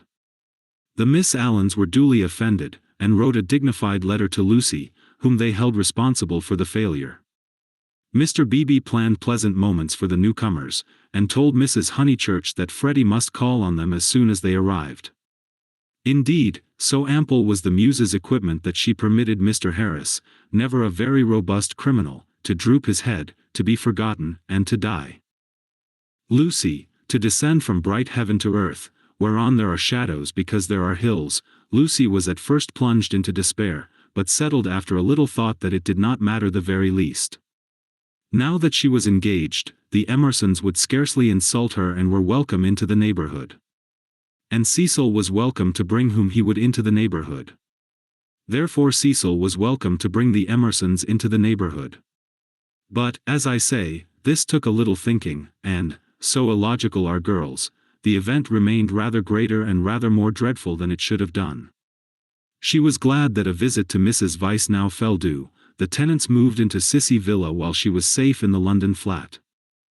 "Cecil, Cecil darling," she whispered the evening she arrived, and crept into his arms. Cecil, too, became demonstrative. He saw that the needful fire had been kindled in Lucy. At last she longed for attention, as a woman should, and looked up to him because he was a man. "So you do love me, little thing?" he murmured. "Oh, Cecil, I do, I do. I don't know what I should do without you." Several days passed. Then she had a letter from Miss Bartlett. A coolness had sprung up between the two cousins, and they had not corresponded since they parted in August. The coolness dated from what Charlotte would call the flight to Rome, and in Rome it had increased amazingly. For the companion who is merely uncongenial in the medieval world becomes exasperating in the classical. Charlotte, unselfish in the forum, would have tried a sweeter temper than Lucy's, and once, in the baths of Caracalla, they had doubted whether they could continue their tour. Lucy had said she would join the Vyses. Mrs. Vyse was an acquaintance of her mother, so there was no impropriety in the plan, and Miss Bartlett had replied that she was quite used to being abandoned suddenly. Finally nothing happened, but the coolness remained, and, for Lucy, was even increased when she opened the letter and read as follows. It had been forwarded from Windy Corner. Tunbridge Wells, September. Dearest Lucia, I have news of you at last. Miss Lavish has been bicycling in your parts, but was not sure whether a call would be welcome. Puncturing her tire near Summer Street, and it being mended while she sat very woebegone in that pretty churchyard, she saw to her astonishment, a door open opposite and the younger Emerson man come out. He said his father had just taken the house. He said he did not know that you lived in the neighborhood. He never suggested giving Eleanor a cup of tea. Dear Lucy, I am much worried, and I advise you to make a clean breast of his past behavior to your mother, Freddie, and Mr. Vyse, who will forbid him to enter the house, etc. That was a great misfortune, and I dare say you have told them already. Mr. Vyse is so sensitive. I remember how I used to get on his nerves at Rome. I am very sorry about it all, and should not feel easy unless I warned you. Believe me, your anxious and loving cousin, Charlotte. Lucy was much annoyed, and replied as follows. Beecham Mansions, S.W. Dear Charlotte. Many thanks for your warning. When Mr. Emerson forgot himself on the mountain, you made me promise not to tell Mother, because you said she would blame you for not being always with me. I have kept that promise, and cannot possibly tell her now.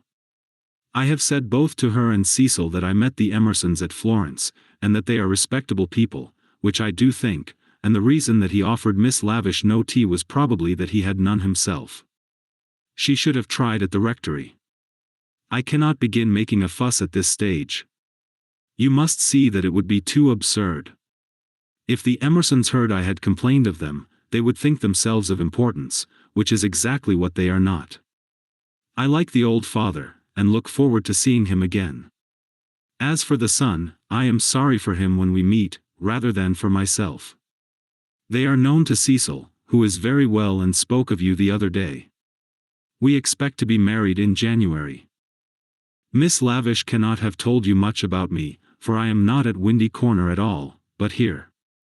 Please do not put "private" outside your envelope again. No one opens my letters. Yours affectionately, L.M. Honeychurch. Secrecy has this disadvantage: we lose the sense of proportion, we cannot tell whether our secret is important or not. Were Lucy and her cousin closeted with a great thing which would destroy Cecil's life if he discovered it, or with a little thing which he would laugh at? Miss Bartlett suggested the former. Perhaps she was right. It had become a great thing now. Left to herself, Lucy would have told her mother and her lover ingenuously, and it would have remained a little thing. Emerson, not Harris, it was only that a few weeks ago. She tried to tell Cecil even now when they were laughing about some beautiful lady who had smitten his heart at school. But her body behaved so ridiculously that she stopped. She and her secret stayed 10 days longer in the deserted metropolis, visiting the scenes they were to know so well later on. It did her no harm, Cecil thought, to learn the framework of society, while society itself was absent on the golf links or the moors. The weather was cool, and it did her no harm. In spite of the season, Mrs. Vyse managed to scrape together a dinner party consisting entirely of the grandchildren of famous people. The food was poor, but the talk had a witty weariness that impressed the girl. One was tired of everything, it seemed. One launched into enthusiasms only to collapse gracefully, and pick oneself up amid sympathetic laughter. In this atmosphere the pension Bertolini and Windy Corner appeared equally crude, and Lucy saw that her London career would estrange her a little from all that she had loved in the past. The grandchildren asked her to play the piano. She played Schumann. Now some Beethoven, called Cecil, when the querulous beauty of the music had died. She shook her head and played Schumann again. The melody rose, unprofitably magical. It broke. It was resumed broken, not marching once from the cradle to the grave. The sadness of the incomplete, the sadness that is often life, but should never be art, throbbed in its disjected phrases, and made the nerves of the audience throb. Not thus had she played on the little draped piano at the Bertolini, and "too much Schumann" was not the remark that Mr. Beebe had passed to himself when she returned. When the guests were gone, and Lucy had gone to bed, Mrs. Vyse paced up and down the drawing-room, discussing her little party with her son. Mrs. Vyse was a nice woman, but her personality, like many another's, had been swamped by London, for it needs a strong head to live among many people. The too vast orb of her fate had crushed her, and she had seen too many seasons, too many cities, too many men, for her abilities, and even with Cecil she was mechanical, and behaved as if he was not one son, but, so to speak, a filial crowd. "Make Lucy one of us," she said, looking round intelligently at the end of each sentence, and straining her lips apart until she spoke again. "Lucy is becoming wonderful, wonderful. Her music always was wonderful." "Yes, but she is purging off the Honeychurch taint, most excellent Honeychurches, but you know what I mean. She is not always quoting servants, or asking one how the pudding is made. Italy has done it." "Perhaps," she murmured, thinking of the museum that represented Italy to her. "It is just possible. Cecil, mind you marry her next January. She is one of us already." "But her music," he exclaimed. "The style of her. How she kept to Schumann when, like an idiot, I wanted Beethoven. Schumann was right for this evening. Schumann was the thing. Do you know, Mother, I shall have our children educated just like Lucy. Bring them up among honest country folks for freshness, send them to Italy for subtlety, and then, not till then, let them come to London. I don't believe in these London educations," he broke off, remembering that he had had one himself, and concluded, "at all events, not for women." "Make her one of us," repeated Mrs. Vyse, and processed to bed. As she was dozing off, a cry, the cry of nightmare, rang from Lucy's room. Lucy could ring for the maid if she liked, but Mrs. Vyse thought it kind to go herself. She found the girl sitting upright with her hand on her cheek. "I am so sorry, Mrs. Vyse, it is these dreams." "Bad dreams?" "Just dreams." The elder lady smiled and kissed her, saying very distinctly, "You should have heard us talking about you, dear. He admires you more than ever. Dream of that." Lucy returned the kiss, still covering one cheek with her hand. Mrs. Vyse recessed to bed. Cecil, whom the cry had not awoke, snored. Darkness enveloped the flat. Chapter 12. 12th chapter. It was a Saturday afternoon, gay and brilliant after abundant rains, and the spirit of youth dwelt in it, though the season was now autumn.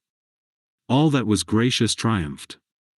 As the motorcars passed through Summer Street they raised only a little dust, and their stench was soon dispersed by the wind and replaced by the scent of the wet birches or of the pines. Mr. Beebe, at leisure for life's amenities, leant over his rectory gate. Freddie leant by him, smoking a pendant pipe. "Suppose we go and hinder those new people opposite for a little." They might amuse you." Freddie, whom his fellow creatures never amused, suggested that the new people might be feeling a bit busy, and so on, since they had only just moved in. "I suggested we should hinder them," said Mr. Beebe. "They are worth it." Unlatching the gate, he sauntered over the triangular green to Sissy Villa. "Hello," he cried, shouting in at the open door, through which much squalor was visible. A grave voice replied, "Hello. I've brought someone to see you. I'll be down in a minute." The passage was blocked by a wardrobe, which the removal men had failed to carry up the stairs. Mr. Beebe edged round it with difficulty. The sitting room itself was blocked with books. "Are these people great readers?" Freddie whispered. "Are they that sort?" "I fancy they know how to read, a rare accomplishment." "What have they got?" "Byron." "Exactly. A Shropshire lad." "Never heard of it." "The Way of All Flesh." "Never heard of it." "Gibbon." "Hello. Dear George reads German." Schopenhauer, Nietzsche, and so we go on." "Well, I suppose your generation knows its own business, Honeychurch." "Mr. Beebe, look at that," said Freddie in awestruck tones. On the cornice of the wardrobe, the hand of an amateur had painted this inscription: "Mistrust all enterprises that require new clothes." "I know. Isn't it jolly? I like that. I'm certain that's the old man's doing." "How very odd of him." "Surely you agree?" But Freddie was his mother's son and felt that one ought not to go on spoiling the furniture. "Pictures," the clergyman continued, scrambling about the room. "Giotto, they got that at Florence, I'll be bound." "The same as Lucy's got." "Oh, by the by, did Miss Honeychurch enjoy London?" "She came back yesterday." "I suppose she had a good time?" "Yes, very," said Freddie, taking up a book. "She and Cecil are thicker than ever." "That's good hearing." "I wish I wasn't such a fool, Mr. Beebe." Mr. Beebe ignored the remark. "Lucy used to be nearly as stupid as I am, but it'll be very different now, Mother thinks. She will read all kinds of books." "So will you." "Only medical books.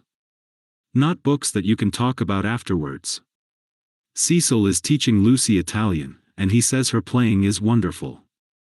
There are all kinds of things in it that we have never noticed. Cecil says, 'What on earth are those people doing upstairs?' Emerson, we think we'll come another time. George ran downstairs and pushed them into the room without speaking. Let me introduce Mr. Honeychurch, a neighbor. Then Freddie hurled one of the thunderbolts of youth. Perhaps he was shy, perhaps he was friendly, or perhaps he thought that George's face wanted washing. At all events he greeted him with, "How d'ye do? Come and have a bathe." "Oh, all right," said George, impassive. Mr. Beebe was highly entertained. "How d'ye do? How d'ye do? Come and have a bathe," he chuckled. "That's the best conversational opening I've ever heard. But I'm afraid it will only act between men. Can you picture a lady who has been introduced to another lady by a third lady opening civilities with, 'How do you do? Come and have a bathe?' And yet you will tell me that the sexes are equal." "I tell you that they shall be," said Mr. Emerson, who had been slowly descending the stairs. "Good afternoon, Mr. Beebe. I tell you they shall be comrades, and George thinks the same." "We are to raise ladies to our level?" the clergyman inquired. "The Garden of Eden," pursued Mr. Emerson, still descending, "which you place in the past, is really yet to come. We shall enter it when we no longer despise our bodies." Mr. Beebe disclaimed placing the Garden of Eden anywhere. "In this, not in other things, we men are ahead. We despise the body less than women do. But not until we are comrades shall we enter the garden." "I say, what about this bathe?" murmured Freddie, appalled at the mass of philosophy that was approaching him.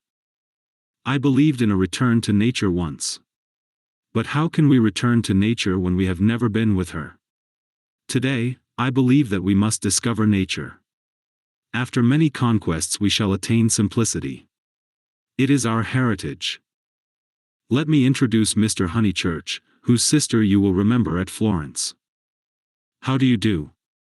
Very glad to see you, and that you are taking George for a bathe.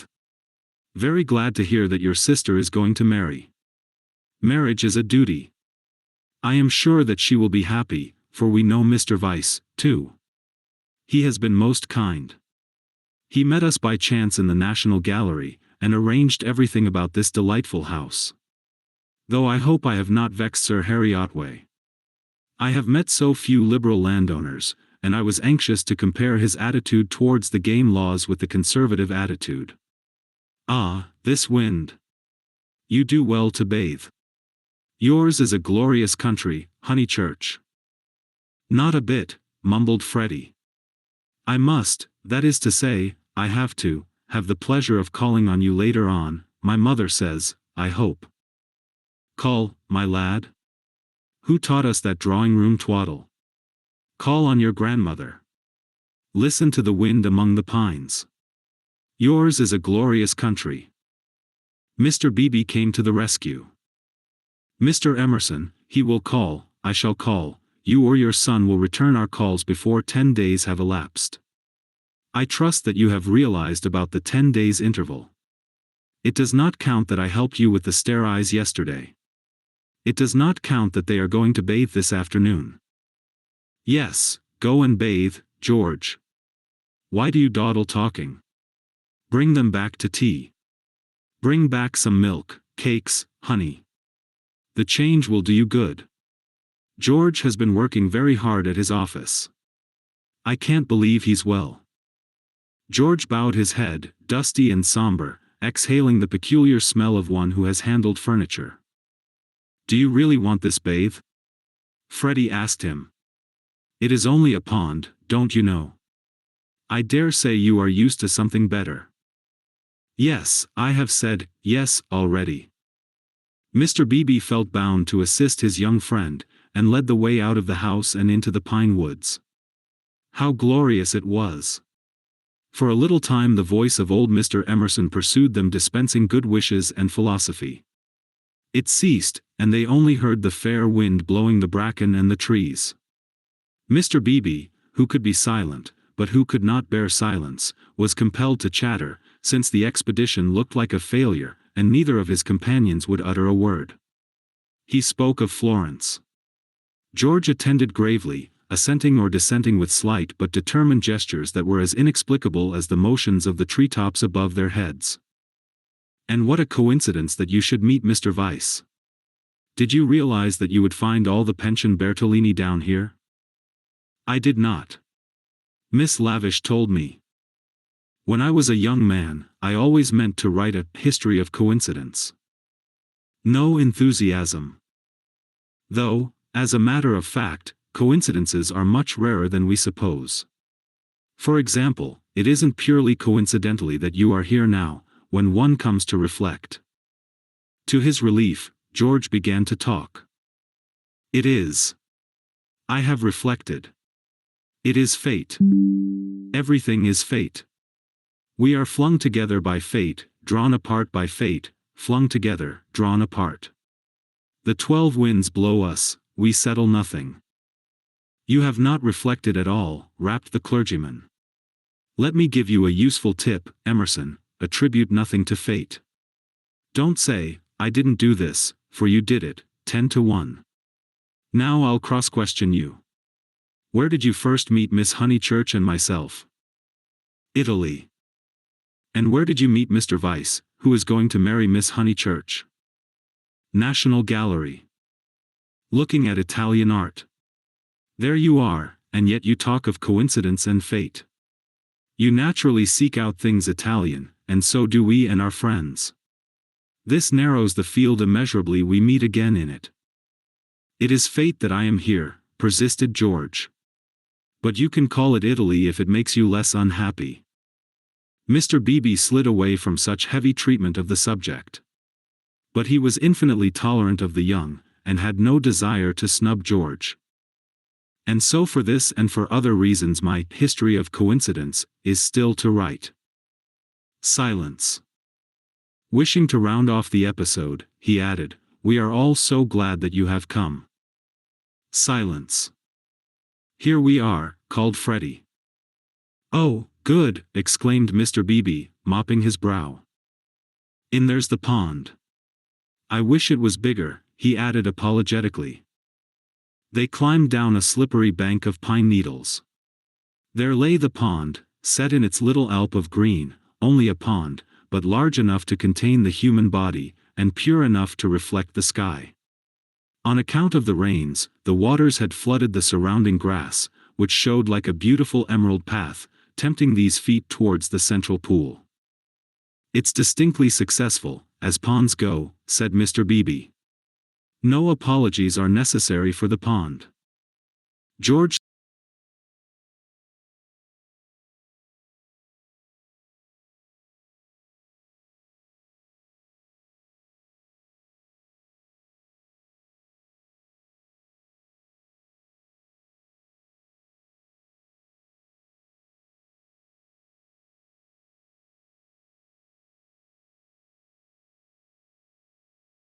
those masses of willow herb splendid? I love willow herb in seed. What's the name of this aromatic plant? No one knew, or seemed to care. These abrupt changes of vegetation, this little spongeous tract of water plants, and on either side of it all the growths are tough or brittle, heather, bracken, hurts, pines. Very charming, very charming. Mr. Beebe, aren't you bathing? Called Freddie, as he stripped himself. Mr. Beebe thought he was not. Water's wonderful, cried Freddie, prancing in. Water's water, murmured George. Wetting his hair first, a sure sign of apathy, he followed Freddie into the divine, as indifferent as if he were a statue and the pond a pail of soapsuds. It was necessary to use his muscles. It was necessary to keep clean. Mr. Beebe watched them, and watched the seeds of the willow herb dance chorically above their heads. A pushu, a pushu, a pushu, went Freddie, swimming for 2 strokes in either direction, and then becoming involved in reeds or mud. Is it worth it? Asked the other, Michelangelesque on the flooded margin. The bank broke away, and he fell into the pool before he had weighed the question properly. He poof, I've swallowed a pollywog, Mr. Beebe. Water's wonderful, water's simply ripping. Water's not so bad, said George, reappearing from his plunge, and sputtering at the sun. Water's wonderful. Mr. Beebe, do. A pusha, cuff. Mr. Beebe, who was hot, and who always acquiesced where possible, looked around him. He could detect no parishioners except the pine trees, rising up steeply on all sides, and gesturing to each other against the blue. How glorious it was! The world of motorcars and rural deans receded inimitably. Water, sky, evergreens, a wind, these things not even the seasons can touch, and surely they lie beyond the intrusion of man? I may as well wash too, and soon his garments made a third little pile on the sward, and he too asserted the wonder of the water. It was ordinary water, nor was there very much of it, and, as Freddie said, it reminded one of swimming in a salad. The three gentlemen rotated in the pool breast high, after the fashion of the nymphs in Götterdämmerung. But either because the rains had given a freshness or because the sun was shedding a most glorious heat, or because two of the gentlemen were young in years and the third young in spirit, for some reason or other a change came over them, and they forgot Italy and botany and fate. They began to play. Mr. Beebe and Freddie splashed each other.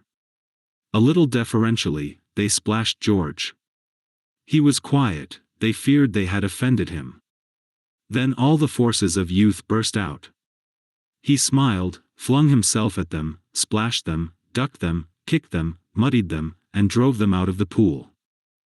"Race you round it, then," cried Freddie, and they raced in the sunshine, and George took a short cut and dirted his shins, and had to bathe a second time. Then Mr. Beebe consented to run, a memorable sight. They ran to get dry, they bathed to get cool, they played at being Indians in the willow herbs and in the bracken, they bathed to get clean. And all the time 3 little bundles lay discreetly on the sward, proclaiming, "No. We are what matters. Without us shall no enterprise begin. To us shall all flesh turn in the end." "A try! A try!" yelled Freddie, snatching up George's bundle and placing it beside an imaginary goalpost. "Soccer rules," George retorted, scattering Freddie's bundle with a kick. "Goal! Goal! Pass! Take care my watch," cried Mr. Beebe. Clothes flew in all directions. "Take care my hat." "No, that's enough, Freddie. Dress now." "No, I say." But the 2 young men were delirious. Away they twinkled into the trees, Freddie with a clerical waistcoat under his arm, George with a wide-awake hat on his dripping hair. "That'll do," shouted Mr. Beebe, remembering that after all he was in his own parish. Then his voice changed as if every pine tree was a rural dean. "Hi! Steady on! I see people coming, you fellows!" Yells, and widening circles over the dappled earth. "Hi! Hi! Ladies!" Neither George nor Freddie was truly refined. Still, they did not hear Mr. Beebe's last warning, or they would have avoided Mrs. Honeychurch, Cecil, and Lucy, who were walking down to call on old Mrs. Butterworth. Freddie dropped the waistcoat at their feet, and dashed into some bracken. George hooped in their faces, turned and scudded away down the path to the pond, still clad in Mr. Beebe's hat. "Gracious alive!" cried Mrs. Honeychurch. "Whoever were those unfortunate people? Oh, dears, look away. And poor Mr. Beebe, too. Whatever has happened?" "Come this way immediately," commanded Cecil, who always felt that he must lead women, though he knew not whither, and protect them, though he knew not against what. He led them now towards the bracken where Freddie sat concealed. "Oh, poor Mr. Beebe. Was that his waistcoat we left in the path?" "Cecil, Mr. Beebe's waistcoat." "No business of ours," said Cecil, glancing at Lucy, who was all parasol and evidently minded. "I fancy Mr. Beebe jumped back into the pond." "This way, please, Mrs. Honeychurch, this way." They followed him up the bank, attempting the tense yet nonchalant expression that is suitable for ladies on such occasions. "Well, I can't help it," said a voice close ahead, and Freddie reared a freckled face and a pair of snowy shoulders out of the fronds. I can't be trodden on, can I? Good gracious me, dear, so it's you. What miserable management.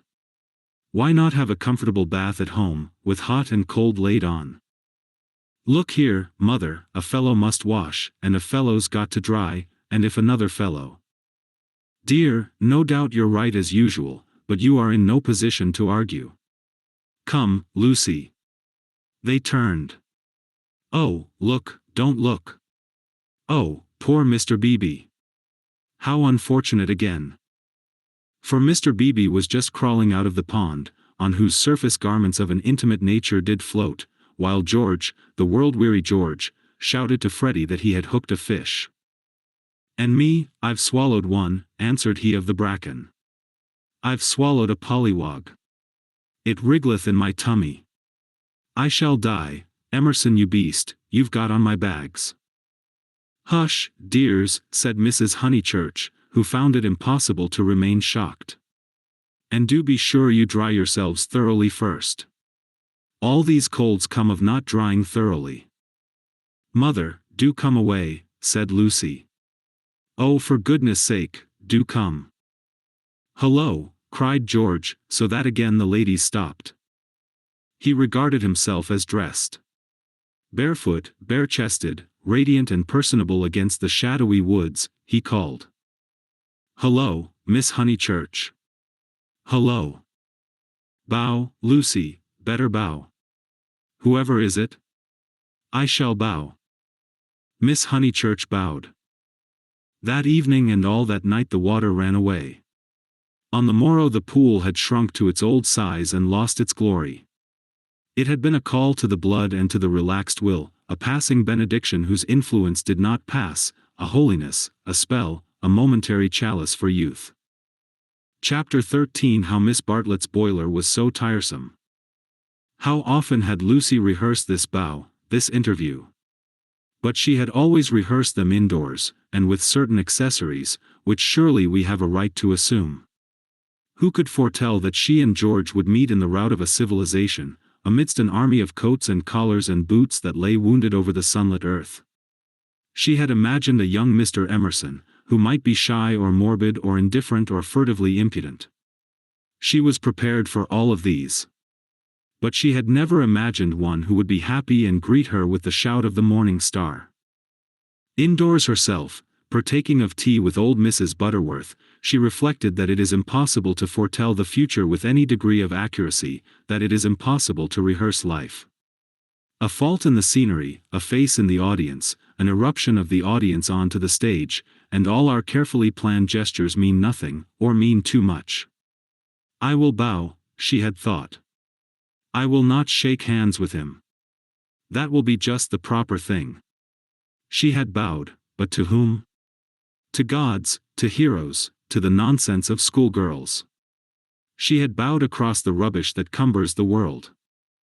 So ran her thoughts, while her faculties were busy with Cecil.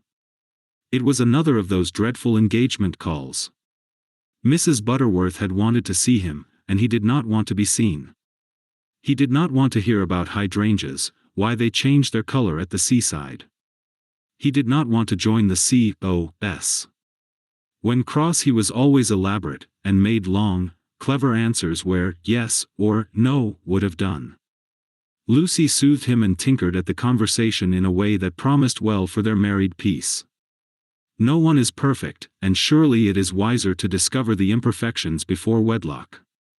Miss Bartlett, indeed, though not in word, had taught the girl that this our life contains nothing satisfactory. Lucy, though she disliked the teacher, regarded the teaching as profound, and applied it to her lover. Lucy, said her mother, when they got home, is anything the matter with Cecil? The question was ominous. Up till now Mrs. Honeychurch had behaved with charity and restraint. No, I don't think so, mother, Cecil's all right. Perhaps he's tired. Lucy compromised, perhaps Cecil was a little tired. Because otherwise, she pulled out her bonnet pins with gathering displeasure, because otherwise I cannot account for him. I do think Mrs. Butterworth is rather tiresome, if you mean that. Cecil has told you to think so. You were devoted to her as a little girl, and nothing will describe her goodness to you through the typhoid fever. No, it is just the same thing everywhere. Let me just put your bonnet away, may I? Surely he could answer her civilly for 1/2 hour? Cecil has a very high standard for people, faltered Lucy, seeing trouble ahead.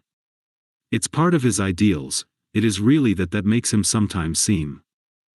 Oh, rubbish. If high ideals make a young man rude, the sooner he gets rid of them the better, said Mrs. Honeychurch, handing her the bonnet. Now, mother. I've seen you cross with Mrs. Butterworth yourself. Not in that way.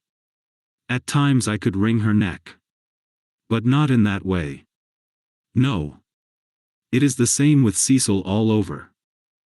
By the by, I never told you. I had a letter from Charlotte while I was away in London. This attempt to divert the conversation was too puerile, and Mrs. Honeychurch resented it. Since Cecil came back from London, nothing appears to please him. Whenever I speak he winces. I see him, Lucy, it is useless to contradict me. No doubt I am neither artistic nor literary nor intellectual nor musical, but I cannot help the drawing-room furniture. Your father bought it and we must put up with it, will Cecil kindly remember. I see what you mean, and certainly Cecil oughtn't to. But he does not mean to be uncivil, he once explained, it is the things that upset him, he is easily upset by ugly things, he is not uncivil to people. Is it a thing or a person when Freddie sings? You can't expect a really musical person to enjoy comic songs as we do. Then why didn't he leave the room? Why sit wriggling and sneering and spoiling everyone's pleasure? We mustn't be unjust to people, faltered Lucy. Something had enfeebled her, and the case for Cecil, which she had mastered so perfectly in London, would not come forth in an effective form. The two civilizations had clashed, Cecil hinted that they might, and she was dazzled and bewildered, as though the radiance that lies behind all civilization had blinded her eyes. Good taste and bad taste were only catchwords, garments of diverse cut, and music itself dissolved to a whisper through pine trees, where the song is not distinguishable from the comic song. She remained in much embarrassment, while Mrs. Honeychurch changed her frock for dinner, and every now and then she said a word, and made things no better. There was no concealing the fact, Cecil had meant to be supercilious, and he had succeeded. And Lucy, she knew not why, wished that the trouble could have come at any other time. Go and dress, dear, you'll be late. All right, mother. Don't say all right and stop. Go. She obeyed, but loitered disconsolately at the landing window. It faced north, so there was little view, and no view of the sky. Now, as in the winter, the pine trees hung close to her eyes. One connected the landing window with depression. No definite problem menaced her, but she sighed to herself, oh, dear, what shall I do, what shall I do? It seemed to her that everyone else was behaving very badly. And she ought not to have mentioned Miss Bartlett's letter. She must be more careful. Her mother was rather inquisitive, and might have asked what it was about. Oh, dear, what should she do? And then Freddie came bounding upstairs, and joined the ranks of the ill-behaved. I say, those are topping people. My dear baby, how tiresome you've been. You have no business to take them bathing in the sacred lake, it's much too public. It was all right for you but most awkward for everyone else. Do be more careful. You forget the place is growing half suburban. I say, is anything on tomorrow week? Not that I know of. Then I want to ask the Emersons up to Sunday tennis. Oh, I wouldn't do that, Freddie, I wouldn't do that with all this muddle. What's wrong with the court? They won't mind a bump or two, and I've ordered new balls. I meant it's better not. I really mean it. He seized her by the elbows and humorously danced her up and down the passage. She pretended not to mind, but she could have screamed with temper. Cecil glanced at them as he proceeded to his toilet and they impeded Mary with her brood of hot water cans. Then Mrs. Honeychurch opened her door and said, Lucy, what a noise you're making. I have something to say to you. Did you say you had had a letter from Charlotte, and Freddie ran away? Yes. I really can't stop. I must dress too. How's Charlotte? All right. Lucy. The unfortunate girl returned. You've a bad habit of hurrying away in the middle of one's sentences. Did Charlotte mention her boiler? Her what? Don't you remember that her boiler was to be had out in October, and her bath cistern cleaned out, and all kinds of terrible to-doings? I can't remember all Charlotte's worries, said Lucy bitterly. I shall have enough of my own, now that you are not pleased with Cecil. Mrs. Honeychurch might have flamed out. She did not. She said, "Come here, old lady, thank you for putting away my bonnet, kiss me." And, though nothing is perfect, Lucy felt for the moment that her mother and Windy Corner and the Weald in the declining sun were perfect. So the grittiness went out of life. It generally did at Windy Corner. At the last minute, when the social machine was clogged hopelessly, one member or other of the family poured in a drop of oil. Cecil despised their methods, perhaps rightly. At all events, they were not his own. Dinner was at 7:30. Freddie gabbled the grace, and they drew up their heavy chairs and fell to. Fortunately, the men were hungry. Nothing untoward occurred until the pudding. Then Freddie said, "Lucy, what's Emerson like?" "I saw him in Florence," said Lucy, hoping that this would pass for a reply. "Is he the clever sort, or is he a decent chap?" "Ask Cecil. It is Cecil who brought him here." "He is the clever sort, like myself," said Cecil. Freddie looked at him doubtfully. "How well did you know them at the Bertolini?" asked Mrs. Honeychurch. "Oh, very slightly. I mean, Charlotte knew them even less than I did." "Oh, that reminds me, you never told me what Charlotte said in her letter." "One thing and another," said Lucy, wondering whether she would get through the meal without a lie. "Among other things, that an awful friend of hers had been bicycling through Summer Street, wondered if she'd come up and see us, and mercifully didn't." "Lucy, I do call the way you talk unkind." "She was a novelist," said Lucy craftily. The remark was a happy one, for nothing roused Mrs. Honeychurch so much as literature in the hands of females. She would abandon every topic to inveigh against those women who, instead of minding their houses and their children, seek notoriety by print. Her attitude was, if books must be written, let them be written by men, and she developed it at great length, while Cecil yawned and Freddie played at this year, next year, now, never, with his plumstones, and Lucy artfully fed the flames of her mother's wrath. But soon the conflagration died down, and the ghosts began to gather in the darkness. There were too many ghosts about.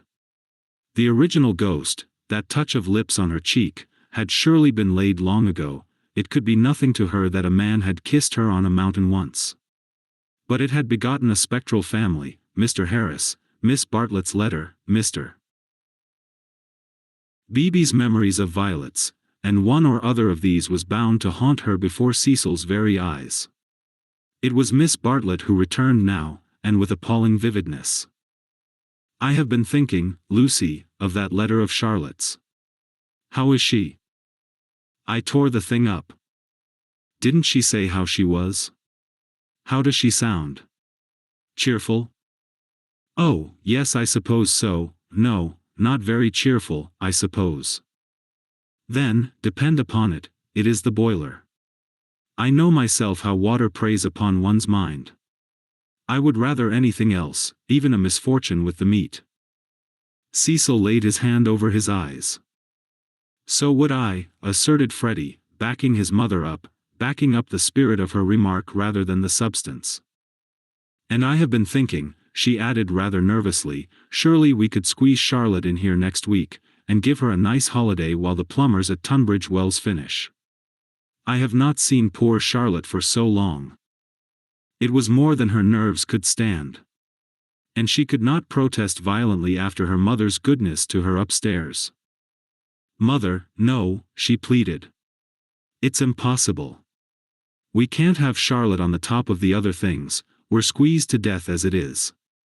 Freddie's got a friend coming Tuesday, there's Cecil, and you've promised to take in Minnie Beebe because of the diphtheria scare. It simply can't be done. Nonsense. It can. If Minnie sleeps in the bath. Not otherwise. Minnie can sleep with you. I won't have her. Then, if you're so selfish, Mr. Floyd must share a room with Freddie. Miss Bartlett, Miss Bartlett, Miss Bartlett, moaned Cecil, again laying his hand over his eyes. It's impossible, repeated Lucy. I don't want to make difficulties, but it really isn't fair on the maids to fill up the house so. Alas. The truth is, dear, you don't like Charlotte. No, I don't. And no more does Cecil. She gets on our nerves. You haven't seen her lately, and don't realize how tiresome she can be, though so good. So please, Mother, don't worry us this last summer, but spoil us by not asking her to come. Here, said Cecil. Mrs. Honeychurch, with more gravity than usual, and with more feeling than she usually permitted herself, replied, this isn't very kind of you too. You have each other and all these woods to walk in, so full of beautiful things, and poor Charlotte has only the water turned off and plumbers. You are young, dears, and however clever young people are, and however many books they read, they will never guess what it feels like to grow old. Cecil crumbled his bread. I must say Cousin Charlotte was very kind to me that year I called on my bike, put in Freddie. She thanked me for coming till I felt like such a fool, and fussed round no end to get an egg boiled for my tea just right. I know, dear. She is kind to everyone, and yet Lucy makes this difficulty when we try to give her some little return. But Lucy hardened her heart. It was no good being kind to Miss Bartlett. She had tried herself too often and too recently. One might lay up treasure in heaven by the attempt, but one enriched neither Miss Bartlett nor anyone else upon earth. She was reduced to saying, I can't help it, Mother. I don't like Charlotte. I admit it's horrid of me. From your own account, you told her as much.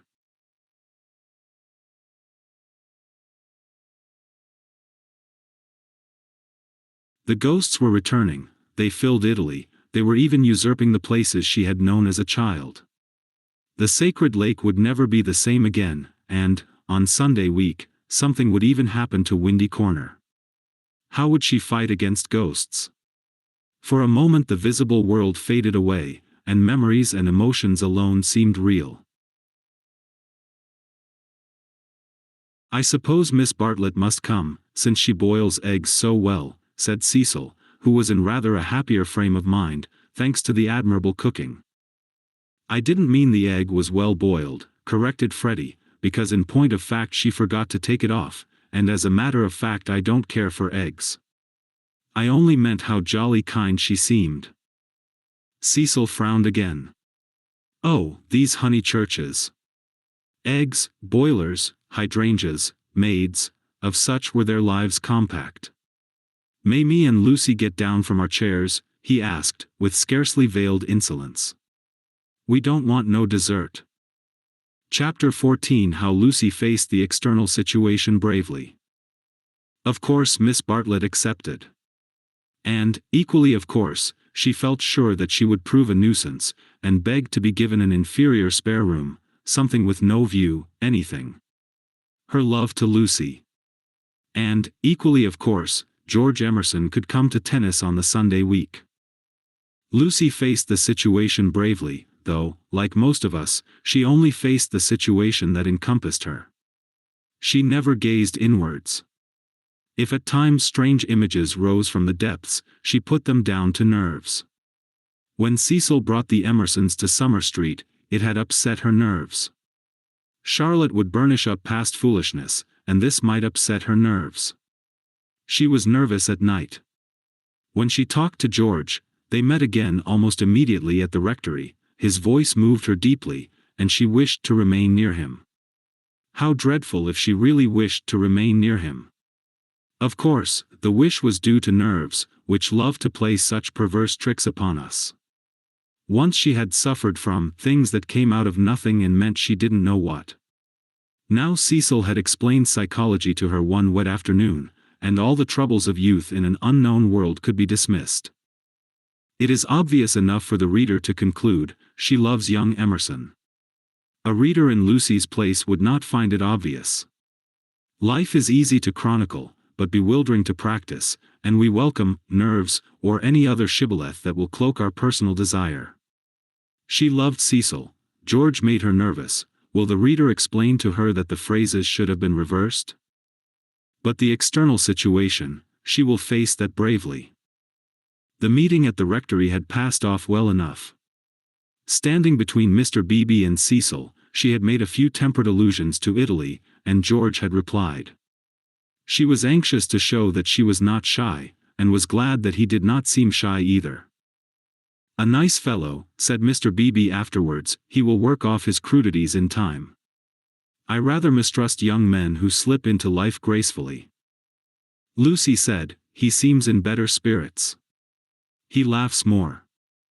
"Yes," replied the clergyman. "He is waking up." That was all. But, as the week wore on, more of her defenses fell, and she entertained an image that had physical beauty. In spite of the clearest directions, Miss Bartlett contrived to bungle her arrival. She was due at the southeastern station at Dorking, whither Mrs. Honeychurch drove to meet her. She arrived at the London and Brighton station, and had to hire a cab up. No one was at home except Freddie and his friend, who had to stop their tennis and to entertain her for a solid hour. Cecil and Lucy turned up at 4 o'clock, and these, with little Minnie Beebe, made a somewhat lugubrious sextet upon the upper lawn for tea. "I shall never forgive myself," said Miss Bartlett, who kept on rising from her seat, and had to be begged by the United Company to remain. "I have upset everything. Bursting in on young people. But I insist on paying for my cab up. Grant that, at any rate." "Our visitors never do such dreadful things," said Lucy, while her brother, in whose memory the boiled egg had already grown unsubstantial, exclaimed in irritable tones, "Just what I've been trying to convince Cousin Charlotte of, Lucy, for the last half hour." "I do not feel myself an ordinary visitor," said Miss Bartlett, and looked at her frayed glove. "All right, if you'd really rather. 5 shillings, and I gave a bob to the driver." Miss Bartlett looked in her purse. Only sovereigns and pennies. Could anyone give her change? Freddie had half a quid and his friend had 4 half-crowns. Miss Bartlett accepted their moneys and then said, "But who am I to give the sovereign to?" "Let's leave it all till mother comes back," suggested Lucy. "No, dear, your mother may take quite a long drive now that she is not hampered with me. We all have our little foibles, and mine is the prompt settling of accounts." Here Freddie's friend, Mr. Floyd, made the one remark of his that need be quoted. He offered to toss Freddie for Miss Bartlett's quid. A solution seemed in sight, and even Cecil, who had been ostentatiously drinking his tea at the View, felt the eternal attraction of chance, and turned round. But this did not do, either. "Please, please, I know I am a sad spoilsport, but it would make me wretched. I should practically be robbing the one who lost." "Freddie owes me 15 shillings, interposed Cecil. "So it will work out right if you give the pound to me." 15 shillings, said Miss Bartlett dubiously. "How is that, Mr. Vyse?" "Because, don't you see, Freddie paid your cab. Give me the pound, and we shall avoid this deplorable gambling." Miss Bartlett, who was poor at figures, became bewildered and rendered up the sovereign, amidst the suppressed gurgles of the other youths. For a moment Cecil was happy. He was playing at nonsense among his peers. Then he glanced at Lucy, in whose face petty anxieties had marred the smiles. In January he would rescue his Leonardo from this stupefying twaddle. "But I don't see that," exclaimed Minnie Beebe, who had narrowly watched the iniquitous transaction. "I don't see why Mr. Vyse is to have the quid." Because of the 15 shillings and the 5, they said solemnly. 15 shillings and 5 shillings make £1, you see. But I don't see. They tried to stifle her with cake. No, thank you. I'm done. I don't see why, Freddie, don't poke me. Miss Honeychurch, your brother's hurting me. Ow. What about Mr. Floyd's 10 shillings? Ow. No, I don't see and I never shall see why Miss What's-her-name shouldn't pay that bob for the driver. I had forgotten the driver, said Miss Bartlett, reddening. Thank you, dear, for reminding me. A shilling was it? Can anyone give me change for half a crown? I'll get it, said the young hostess, rising with decision. Cecil, give me that sovereign. No, give me up that sovereign. I'll get Euphemia to change it, and we'll start the whole thing again from the beginning. Lucy, Lucy, what a nuisance I am, protested Miss Bartlett, and followed her across the lawn. Lucy tripped ahead, simulating hilarity. When they were out of earshot, Miss Bartlett stopped her wails and said quite briskly, Have you told him about him yet? No, I haven't, replied Lucy, and then could have bitten her tongue for understanding so quickly what her cousin meant. Let me see, a sovereign's worth of silver. She escaped into the kitchen. Miss Bartlett's sudden transitions were too uncanny. It sometimes seemed as if she planned every word she spoke or caused to be spoken, as if all this worry about cabs and change had been a ruse to surprise the soul. No, I haven't told Cecil or anyone, she remarked, when she returned. I promised you I shouldn't. Here is your money, all shillings, except 2 half-crowns. Would you count it? You can settle your debt nicely now. Miss Bartlett was in the drawing-room, gazing at the photograph of St. John ascending, which had been framed.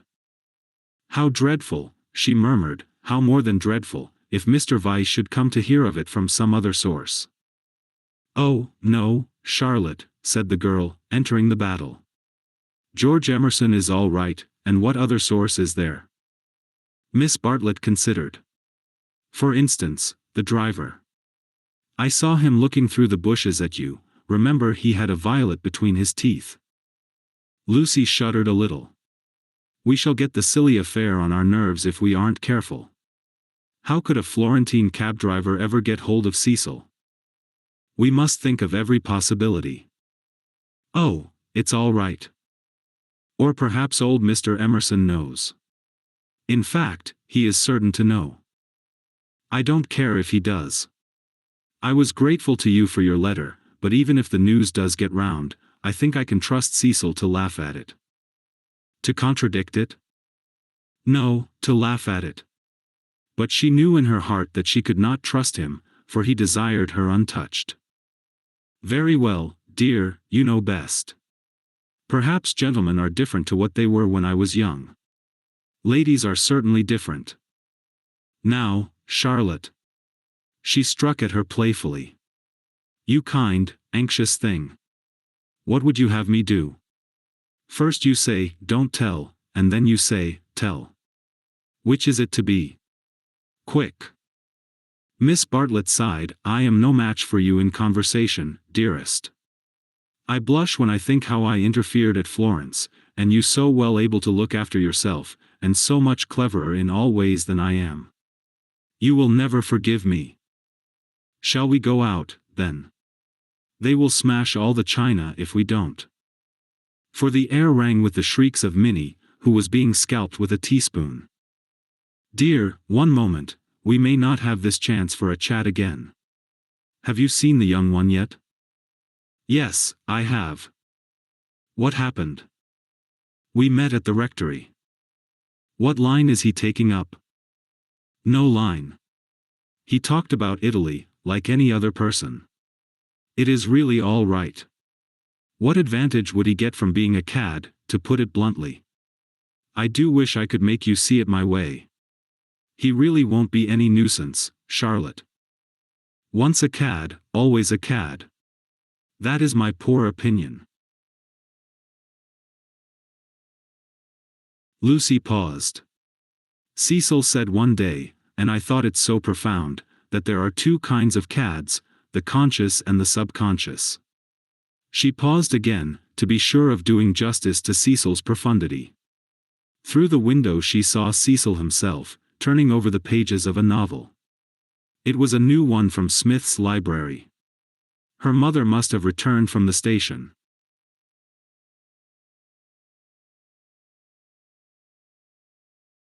Once a cad, always a cad, droned Miss Bartlett. What I mean by subconscious is that Emerson lost his head. I fell into all those violets, and he was silly and surprised. I don't think we ought to blame him very much. It makes such a difference when you see a person with beautiful things behind him unexpectedly. It really does, it makes an enormous difference, and he lost his head. He doesn't admire me, or any of that nonsense, one straw. Freddie rather likes him, and has asked him up here on Sunday, so you can judge for yourself. He has improved, he doesn't always look as if he's going to burst into tears. He is a clerk in the general manager's office at one of the big railways, not a porter. And runs down to his father for weekends. Papa was to do with journalism, but is rheumatic and has retired. There. Now for the garden. She took hold of her guest by the arm. Suppose we don't talk about this silly Italian business any more. We want you to have a nice restful visit at Windy Corner, with no worrying. Lucy thought this rather a good speech. The reader may have detected an unfortunate slip in it. Whether Miss Bartlett detected the slip one cannot say, for it is impossible to penetrate into the minds of elderly people. She might have spoken further, but they were interrupted by the entrance of her hostess. Explanations took place, and in the midst of them Lucy escaped, the images throbbing a little more vividly in her brain. Chapter 15 The Disaster Within. The Sunday after Miss Bartlett's arrival was a glorious day, like most of the days of that year. In the Weald, autumn approached, breaking up the green monotony of summer, touching the parks with the gray bloom of mist, the beech trees with russet, the oak trees with gold. Up on the heights, battalions of black pines witnessed the change, themselves unchangeable. Either country was spanned by a cloudless sky, and in either arose the tinkle of church bells. The garden of Windy Corners was deserted except for a red book, which lay sunning itself upon the gravel path. From the house came incoherent sounds, as of females preparing for worship. The men say they won't go. Well, I don't blame them. Minnie says, need she go? Tell her, no nonsense, Anne. Mary. Hook me behind. Dearest Lucia, may I trespass upon you for a pin? For Miss Bartlett had announced that she at all events was one for church. The sun rose higher on its journey, guided, not by Phaeton, but by Apollo, competent, unswerving, divine. Its rays fell on the ladies whenever they advanced towards the bedroom windows, on Mr. Beebe down at Summer Street as he smiled over a letter from Miss Catherine Allen, on George Emerson cleaning his father's boots, and lastly, to complete the catalogue of memorable things, on the red book mentioned previously. The ladies move, Mr. Beebe moves, George moves, and movement may engender shadow. But this book lies motionless, to be caressed all the morning by the sun and to raise its cover slightly, as though acknowledging the caress. Presently Lucy steps out of the drawing-room window. Her new cerise dress has been a failure, and makes her look tawdry and wan. At her throat is a garnet brooch, on her finger a ring set with rubies, an engagement ring. Her eyes are bent to the Weald. She frowns a little, not in anger, but as a brave child frowns when he is trying not to cry. In all that expanse no human eye is looking at her, and she may frown unrebuked and measure the spaces that yet survive between Apollo and the western hills. Lucy. Lucy. What's that book? Who's been taking a book out of the shelf and leaving it about to spoil? It's only the library book that Cecil's been reading. But pick it up, and don't stand idling there like a flamingo. Lucy picked up the book and glanced at the title listlessly, under Elogia. She no longer read novels herself, devoting all her spare time to solid literature in the hope of catching Cecil up. It was dreadful how little she knew, and even when she thought she knew a thing, like the Italian painters, she found she had forgotten it. Only this morning she had confused Francesco Francia with Piero della Francesca, and Cecil had said, "What? You aren't forgetting your Italy already?" And this too had lent anxiety to her eyes when she saluted the dear view and the dear garden in the foreground, and above them, scarcely conceivable elsewhere, the dear sun. "Lucy, have you a sixpence for Minnie and a shilling for yourself?" She hastened into her mother, who was rapidly working herself into a Sunday fluster. "It's a special collection, I forget what for." "I do beg, no vulgar clinking in the plate with halfpennies, see that Minnie has a nice bright sixpence." "Where is the child?" "Minnie. That book's all warped." "Gracious, how plain you look. Put it under the atlas to press." "Minnie." "Oh, Mrs. Honeychurch, from the upper regions." "Minnie, don't be late. Here comes the horse, it was always the horse, never the carriage." "Where's Charlotte? Run up and hurry her. Why is she so long? She had nothing to do. She never brings anything but blouses. Poor Charlotte, how I do detest blouses."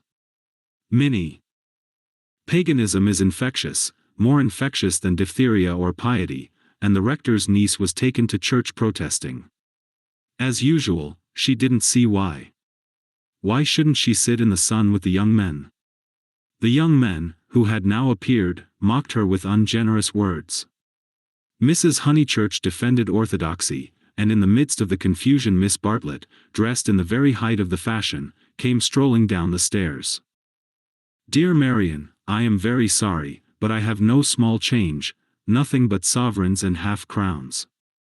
Could any one give me—" "Yes, easily. Jump in. Gracious me, how smart you look. What a lovely frock. You put us all to shame. If I did not wear my best rags and tatters now, when should I wear them?" said Miss Bartlett reproachfully. She got into the Victoria and placed herself with her back to the horse. The necessary roar ensued, and then they drove off. "Goodbye." "Be good," called out Cecil. Lucy bit her lip, for the tone was sneering. On the subject of church and so on, they had had rather an unsatisfactory conversation.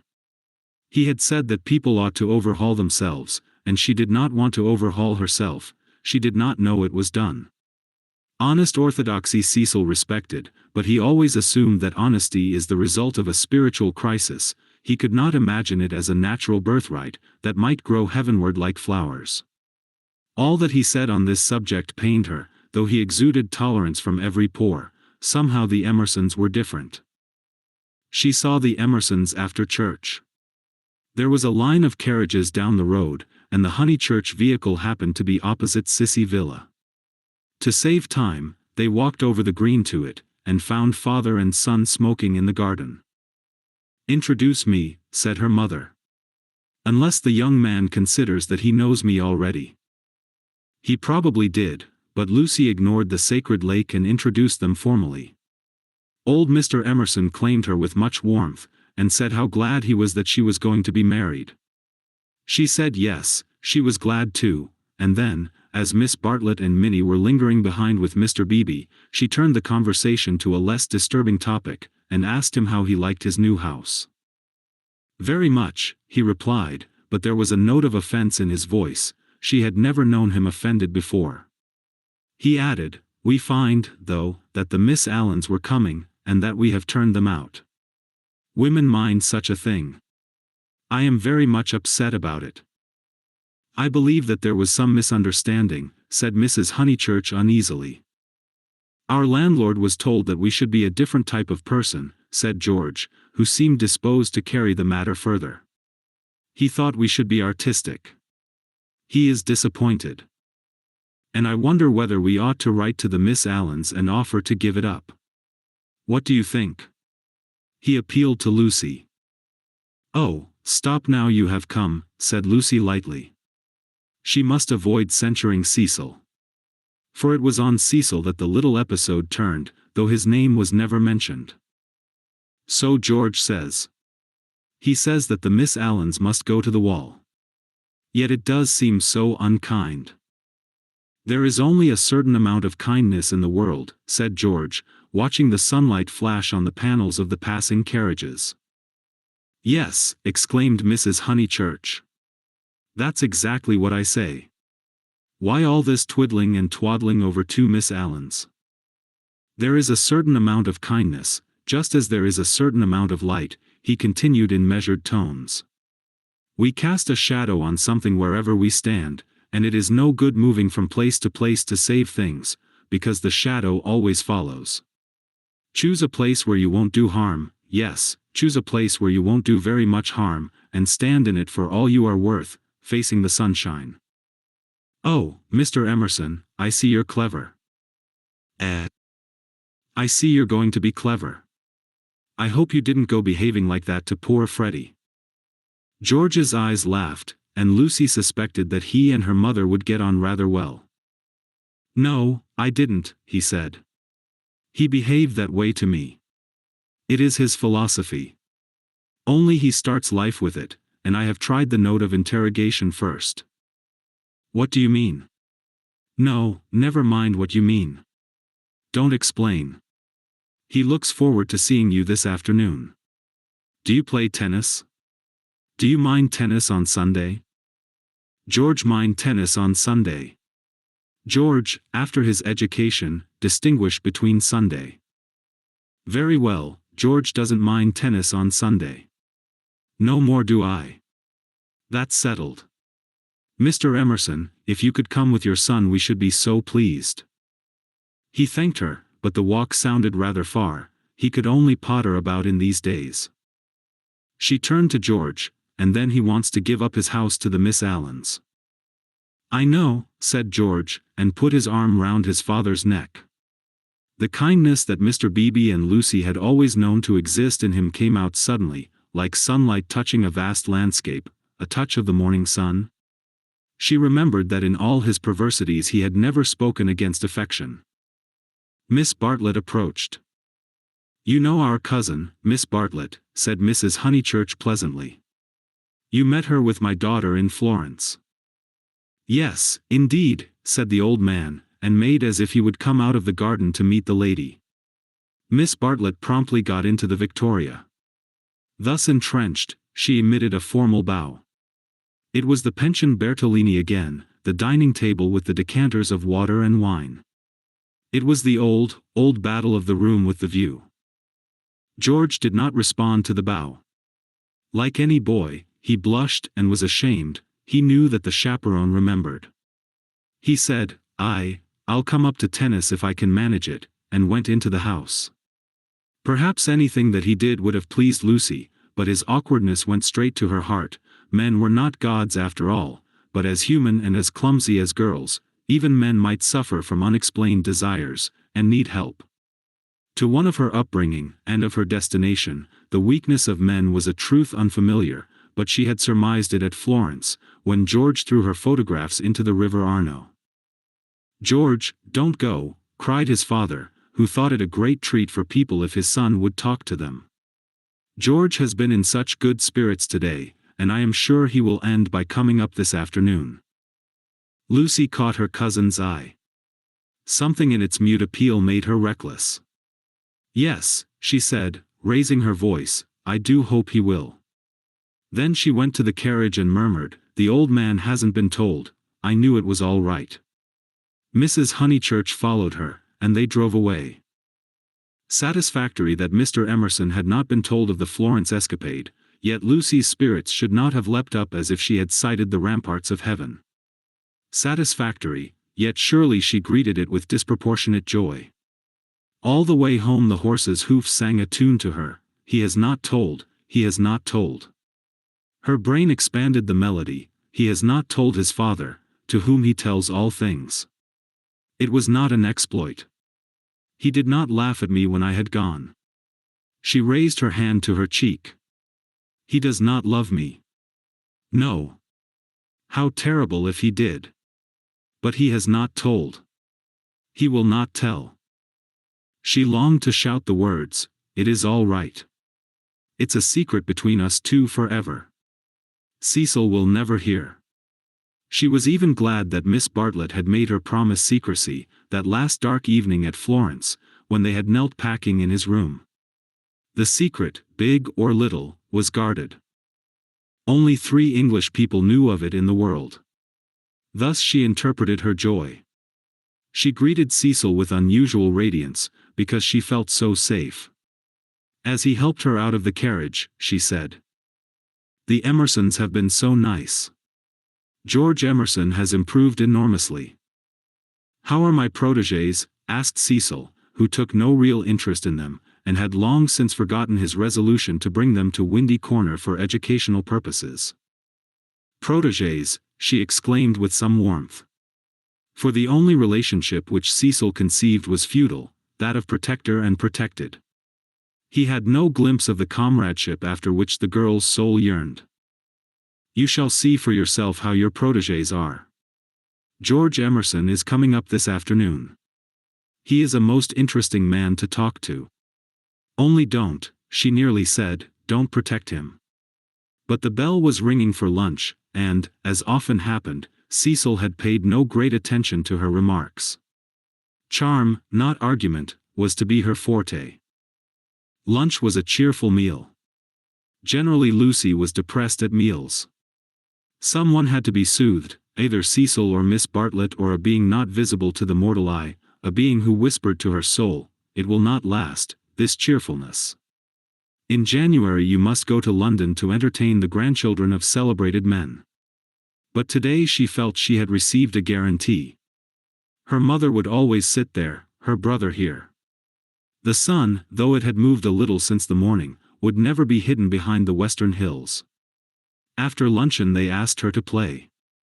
She had seen Gluck's Armide that year, and played from memory the music of the Enchanted Garden, the music to which Renaud approaches, beneath the light of an eternal dawn, the music that never gains, never wanes, but ripples forever like the tideless seas of fairyland. Such music is not for the piano, and her audience began to get restive, and Cecil, sharing the discontent, called out, "Now play us the other garden, the one in Parsifal." She closed the instrument. "Not very dutiful," said her mother's voice. Fearing that she had offended Cecil, she turned quickly round. There George was. He had crept in without interrupting her. "Oh, I had no idea," she exclaimed, getting very red, and then, without a word of greeting, she reopened the piano. Cecil should have the Parsifal, and anything else that he liked. "Our performer has changed her mind," said Miss Bartlett, perhaps implying, "she will play the music to Mr. Emerson." Lucy did not know what to do nor even what she wanted to do. She played a few bars of the Flower Maiden's song very badly and then she stopped. "I vote tennis," said Freddie, disgusted at the scrappy entertainment. "Yes, so do I." Once more she closed the unfortunate piano. "I vote you have a men's 4. "All right." "Not for me, thank you," said Cecil. "I will not spoil the set." He never realized that it may be an act of kindness in a bad player to make up a 4th. "Oh, come along Cecil. I'm bad, Floyd's rotten, and so I dare say's Emerson." George corrected him, "I am not bad." One looked down one's nose at this. "Then certainly I won't play," said Cecil, while Miss Bartlett, under the impression that she was snubbing George, added, "I agree with you, Mr. Vyse. You had much better not play. Much better not." Minnie, rushing in where Cecil feared to tread, announced that she would play. "I shall miss every ball anyway, so what does it matter?" But Sunday intervened and stamped heavily upon the kindly suggestion. "Then it will have to be Lucy," said Mrs. Honeychurch, "you must fall back on Lucy. There is no other way out of it. Lucy, go and change your frock." Lucy's Sabbath was generally of this amphibious nature. She kept it without hypocrisy in the morning, and broke it without reluctance in the afternoon. As she changed her frock, she wondered whether Cecil was sneering at her. Really she must overhaul herself and settle everything up before she married him. Mr. Floyd was her partner. She liked music, but how much better tennis seemed. How much better to run about in comfortable clothes than to sit at the piano and feel girt under the arms. Once more music appeared to her the employment of a child. George served, and surprised her by his anxiety to win. She remembered how he had sighed among the tombs at Santa Croce because things wouldn't fit, how after the death of that obscure Italian he had leant over the parapet by the Arno and said to her, "I shall want to live, I tell you." He wanted to live now, to win at tennis, to stand for all he was worth in the sun which had begun to decline and was shining in her eyes, and he did win. Ah, how beautiful the Weald looked! The hills stood out above its radiance, as Fiesole stands above the Tuscan plain, and the South Downs, if one chose, were the mountains of Carrara. She might be forgetting her Italy, but she was noticing more things in her England. One could play a new game with the view, and try to find in its innumerable folds some town or village that would do for Florence. Ah, how beautiful the Weald looked! But now Cecil claimed her. He chanced to be in a lucid critical mood, and would not sympathize with exaltation. He had been rather a nuisance all through the tennis, for the novel that he was reading was so bad that he was obliged to read it aloud to others. He would stroll round the precincts of the court and call out, "I say, listen to this, Lucy." 3 split infinitives. "Dreadful," said Lucy, and missed her stroke. When they had finished their set, he still went on reading. There was some murder scene, and really everyone must listen to it. Freddie and Mr. Floyd were obliged to hunt for a lost ball in the laurels, but the other two acquiesced. The scene is laid in Florence. What fun, Cecil! Read away. Come, Mr. Emerson, sit down after all your energy. She had forgiven George, as she put it, and she made a point of being pleasant to him. He jumped over the net and sat down at her feet asking, and are you tired?" "Of course I'm not." "Do you mind being beaten?" She was going to answer, no, when it struck her that she did mind, so she answered, yes. She added merrily, "I don't see you're such a splendid player, though. The light was behind you, and it was in my eyes." "I never said I was." "Why, you did. You didn't attend. You said, 'Oh, don't go in for accuracy at this house.' We all exaggerate, and we get very angry with people who don't." "The scene is laid in Florence," repeated Cecil, with an upward note. Lucy recollected herself. Sunset. Leonora was speeding. Lucy interrupted. "Leonora? Is Leonora the heroine? Who's the book by?" "Joseph Emery Prank." Sunset. Leonora speeding across the square. Pray the saints she might not arrive too late. Sunset, the sunset of Italy. Under Orcagna's loggia, the Loggia de Lanzi, as we sometimes call it now. Lucy burst into laughter. "Joseph Emery Prank, indeed. Why, it's Miss Lavish. It's Miss Lavish's novel, and she's publishing it under somebody else's name." "Who may Miss Lavish be?" "Oh, a dreadful person, Mr. Emerson. You remember Miss Lavish?" Excited by her pleasant afternoon, she clapped her hands. George looked up. "Of course I do. I saw her the day I arrived at Summer Street. It was she who told me that you lived here. Weren't you pleased?" She meant to see Miss Lavish, but when he bent down to the grass without replying, it struck her that she could mean something else. She watched his head, which was almost resting against her knee, and she thought that the ears were reddening. "No wonder the novel's bad," she added. "I never liked Miss Lavish. But I suppose one ought to read it as one's met her." "All modern books are bad," said Cecil, who was annoyed at her inattention, and vented his annoyance on literature. "Every one writes for money in these days." "Oh, Cecil. It is so. I will inflict Joseph Emery Prank on you no longer." Cecil, this afternoon seemed such a twittering sparrow. The ups and downs in his voice were noticeable, but they did not affect her. She had dwelt amongst melody and movement, and her nerves refused to answer to the clang of his. Leaving him to be annoyed, she gazed at the black head again. She did not want to stroke it, but she saw herself wanting to stroke it. The sensation was curious. "How do you like this view of ours, Mr. Emerson?" "I never notice much difference in views." "What do you mean?" "Because they're all alike. Because all that matters in them is distance and air." Said Cecil, uncertain whether the remark was striking or not. "My father," he looked up at her, and he was a little flushed, "says that there is only one perfect view, the view of the sky straight over our heads, and that all these views on earth are but bungled copies of it." "I expect your father has been reading Dante," said Cecil, fingering the novel, which alone permitted him to lead the conversation. "He told us another day that views are really crowds of trees and houses and hills, and are bound to resemble each other, like human crowds, and that the power they have over us is sometimes supernatural, for the same reason." Lucy's lips parted. "For a crowd is more than the people who make it up. Something gets added to it, no one knows how, just as something has got added to those hills." He pointed with his racket to the South Downs. "What a splendid idea," she murmured. "I shall enjoy hearing your father talk again. I'm so sorry he's not so well." "No, he isn't well.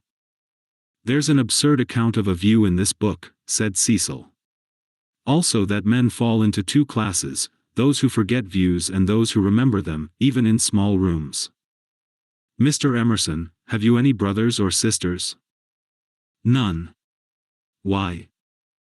"You spoke of U.S. "My mother, I was meaning." Cecil closed the novel with a bang.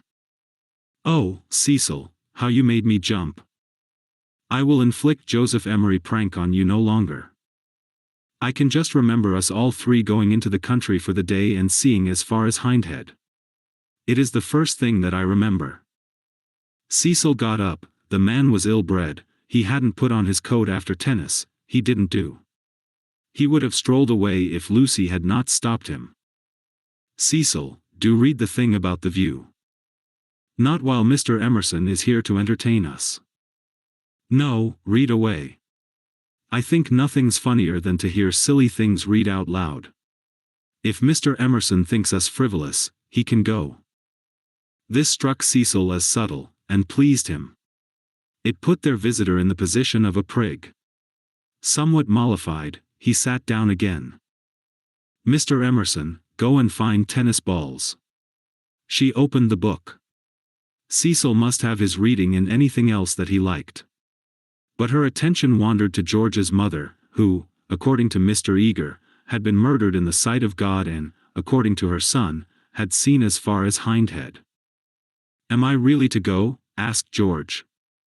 "No, of course not really," she answered. "Chapter 2, said Cecil, yawning. "Find me Chapter 2, if it isn't bothering you." Chapter 2 was found, and she glanced at its opening sentences. She thought she had gone mad. "Here, hand me the book." She heard her voice saying, "It isn't worth reading, it's too silly to read, I never saw such rubbish, it oughtn't to be allowed to be printed." He took the book from her. Leonora, he read, sat pensive and alone. Before her lay the rich champaign of Tuscany, dotted over with many a smiling village.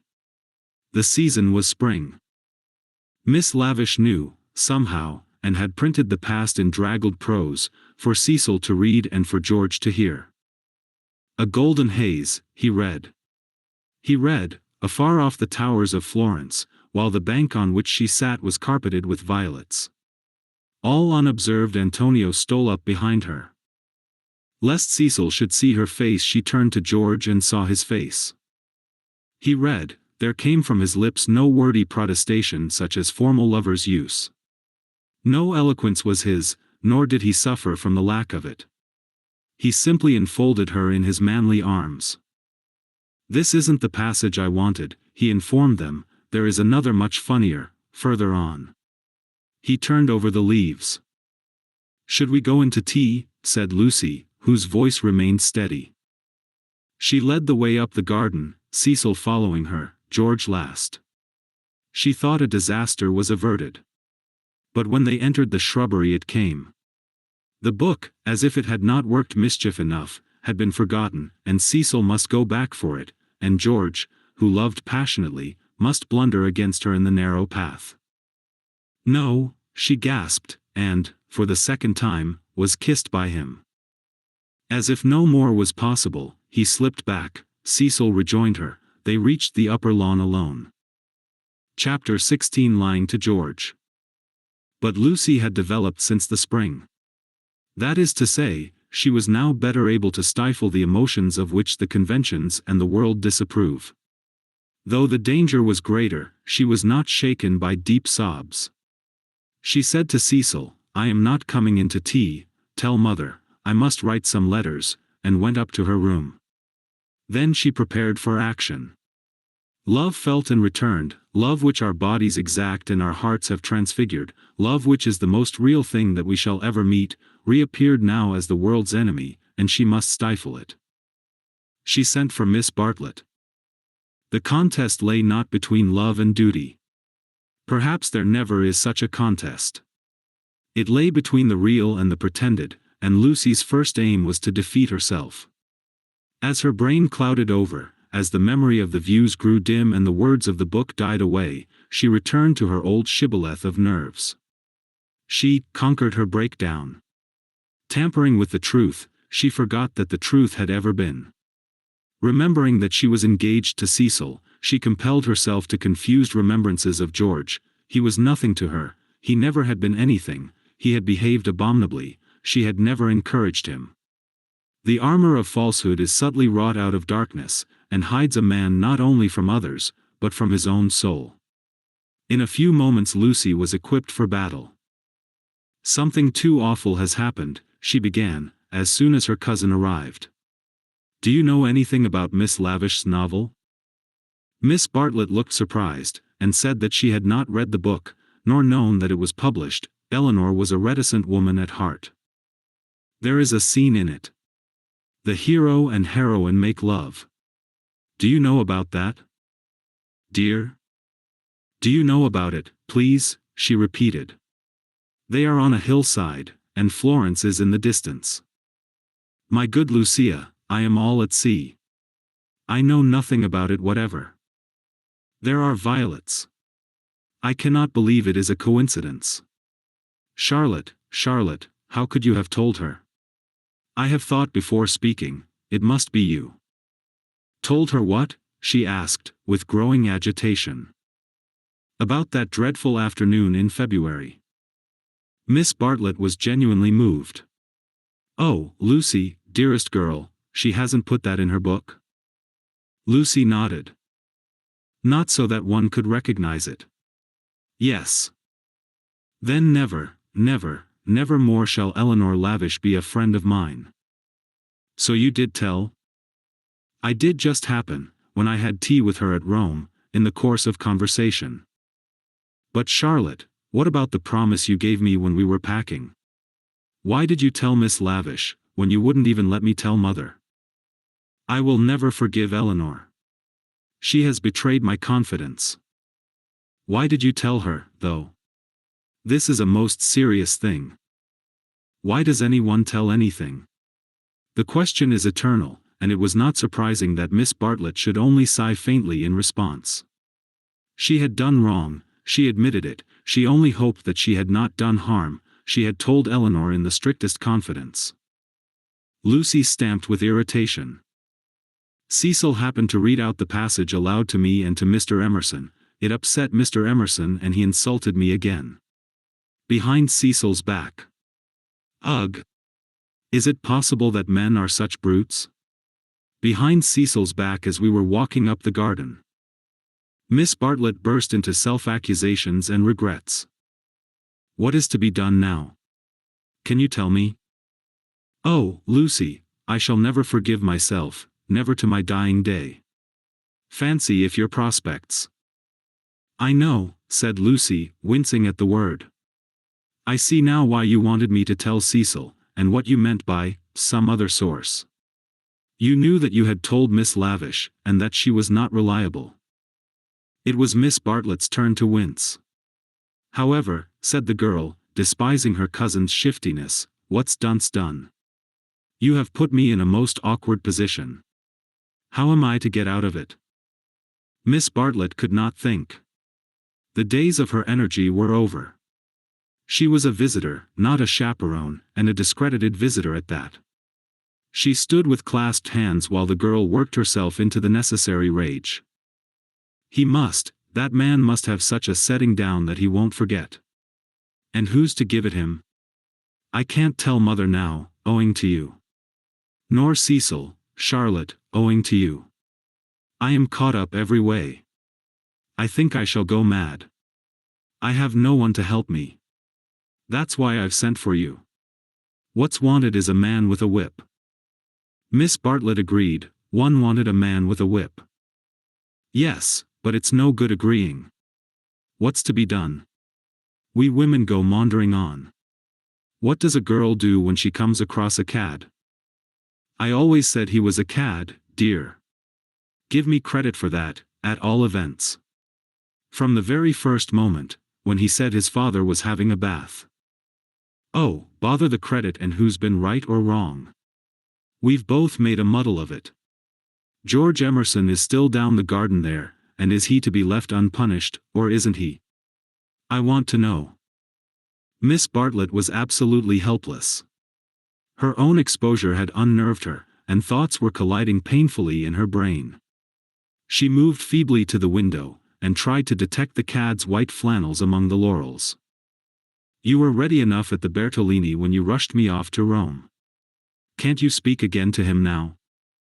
Willingly would I move heaven and earth. I want something more definite, said Lucy contemptuously. Will you speak to him?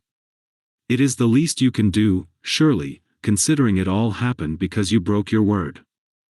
Never again shall Eleanor Lavish be a friend of mine. Really, Charlotte was outdoing herself. Yes or no, please, yes or no. It is the kind of thing that only a gentleman can settle.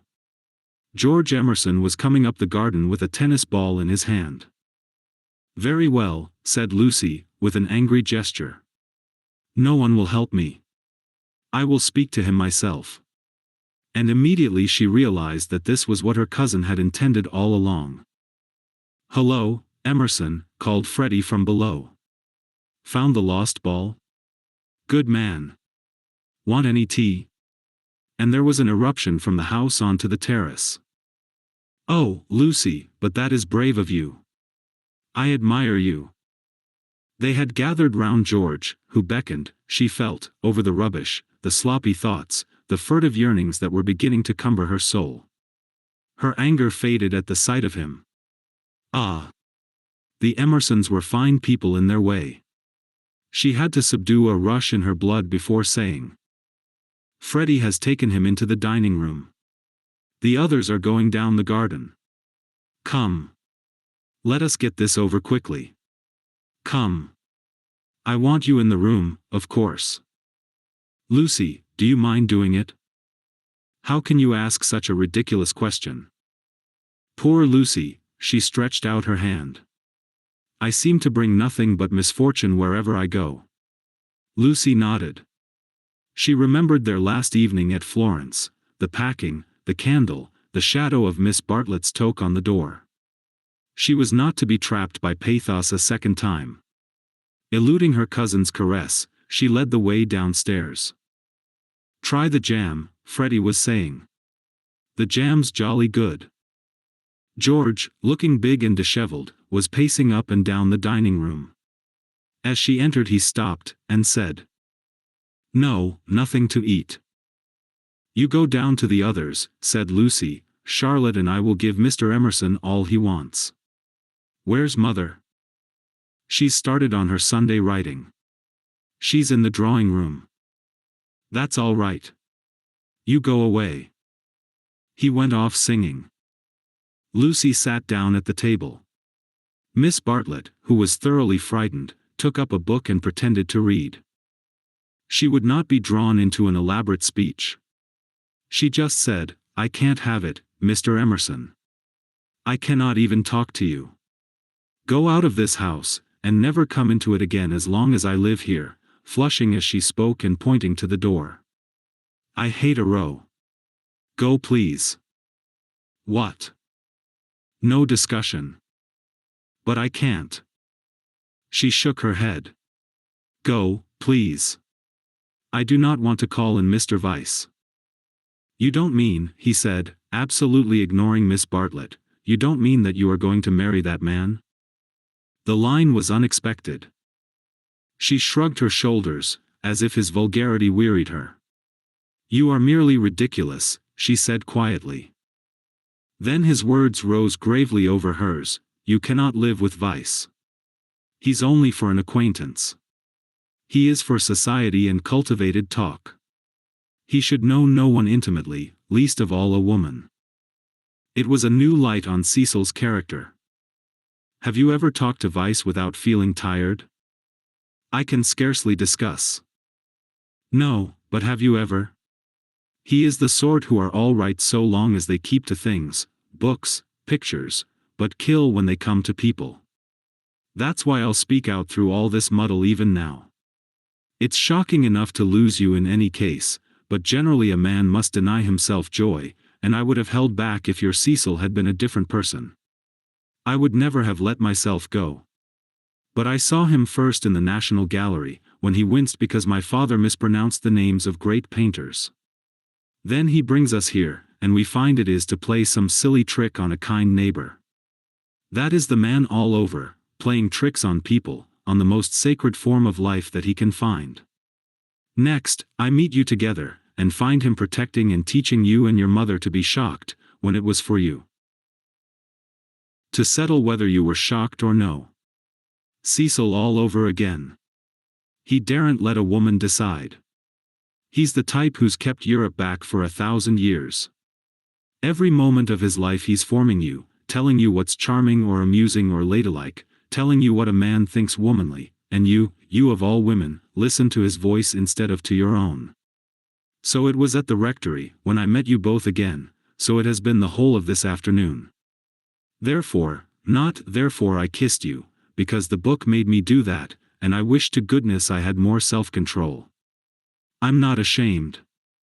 I don't apologize. But it has frightened you, and you may not have noticed that I love you. Or would you have told me to go, and dealt with a tremendous thing so lightly? But therefore I settled to fight him." Lucy thought of a very good remark. "You say Mr. Weiss wants me to listen to him, Mr. Emerson. Pardon me for suggesting that you have caught the habit." And he took the shoddy reproof and touched it into immortality. He said, "Yes, I have," and sank down as if suddenly weary. "I'm the same kind of brute at bottom. This desire to govern a woman, it lies very deep, and men and women must fight it together before they shall enter the garden. But I do love you surely in a better way than he does." He thought. "Yes, really in a better way. I want you to have your own thoughts even when I hold you in my arms." He stretched them towards her. "Lucy, be quick, there's no time for us to talk now, come to me as you came in the spring, and afterwards I will be gentle and explain. I have cared for you since that man died. I cannot live without you, no good, I thought, she is marrying someone else, but I meet you again when all the world is glorious water and sun. As you came through the wood I saw that nothing else mattered. I called. I wanted to live and have my chance of joy." "And Mr. Weiss," said Lucy, who kept commendably calm. "Does he not matter? That I love Cecil and shall be his wife shortly? A detail of no importance, I suppose?" But he stretched his arms over the table towards her. "May I ask what you intend to gain by this exhibition?" He said, "It is our last chance. I shall do all that I can." And as if he had done all else, he turned to Miss Bartlett, who sat like some portent against the skies of the evening. "You wouldn't stop us this second time if you understood," he said. I have been into the dark, and I am going back into it, unless you will try to understand.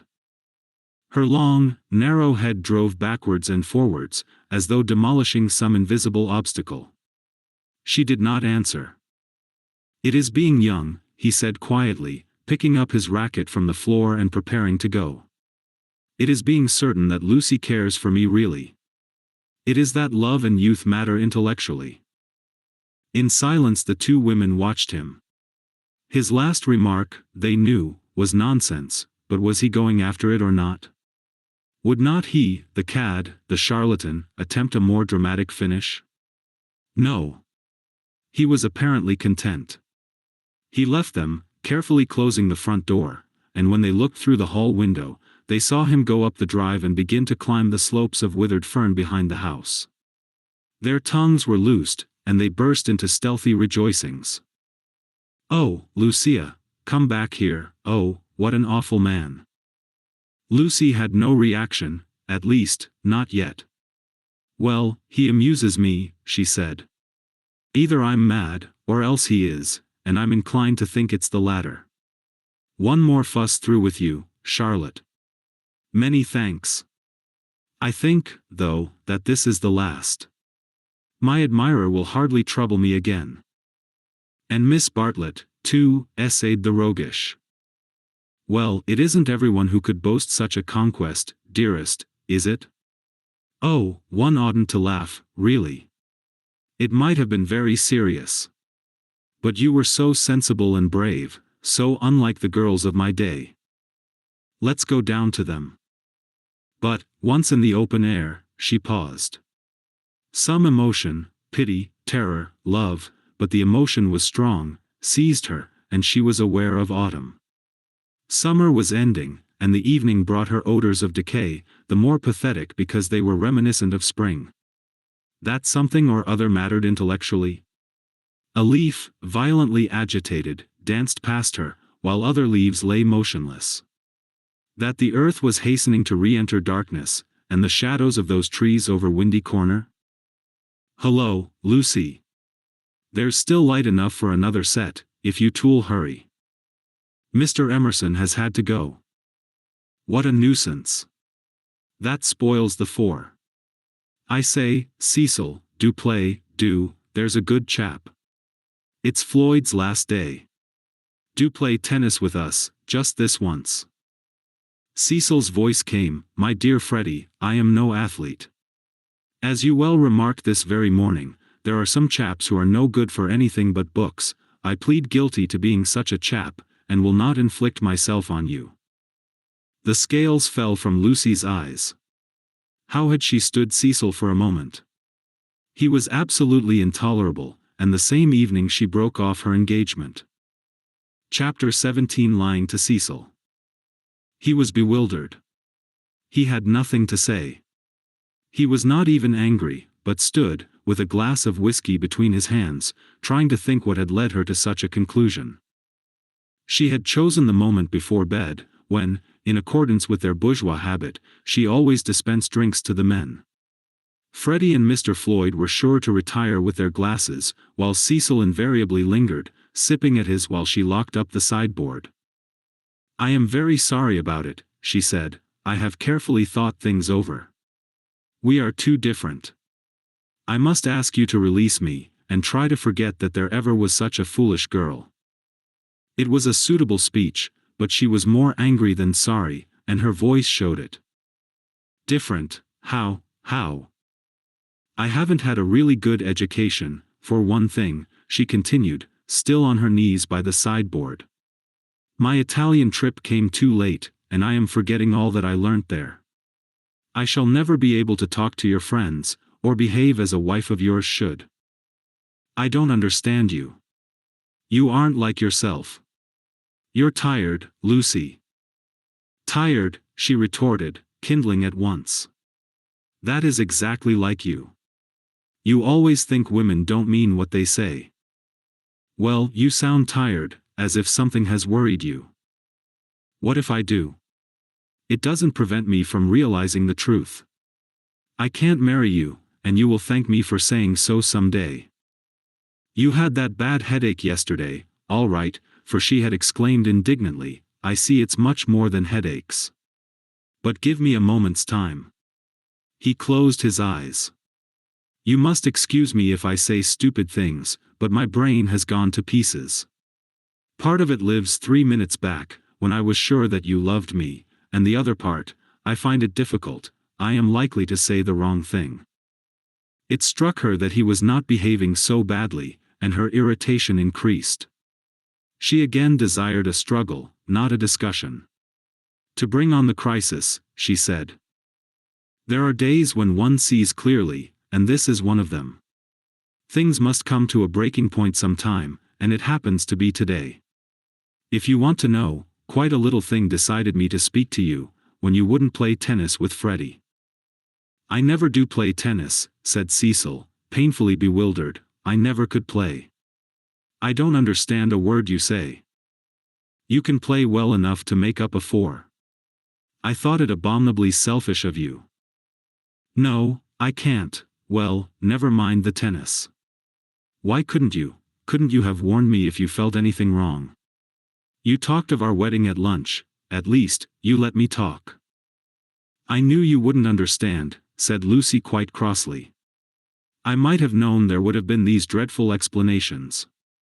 Of course, it isn't the tennis, that was only the last straw to all I have been feeling for weeks. Surely it was better not to speak until I felt certain. She developed this position. Often before I have wondered if I was fitted for your wife, for instance, in London, and are you fitted to be my husband? I don't think so. You don't like Freddie, nor my mother. There was always a lot against our engagement, Cecil, but all our relations seemed pleased, and we met so often, and it was no good mentioning it until, well, until all things came to a point. They have today. I see clearly. I must speak. That's all. I cannot think you were right, said Cecil gently. I cannot tell why, but though all that you say sounds true, I feel that you are not treating me fairly. It's all too horrible. What's the good of a scene? No good. But surely I have a right to hear a little more. He put down his glass and opened the window. From where she knelt, jangling her keys, she could see a slit of darkness, and, peering into it, as if it would tell him that little more, his long, thoughtful face. Don't open the window, and you'd better draw the curtain, too, Freddie or anyone might be outside. He obeyed. I really think we had better go to bed, if you don't mind. I shall only say things that will make me unhappy afterwards. As you say, it is all too horrible, and it is no good talking. But to Cecil, now that he was about to lose her, she seemed each moment more desirable. He looked at her, instead of through her, for the first time since they were engaged. From a Leonardo she had become a living woman, with mysteries and forces of her own, with qualities that even eluded art. His brain recovered from the shock, and, in a burst of genuine devotion, he cried, "But I love you, and I did think you loved me." "I did not," she said. "I thought I did at first. I am sorry, and ought to have refused you this last time, too." He began to walk up and down the room, and she grew more and more vexed at his dignified behavior. She had counted on his being petty.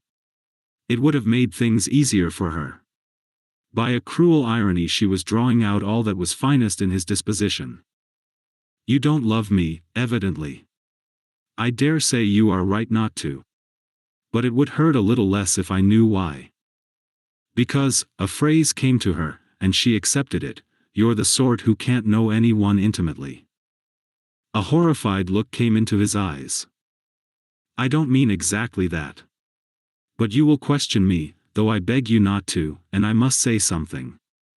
It is that, more or less. When we were only acquaintances, you let me be myself, but now you're always protecting me." Her voice swelled. "I won't be protected. I will choose for myself what is ladylike and right. To shield me is an insult. Can't I be trusted to face the truth, but I must get it secondhand through you? A woman's place. You despise my mother, I know you do, because she's conventional and bothers over puddings, but, oh goodness. She rose to her feet. Conventional, Cecil, you're that, for you may understand beautiful things, but you don't know how to use them, and you wrap yourself up in art and books and music, and would try to wrap up me. I won't be stifled, not by the most glorious music, for people are more glorious, and you hide them from me. That's why I break off my engagement. You were all right as long as you kept to things, but when you came to people, she stopped. There was a pause. Then Cecil said with great emotion, "It is true." "True on the whole," she corrected, full of some vague shame. "True, every word. It is a revelation. It is, Anyhow, those are my reasons for not being your wife." He repeated, "The sort that can know no one intimately. It is true. I fell to pieces the very first day we were engaged. I behaved like a cad to Bibi and to your brother. You are even greater than I thought." She withdrew a step. "I'm not going to worry you. You are far too good to me. I shall never forget your insight, and, dear, I only blame you for this. You might have warned me in the early stages, before you felt you wouldn't marry me, and so have given me a chance to improve. I have never known you till this evening. I have just used you as a peg for my silly notions of what a woman should be. But this evening you are a different person, new thoughts, even a new voice." "What do you mean by a new voice?" she asked, seized with incontrollable anger. "I mean that a new person seems speaking through you," said he. Then she lost her balance. She cried, "If you think I am in love with someone else, you are very much mistaken. Of course I don't think that. You are not that kind, Lucy." "Oh, yes, you do think it. It's your old idea, the idea that has kept Europe back. I mean the idea that women are always thinking of men. If a girl breaks off her engagement, everyone says, 'Oh, she had someone else in her mind, she hopes to get someone else.' It's disgusting, brutal. As if a girl can't break it off for the sake of freedom." He answered reverently, "I may have said that in the past. I shall never say it again. You have taught me better." She began to redden, and pretended to examine the windows again. "Of course, there is no question of someone else in this, no jilting, or any such nauseous stupidity. I beg your pardon most humbly if my words suggested that there was. I only meant that there was a force in you that I hadn't known of up till now." "All right, Cecil, that will do. Don't apologize to me. It was my mistake. It is a question between ideals, yours and mine, pure abstract ideals, and yours are the nobler. I was bound up in the old vicious notions, and all the time you were splendid and new." His voice broke. "I must actually thank you for what you have done, for showing me what I really am. Solemnly, I thank you for showing me a true woman. Will you shake hands?" "Of course I will," said Lucy, twisting up her other hand in the curtains. "Good night, Cecil." "Goodbye." "That's all right. I'm sorry about it. Thank you very much for your gentleness. Let me light your candle, shall I?"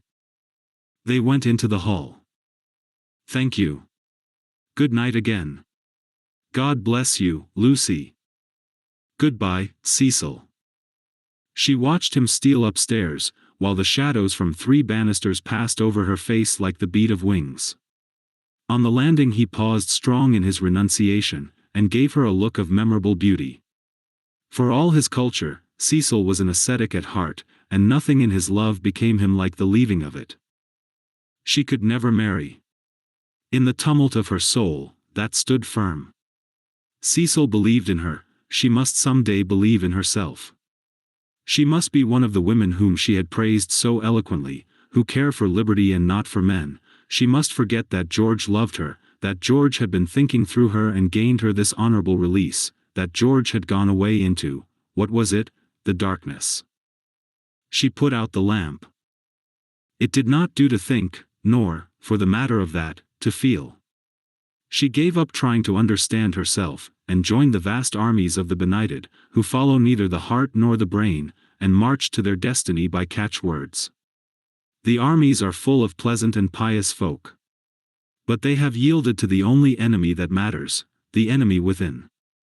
They have sinned against passion and truth, and vain will be their strife after virtue. As the years pass, they are censured. Their pleasantry and their piety show cracks, their wit becomes cynicism, their unselfishness hypocrisy, they feel and produce discomfort wherever they go. They have sinned against Eros and against Pallas Athene, and not by any heavenly intervention, but by the ordinary course of nature, those allied deities will be avenged. Lucy entered this army when she pretended to George that she did not love him, and pretended to Cecil that she loved no one. The night received her, as it had received Miss Bartlett 30 years before. Chapter 18. Lying to Mr. Beebe, Mrs. Honeychurch, Freddie, and the servants. Windy Corner lay, not on the summit of the ridge, but a few hundred feet down the southern slope, at the springing of one of the great buttresses that supported the hill.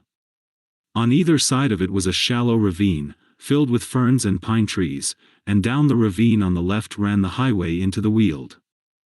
Whenever Mr. Beebe crossed the ridge and caught sight of these noble dispositions of the earth, and, poised in the middle of them, Windy Corner, he laughed. The situation was so glorious, the house so commonplace, not to say impertinent. The late Mr. Honeychurch had affected the cube, because it gave him the most accommodation for his money, and the only addition made by his widow had been a small turret, shaped like a rhinoceros horn, where she could sit in wet weather and watch the carts going up and down the road. So impertinent, and yet the house did, for it was the home of people who loved their surroundings honestly. Other houses in the neighborhood had been built by expensive architects, over others their inmates had fidgeted sedulously, yet all these suggested the accidental, the temporary, while Windy Corner seemed as inevitable as an ugliness of nature's own creation. One might laugh at the house, but one never shuddered. Mr. Beebe was bicycling over this Monday afternoon with a piece of gossip. He had heard from the Miss Allens. These admirable ladies, since they could not go to Sissy Villa, had changed their plans. They were going to Greece instead. "Since Florence did my poor sister so much good," wrote Miss Catherine, "we do not see why we should not try Athens this winter. Of course, Athens is a plunge, and the doctor has ordered her special digestive bread, but, after all, we can take that with us, and it is only getting first into a steamer and then into a train. But is there an English church?" And the letter went on to say, "I do not expect we shall go any further than Athens, but if you knew of a really comfortable pension at Constantinople, we should be so grateful." Lucy would enjoy this letter, and the smile with which Mr. Beebe greeted Windy Corner was partly for her. She would see the fun of it, and some of its beauty, for she must see some beauty. Though she was hopeless about pictures, and though she dressed so unevenly, oh, that cerise frock yesterday at church, she must see some beauty in life, or she could not play the piano as she did. He had a theory that musicians are incredibly complex, and know far less than other artists what they want and what they are, that they puzzle themselves as well as their friends, that their psychology is a modern development, and has not yet been understood. This theory, had he known it, had possibly just been illustrated by facts. Ignorant of the events of yesterday, he was only riding over to get some tea, to see his niece, and to observe whether Miss Honeychurch saw anything beautiful in the desire of two old ladies to visit Athens. A carriage was drawn up outside Windy Corner, and just as he caught sight of the house it started, bowled up the drive, and stopped abruptly when it reached the main road. Therefore it must be the horse, who always expected people to walk up the hill in case they tired him. The door opened obediently, and two men emerged, whom Mr. Beebe recognized as Cecil and Freddie. They were an odd couple to go driving, but he saw a trunk beside the coachman's legs. Cecil, who wore a bowler, must be going away, while Freddie, a cap, was seeing him to the station. They walked rapidly, taking the short cuts, and reached the summit while the carriage was still pursuing the windings of the road. They shook hands with the clergyman, but did not speak. "So you're off for a minute, Mr. Vyse?" he asked. Cecil said, yes, while Freddie edged away. I was coming to show you this delightful letter from those friends of Miss Honeychurch. He quoted from it. Isn't it wonderful? Isn't it romance? Most certainly they will go to Constantinople. They are taken in a snare that cannot fail. They will end by going round the world. Cecil listened civilly, and said he was sure that Lucy would be amused and interested. Isn't romance capricious? I never notice it in you young people. You do nothing but play lawn tennis, and say that romance is dead, while the Miss Allens are struggling with all the weapons of propriety against the terrible thing. A really comfortable pension at Constantinople.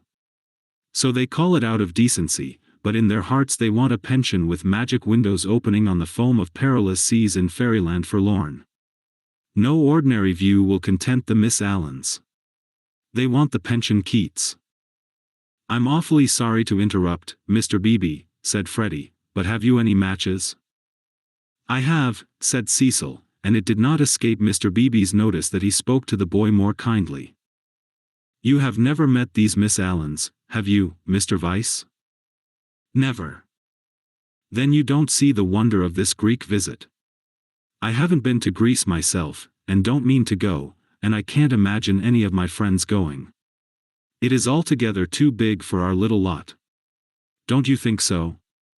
Italy is just about as much as we can manage. Italy is heroic, but Greece is godlike or devilish, I am not sure which, and in either case absolutely out of our suburban focus. All right, Freddie, I am not being clever, upon my word I am not. I took the idea from another fellow, and give me those matches when you've done with them. He lit a cigarette, and went on talking to the two young men. I was saying, if our poor little Cockney lives must have a background, let it be Italian. Big enough in all conscience. The ceiling of the Sistine Chapel for me. There the contrast is just as much as I can realize. But not the Parthenon, not the frieze of Phidias at any price, and here comes the Victoria. You're quite right, said Cecil. Greece is not for our little lot, and he got in. Freddie followed, nodding to the clergyman, whom he trusted not to be pulling one's leg, really. And before they had gone a dozen yards he jumped out, and came running back for Vyse's matchbox, which had not been returned. As he took it, he said, I'm so glad you only talked about books. Cecil's heart hit. Lucy won't marry him. If you'd gone on about her, as you did about them, he might have broken down. But when? Late last night. I must go. Perhaps they won't want me down there. No, go on. Goodbye. Thank goodness, exclaimed Mr. Beebe to himself, and struck the saddle of his bicycle approvingly, it was the one foolish thing she ever did. Oh, what a glorious riddance. And, after a little thought, he negotiated the slope into Windy Corner, light of heart. The house was again as it ought to be, cut off forever from Cecil's pretentious world. He would find Miss Minnie down in the garden. In the drawing-room Lucy was tinkling at a Mozart sonata. He hesitated a moment, but went down the garden as requested. There he found a mournful company. It was a blustering day, and the wind had taken and broken the dahlias. Mrs. Honeychurch, who looked cross, was tying them up, while Miss Bartlett, unsuitably dressed, impeded her with offers of assistance. At a little distance stood Minnie and the garden child, a minute importation, each holding either end of a long piece of base.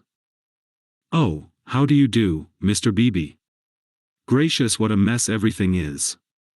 Look at my scarlet pom-poms, and the wind blowing your skirts about, and the ground so hard that not a prop will stick in, and then the carriage having to go out, when I had counted on having Powell, who, give everyone their due, does tie up dahlias properly.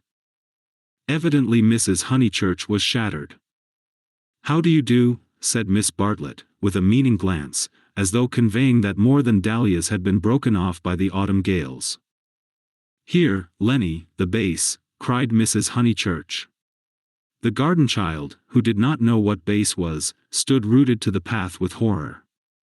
Minnie slipped to her uncle and whispered that everyone was very disagreeable today, and that it was not her fault if dahlia strings would tear long ways instead of across. "Come for a walk with me," he told her. "You have worried them as much as they can stand." "Mrs. Honeychurch, I only called in aimlessly. I shall take her up to tea at the Beehive Tavern, if I may." "Oh, must you?"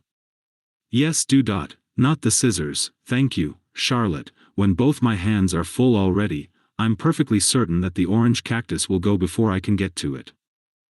Mr. Beebe, who was an adept at relieving situations, invited Miss Bartlett to accompany them to this mild festivity. "Yes, Charlotte, I don't want you, do go, there's nothing to stop about for, either in the house or out of it." Miss Bartlett said that her duty lay in the dahlia bed, but when she had exasperated everyone, except Minnie, by a refusal, she turned round and exasperated Minnie by an acceptance. As they walked up the garden, the orange cactus fell, and Mr. Beebe's last vision was of the garden child clasping it like a lover, his dark head buried in a wealth of blossom. "It is terrible, this havoc among the flowers," he remarked. "It is always terrible when the promise of months is destroyed in a moment," enunciated Miss Bartlett. "Perhaps we ought to send Miss Honeychurch down to her mother. Or will she come with us? I think we had better leave Lucy to herself, and to her own pursuits." "They're angry with Miss Honeychurch because she was late for breakfast," whispered Minnie, "and Floyd has gone, and Mr. Vyse has gone, and Freddie won't play with me. In fact, Uncle Arthur, the house is not at all what it was yesterday." "Don't be a prig," said her Uncle Arthur. "Go and put on your boots." He stepped into the drawing room, where Lucy was still attentively pursuing the sonatas of Mozart. She stopped when he entered. "How do you do? Miss Bartlett and Minnie are coming with me to tea at the Beehive. Would you come too?" "I don't think I will, thank you." "No, I didn't suppose you would care to much." Lucy turned to the piano and struck a few chords. "How delicate those sonatas are," said Mr. Beebe, though at the bottom of his heart, he thought them silly little things. Lucy passed into Schumann. "Miss Honeychurch?" "Yes. I met them on the hill. Your brother told me." "Oh, he did?" She sounded annoyed. Mr. Beebe felt hurt, for he had thought that she would like him to be told. "I needn't say that it will go no further." "Mother, Charlotte, Cecil, Freddie, you," said Lucy, playing a note for each person who knew, and then playing a sixth note. "If you'll let me say so, I am very glad, and I am certain that you have done the right thing. So I hoped other people would think, but they don't seem to." I could see that Miss Bartlett thought it unwise. "So does Mother. Mother minds dreadfully." "I am very sorry for that," said Mr. Beebe with feeling. Mrs. Honeychurch, who hated all changes, did mind, but not nearly as much as her daughter pretended, and only for the minute. It was really a ruse of Lucy's to justify her despondency, a ruse of which she was not herself conscious, for she was marching in the armies of darkness. And Freddie minds. Still, Freddie never hit it off with Vyse much, did he? I gathered that he disliked the engagement, and felt it might separate him from you. Boys are so odd. Minnie could be heard arguing with Miss Bartlett through the floor. Tea at the Beehive apparently involved a complete change of apparel. Mr. Beebe saw that Lucy, very properly, did not wish to discuss her action, so after a sincere expression of sympathy, he said, "I have had an absurd letter from Miss Allen. That was really what brought me over. I thought it might amuse you all." "How delightful," said Lucy, in a dull voice. For the sake of something to do, he began to read her the letter. After a few words her eyes grew alert, and soon she interrupted him with, "Going abroad? When do they start?" "Next week, I gather." "Did Freddie say whether he was driving straight back?" "No, he didn't. Because I do hope he won't go gossiping." So she did want to talk about her broken engagement. Always complaisant, he put the letter away. But she, at once exclaimed in a high voice, "Oh, do tell me more about the Miss Allens. How perfectly splendid of them to go abroad.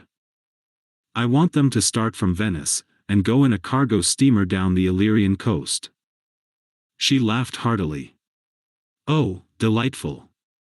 I wish they'd take me. Has Italy filled you with the fever of travel?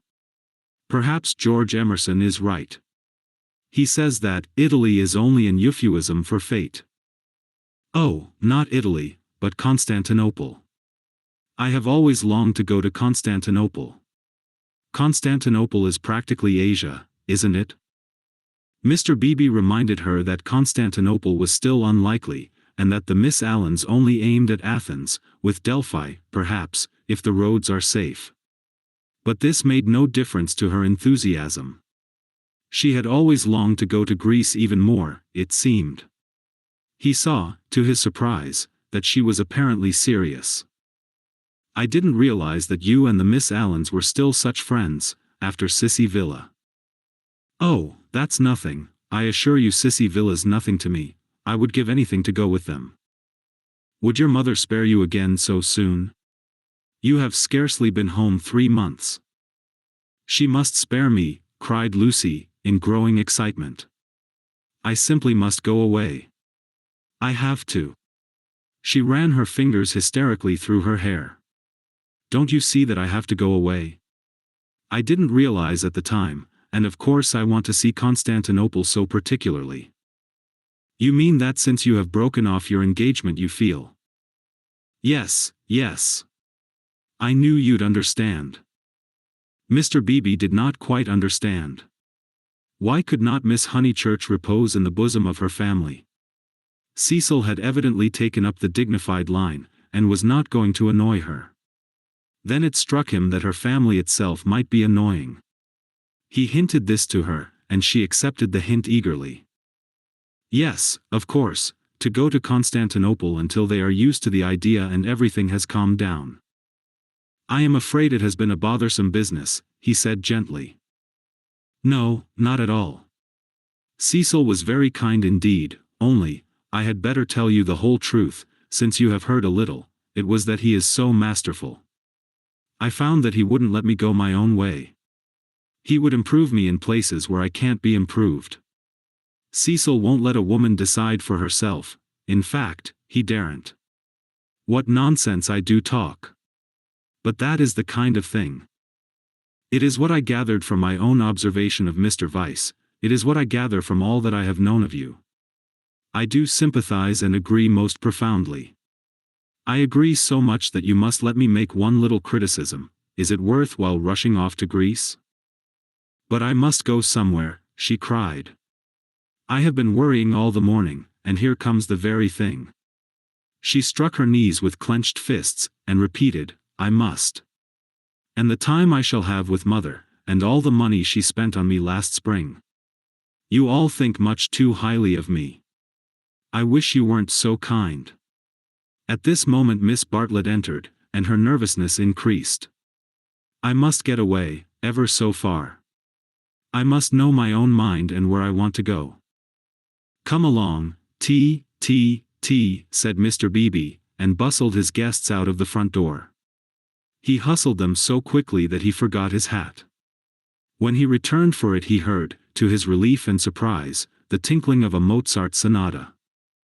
She is playing again, he said to Miss Bartlett. Lucy can always play, was the acid reply. One is very thankful that she has such a resource. She is evidently much worried, as, of course, she ought to be. I know all about it. The marriage was so near that it must have been a hard struggle before she could wind herself up to speak. Miss Bartlett gave a kind of wriggle, and he prepared for a discussion. He had never fathomed Miss Bartlett. As he had put it to himself at Florence, she might yet reveal depths of strangeness, if not of meaning. But she was so unsympathetic that she must be reliable. He assumed that much, and he had no hesitation in discussing Lucy with her. Minnie was fortunately collecting ferns. She opened the discussion with, "We had much better let the matter drop. I wonder. It is of the highest importance that there should be no gossip in Summer Street. It would be death to gossip about Mr. Vyse's dismissal at the present moment. Mr. Beebe raised his eyebrows. Death is a strong word, surely too strong. There was no question of tragedy. He said, "Of course, Miss Honeychurch will make the fact public in her own way, and when she chooses. Freddie only told me because he knew she would not mind." "I know," said Miss Bartlett civilly. "Yet Freddie ought not to have told even you. One cannot be too careful." "Quite so. I do implore absolute secrecy. A chance word to a chattering friend, Anne." "Exactly." He was used to these nervous old maids and to the exaggerated importance that they attached to words. A rector lives in a web of petty secrets, and confidences, and warnings, and the wiser he is the less he will regard them. He will change the subject, as did Mr. Beebe, saying cheerfully, "Have you heard from any Bertolini people lately? I believe you keep up with Miss Lavish. It is odd how we of that pension, who seemed such a fortuitous collection, have been working into one another's lives. 2, 3, 4, 6 of us, no, 8, I had forgotten the Emersons, have kept more or less in touch. We must really give the Signora a testimonial." And, Miss Bartlett not favoring the scheme, they walked up the hill in a silence which was only broken by the rector naming some fern. On the summit they paused. The sky had grown wilder since he stood there last hour, giving to the land a tragic greatness that is rare in Surrey. Grey clouds were charging across tissues of white, which stretched and shredded and tore slowly, until through their final layers there gleamed a hint of the disappearing blue. Summer was retreating. The wind roared, the trees groaned, yet the noise seemed insufficient for those vast operations in heaven. The weather was breaking up, broken, and it is a sense of the fit rather than of the supernatural that equips such crises with the salvos of angelic artillery. Mr. Beebe's eyes rested on Windy Corner, where Lucy sat, practicing Mozart. No smile came to his lips, and, changing the subject again, he said, "We shan't have rain, but we shall have darkness, so let us hurry on." The darkness last night was appalling. They reached the Beehive Tavern at about 5 o'clock. That amiable hostelry possesses a veranda, in which the young and the unwise do dearly love to sit, while guests of more mature years seek a pleasant sanded room, and have tea at a table comfortably. Mr. Beebe saw that Miss Bartlett would be cold if she sat out, and that Minnie would be dull if she sat in, so he proposed a division of forces. They would hand the child her food through the window. Thus he was incidentally enabled to discuss the fortunes of Lucy. "I have been thinking, Miss Bartlett," he said, "and, unless you very much object, I would like to reopen that discussion." She bowed. "Nothing about the past. I know little and care less about that. I am absolutely certain that it is to your cousin's credit. She has acted loftily and rightly, and it is like her gentle modesty to say that we think too highly of her. But the future? Seriously, what do you think of this Greek plan?" He pulled out the letter again. "I don't know whether you overheard, but she wants to join the Miss Allens in their mad career. It's all, I can't explain, it's wrong." Miss Bartlett read the letter in silence, laid it down, seemed to hesitate, and then read it again. "I can't see the point of it myself." To his astonishment, she replied, "There I cannot agree with you. In it I spy Lucy's salvation." "Really? Now, why?" "She wanted to leave Windy Corner." "I know, but it seems so odd, so unlike her, so, I was going to say, selfish. It is natural, surely, after such painful scenes, that she should desire a change." Here, apparently, was one of those points that the male intellect misses. Mr. Beebe exclaimed, "So she says herself, and since another lady agrees with her, I must own that I am partially convinced. Perhaps she must have a change. I have no sisters and I don't understand these things. But why need she go as far as Greece?" "You may well ask that," replied Miss Bartlett, who was evidently interested, and had almost dropped her evasive manner. "Why Greece? What is it, Minnie dear, jam. Why not Tunbridge Wells? Oh, Mr. Beebe. I had a long and most unsatisfactory interview with dear Lucy this morning.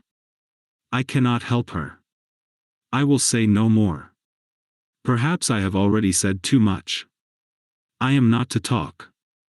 I wanted her to spend 6 months with me at Tunbridge Wells, and she refused.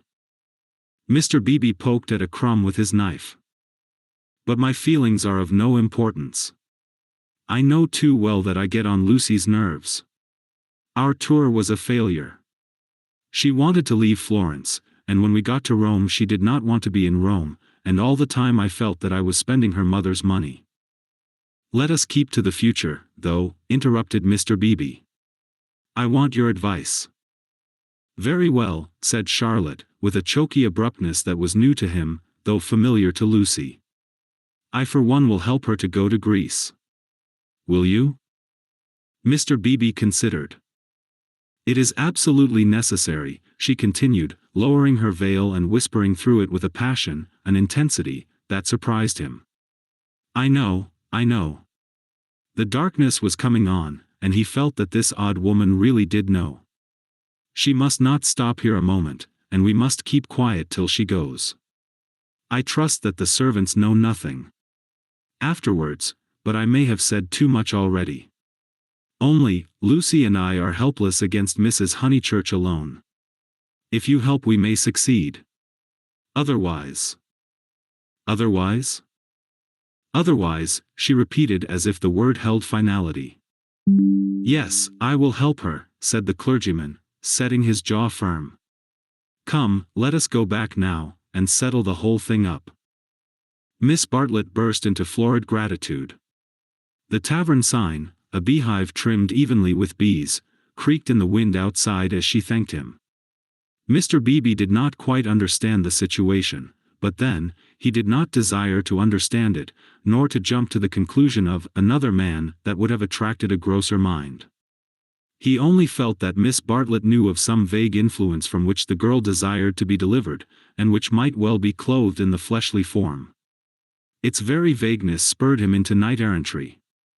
His belief in celibacy, so reticent, so carefully concealed beneath his tolerance and culture, now came to the surface and expanded like some delicate flower.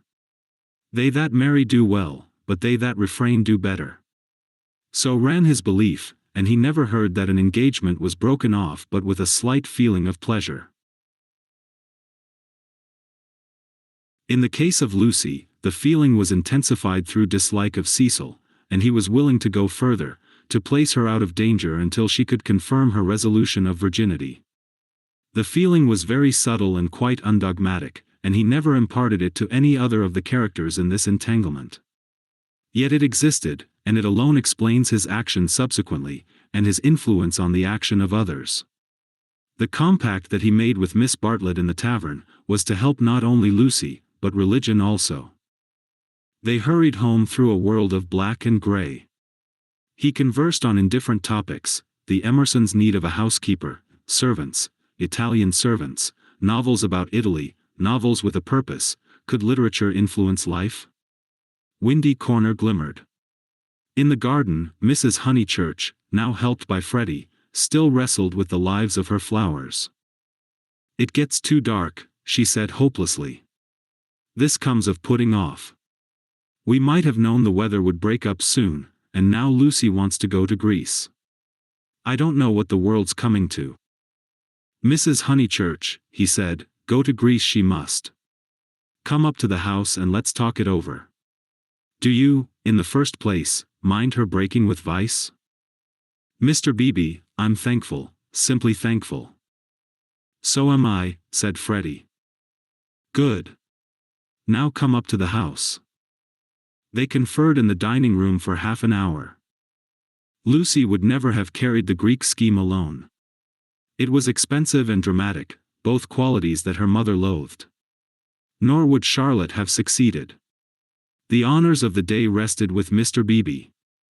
By his tact and common sense, and by his influence as a clergyman, for a clergyman who was not a fool influenced Mrs. Honeychurch greatly, he bent her to their purpose. I don't see why Greece is necessary, she said, but as you do, I suppose it is all right. It must be something I can't understand. Lucy. Let's tell her. Lucy. She is playing the piano, Mr. Beebe said. He opened the door, and heard the words of a song. Look not thou on beauty's charming. I didn't know that Miss Honeychurch sang, too. Sit thou still when kings are arming, taste not when the wine-cup glistens. It's a song that Cecil gave her. How odd girls are. What's that? Called Lucy, stopping short. All right, dear, said Mrs. Honeychurch kindly. She went into the drawing room, and Mr. Beebe heard her kiss Lucy and say, I am sorry I was so cross about Greece, but it came on the top of the dahlias. Rather a hard voice said, Thank you, mother, that doesn't matter a bit. And you are right, too, Greece will be all right, you can go if the Miss Allens will have you. Oh, splendid. Oh, thank you. Mr. Beebe followed. Lucy still sat at the piano with her hands over the keys. She was glad, but he had expected greater gladness. Her mother bent over her. Freddie, to whom she had been singing, reclined on the floor with his head against her, and an unlit pipe between his lips. Oddly enough, the group was beautiful. Mr. Beebe, who loved the art of the past, was reminded of a favorite theme, the Santa Conversazione, in which people who care for one another are painted chatting together about noble things, a theme neither sensual nor sensational, and therefore ignored by the art of today. Why should Lucy want either to marry or to travel when she had such friends at home? Taste not when the wine-cup glistens, speak not when the people listens. She continued. Here's Mr. Beebe. Mr. Beebe knows my rude ways. It's a beautiful song and a wise one, said he. Go on. It isn't very good, she said listlessly. I forget why, harmony or something. I suspected it was unscholarly. It's so beautiful. The tune's right enough, said Freddie, but the words are rotten. Why throw up the sponge? How stupidly you talk, said his sister. The Santa Conversazione was broken up. After all, there was no reason that Lucy should talk about Greece or thank him for persuading her mother, so he said goodbye. Freddie lit his bicycle lamp for him in the porch, and with his usual felicity of phrase, said, This has been a day and a half. Stop thine ear against the singer. Wait a minute, she is finishing. From the red gold keep thy finger, vacant heart and hand and I easy live and quiet die. I love weather like this, said Freddie. Mr. Beebe passed into it. The two main facts were clear. She had behaved splendidly, and he had helped her. He could not expect to master the details of so big a change in a girl's life. If here and there he was dissatisfied or puzzled, he must acquiesce, she was choosing the better part. Vacant heart and hand and eye. Perhaps the song stated the better part rather too strongly. He half fancied that the soaring accompaniment, which he did not lose in the shout of the gale, really agreed with Freddie, and was gently criticizing the words that it adorned. Vacant heart and hand and I easy live and quiet die. However, for the fourth time Windy Corner lay poised below him, now as a beacon in the roaring tides of darkness. Chapter 19 Lying to Mr. Emerson. The Miss Allens were found in their beloved Temperance Hotel near Bloomsbury, a clean, airless establishment much patronized by provincial England. They always perched there before crossing the great seas, and for a week or two would fidget gently over clothes, guidebooks, Mackintosh squares, digestive bread, and other continental necessaries. That there are shops abroad, even in Athens, never occurred to them, for they regarded travel as a species of warfare, only to be undertaken by those who have been fully armed at the Haymarket stores. Miss Honeychurch, they trusted, would take care to equip herself duly. Quinine could now be obtained in tabloids, paper soap was a great help towards freshening up one's face in the train. Lucy promised, a little depressed. But, of course, you know all about these things, and you have Mr. Vyse to help you. A gentleman is such a stand-by. Mrs. Honeychurch, who had come up to town with her daughter, began to drum nervously upon her card case. "We think it's so good of Mr. Vyse to spare you," Miss Catherine continued. "It is not every young man who would be so unselfish. But perhaps he will come out and join you later on." "Or does his work keep him in London?" said Miss Teresa, the more acute and less kindly of the two sisters. "However, we shall see him when he sees you off." "I do so long to see him." "No one will see Lucy off," interposed Mrs. Honeychurch. "She doesn't like it."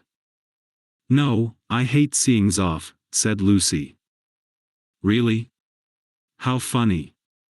I should have thought that in this case." "Oh, Mrs. Honeychurch, you aren't going? It is such a pleasure to have met you." They escaped, and Lucy said with relief, "That's all right. We just got through that time." But her mother was annoyed. "I should be told, dear, that I am unsympathetic. But I cannot see why you didn't tell your friends about Cecil and be done with it. There all the time we had to sit fencing, and almost telling lies, and be seen through, too, I dare say, which is most unpleasant." Lucy had plenty to say in reply. She described the Miss Allens' character. They were such gossips, and if one told them, the news would be everywhere in no time. "But why shouldn't it be everywhere in no time?" "Because I settled with Cecil not to announce it until I left England. I shall tell them then. It's much pleasanter. How wet it is. Let's turn in here." Here was the British Museum. Mrs. Honeychurch refused. If they must take shelter, let it be in a shop. Lucy felt contemptuous, for she was on the tack of caring for Greek sculpture, and had already borrowed a mythical dictionary from Mr. Beebe to get up the names of the goddesses and gods. "Oh, well, let it be shop, then. Let's go to Moody's. I'll buy a guidebook. You know, Lucy, you and Charlotte and Mr. Beebe all tell me I'm so stupid, so I suppose I am, but I shall never understand this whole Corner work. You've got rid of Cecil, well and good, and I'm thankful he's gone, though I did feel angry for the minute. But why not announce it? Why this hushing up and tiptoeing? It's only for a few days. But why at all?"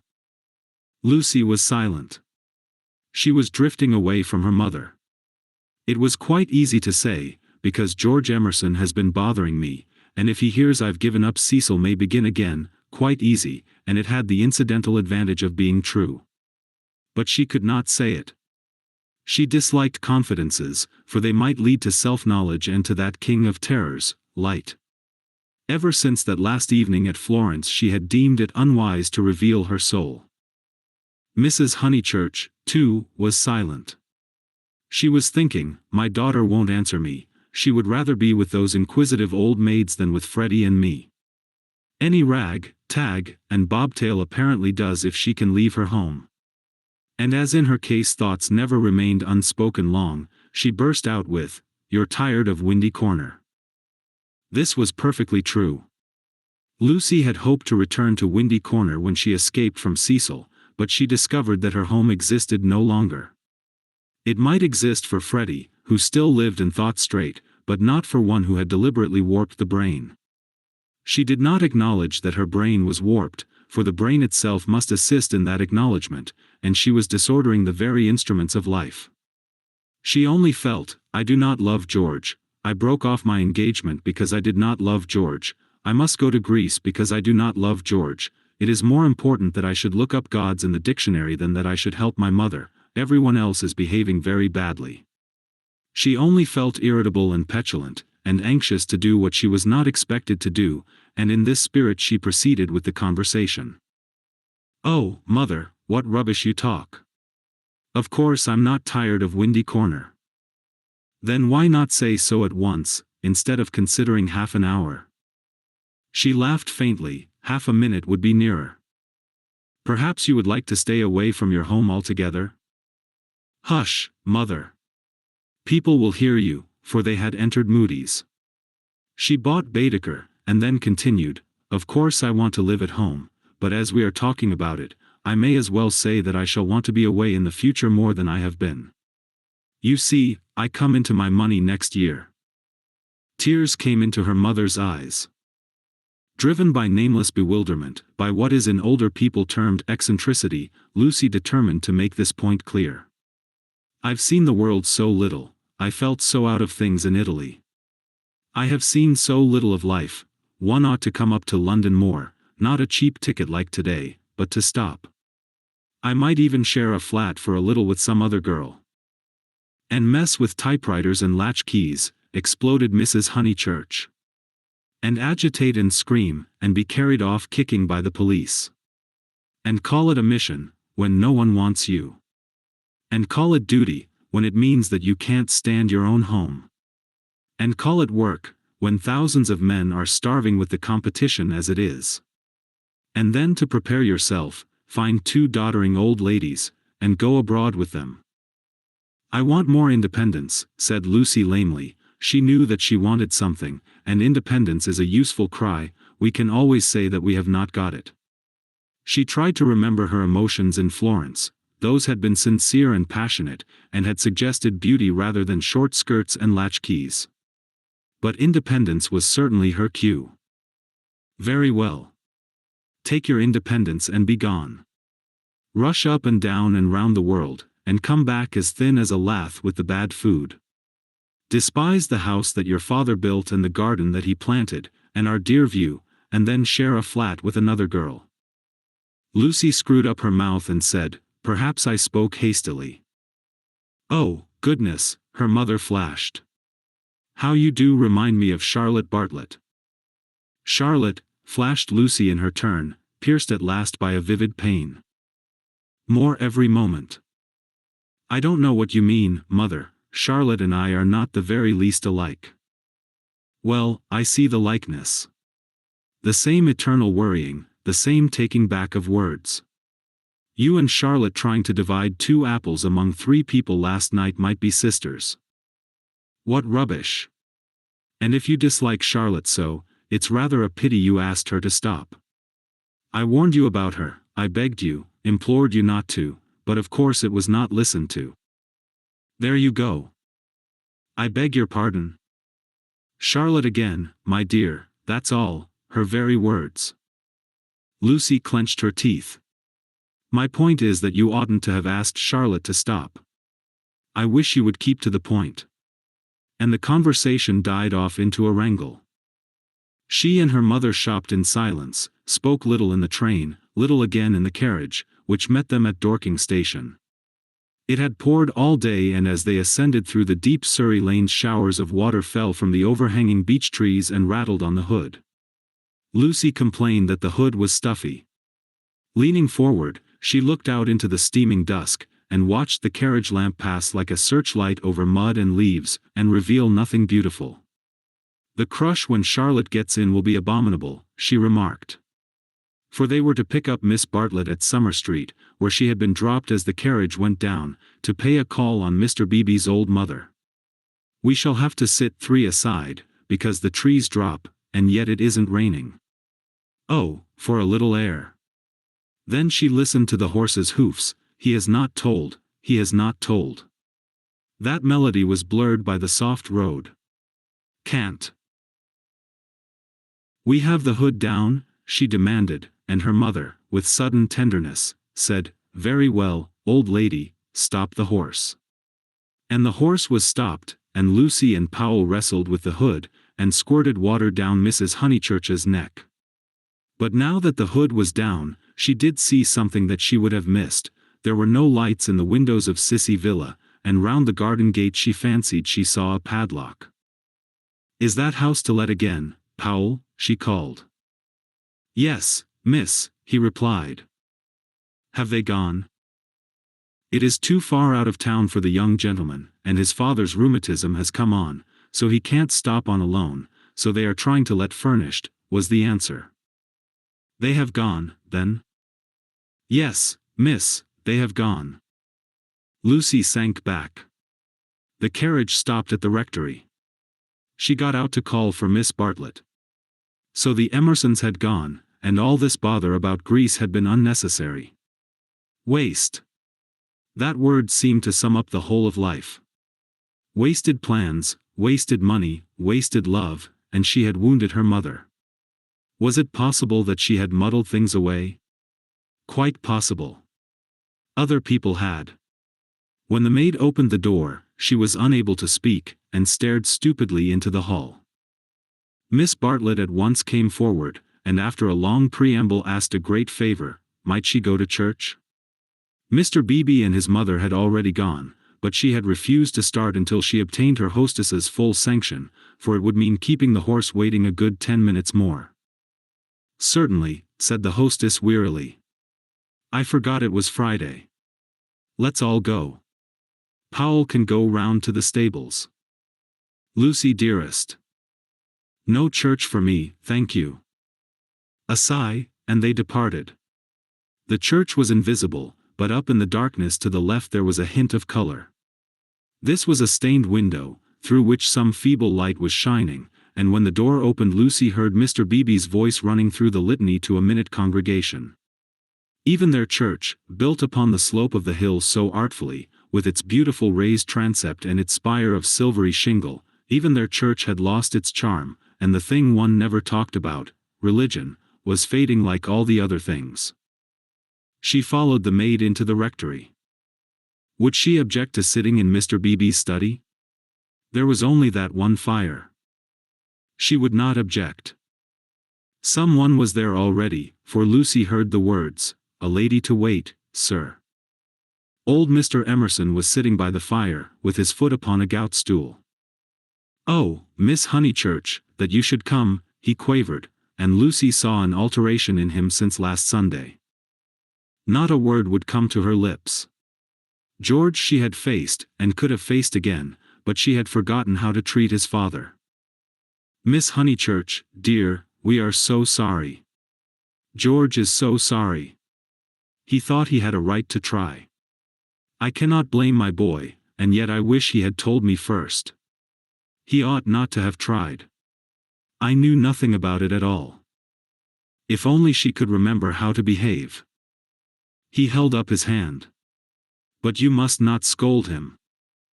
Lucy turned her back, and began to look at Mr. Beebe's books.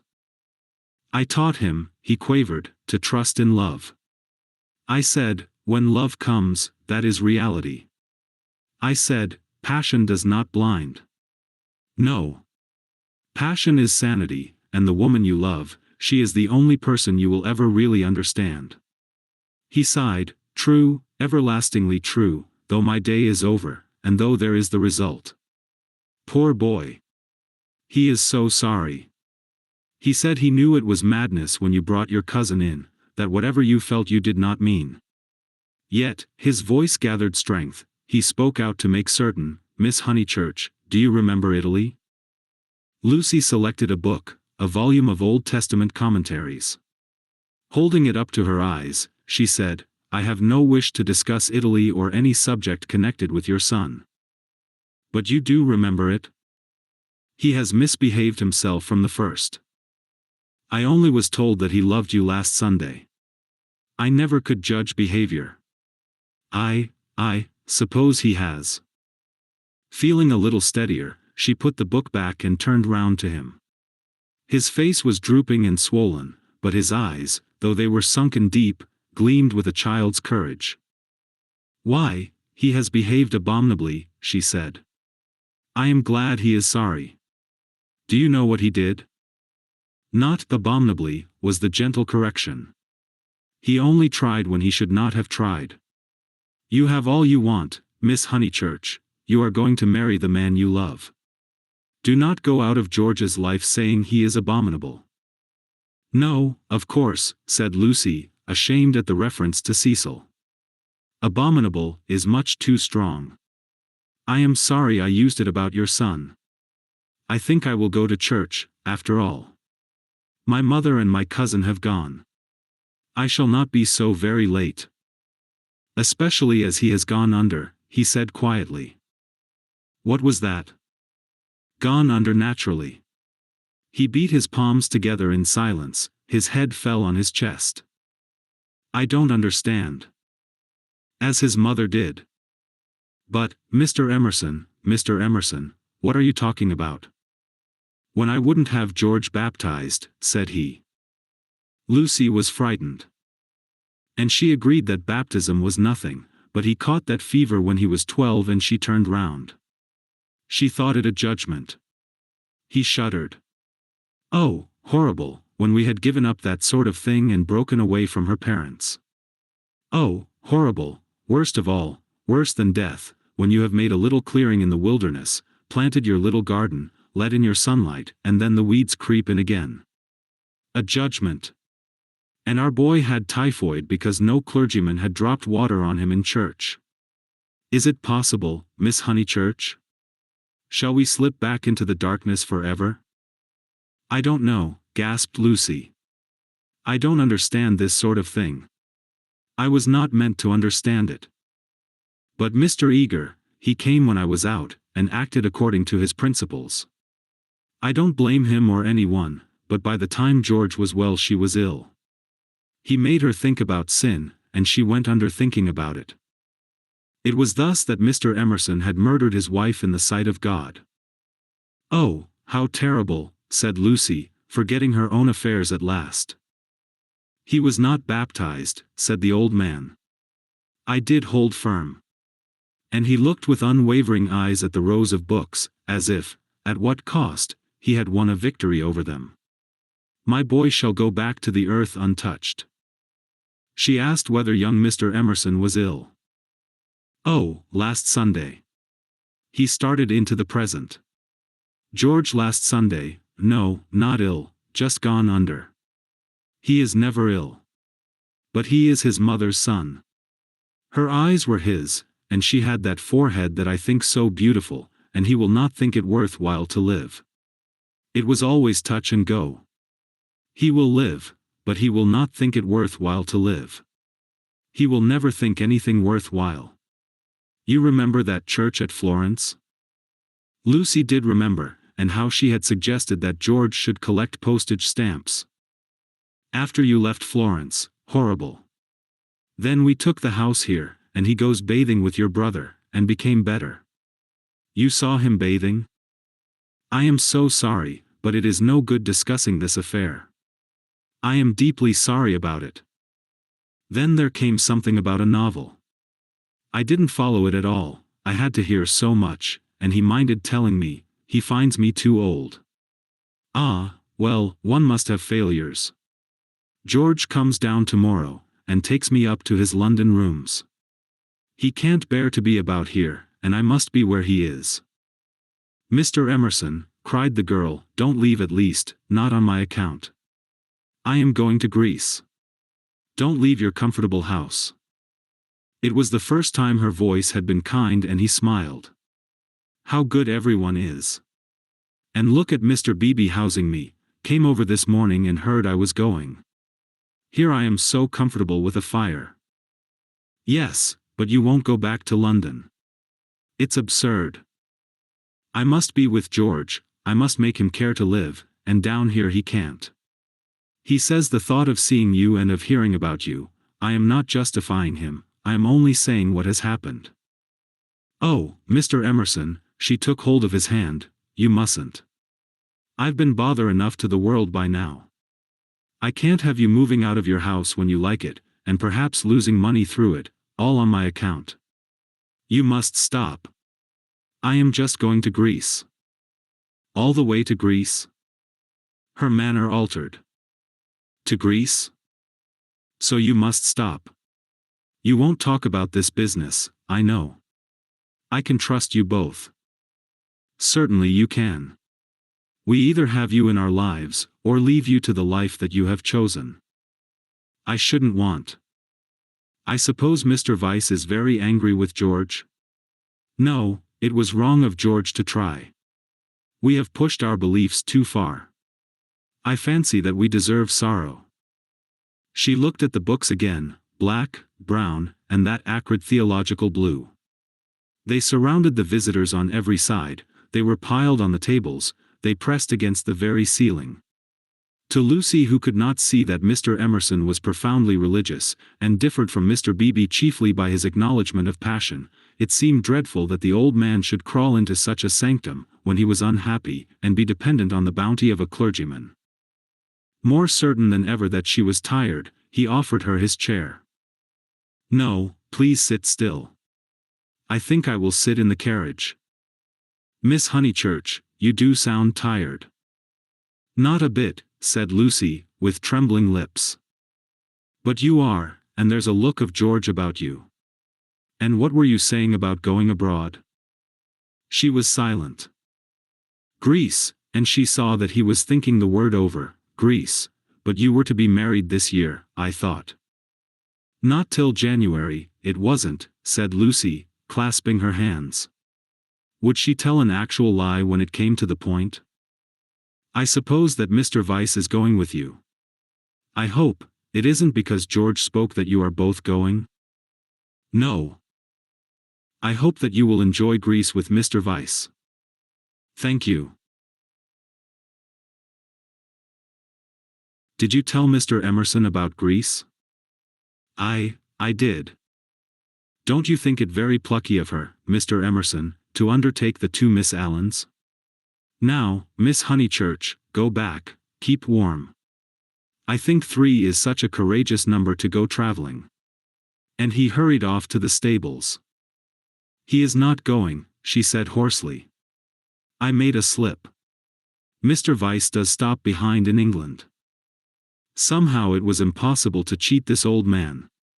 To George, to Cecil, she would have lied again, but he seemed so near the end of things, so dignified in his approach to the gulf, of which he gave one account, and the books that surrounded him another, so mild to the rough paths that he had traversed, that the true chivalry, not the worn-out chivalry of sex, but the true chivalry that all the young may show to all the old, awoke in her, and, at whatever risk, she told him that Cecil was not her companion to Greece. And she spoke so seriously that the risk became a certainty, and he, lifting his eyes, said, "You are leaving him? You are leaving the man you love?" I had to." "Why, Miss Honeychurch, why?" Terror came over her, and she lied again. She made the long, convincing speech that she had made to Mr. Beebe, and intended to make to the world when she announced that her engagement was no more. He heard her in silence, and then said, "My dear, I am worried about you. It seems to me," dreamily, she was not alarmed, "that you are in a muddle." She shook her head. "Take an old man's word, there's nothing worse than a muddle in all the world. It is easy to face death and fate, and the things that sound so dreadful. It is on my muddles that I look back with horror, on the things that I might have avoided. We can help one another but little. I used to think I could teach young people the whole of life, but I know better now, and all my teaching of George has come down to this: beware of muddle. Do you remember in that church, when you pretended to be annoyed with me and weren't? Do you remember before, when you refused the room with the view? Those were muddles, little, but ominous, and I am fearing that you are in one now." She was silent. "Don't trust me, Miss Honeychurch. Though life is very glorious, it is difficult." She was still silent. "Life," wrote a friend of mine, "is a public performance on the violin, in which you must learn the instrument as you go along." I think he puts it well. Man has to pick up the use of his functions as he goes along, especially the function of love. Then he burst out excitedly, "That's it, that's what I mean. You love George." And after his long preamble, the 3 words burst against Lucy like waves from the open sea. "But you do," he went on, not waiting for contradiction. "You love the boy body and soul, plainly, directly, as he loves you, and no other word expresses it. You won't marry the other man for his sake." "How dare you?" gasped Lucy, with the roaring of waters in her ears. "Oh, how like a man, I mean, to suppose that a woman is always thinking about a man." "But you are."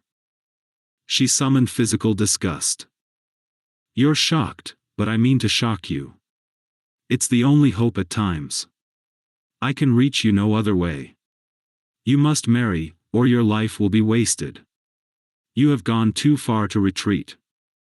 I have no time for the tenderness, and the comradeship, and the poetry, and the things that really matter, and for which you marry.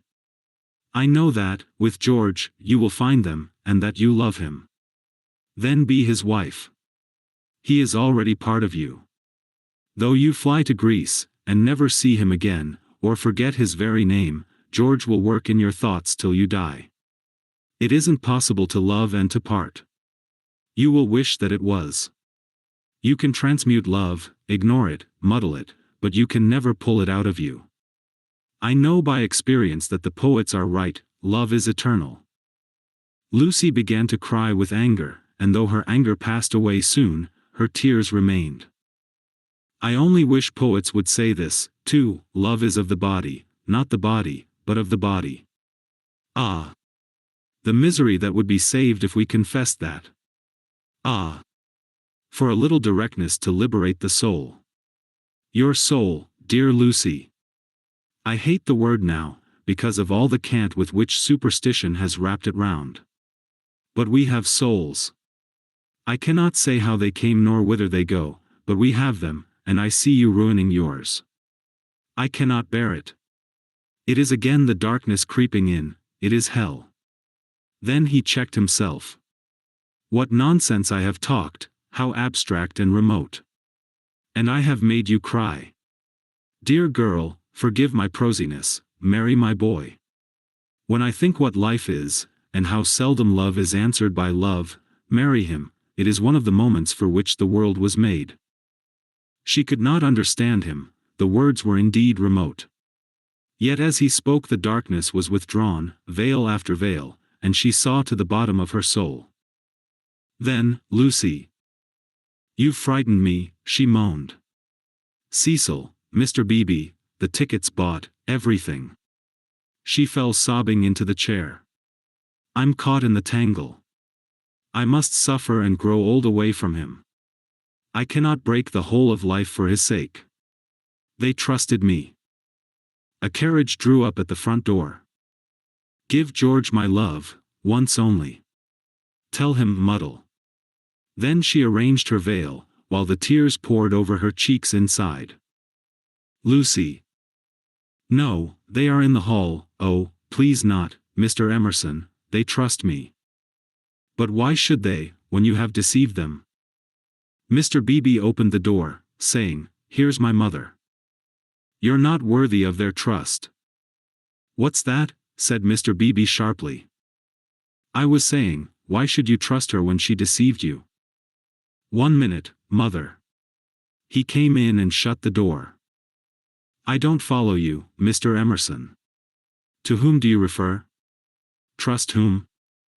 I mean she has pretended to you that she did not love George. They have loved one another all along. Mr. Beebe looked at the sobbing girl.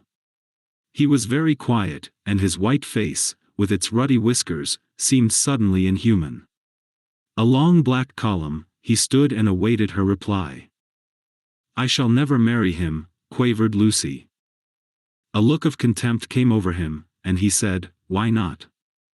Mr. Beebe, I have misled you, I have misled myself. Oh, rubbish, Miss Honeychurch. It is not rubbish, said the old man hotly. It's the part of people that you don't understand. Mr. Beebe laid his hand on the old man's shoulder pleasantly. Lucy. Lucy, called voices from the carriage. Mr. Beebe, could you help me? He looked amazed at the request, and said in a low, stern voice, I am more grieved than I can possibly express.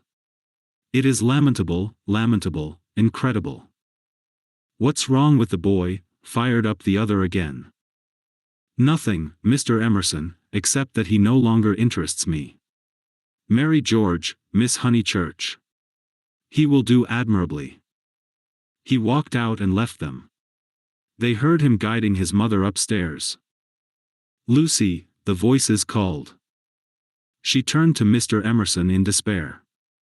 But his face revived her. It was the face of a saint who understood. Now it is all dark. Now beauty and passion seem never to have existed. I know. But remember the mountains over Florence and the view. Ah, dear, if I were George, and gave you one kiss, it would make you brave. You have to go cold into a battle that needs warmth, out into the muddle that you have made yourself, and your mother and all your friends will despise you, oh, my darling, and rightly, if it is ever right to despise. George still dark, all the tussle and the misery without a word from him. Am I justified? Into his own eyes tears came. Yes, for we fight for more than love or pleasure, there is truth. Truth counts, truth does count. You kiss me, said the girl. You kiss me. I will try. He gave her a sense of deities reconciled, a feeling that, in gaining the man she loved, she would gain something for the whole world. Throughout the squalor of her homeward drive, she spoke at once, his salutation remained.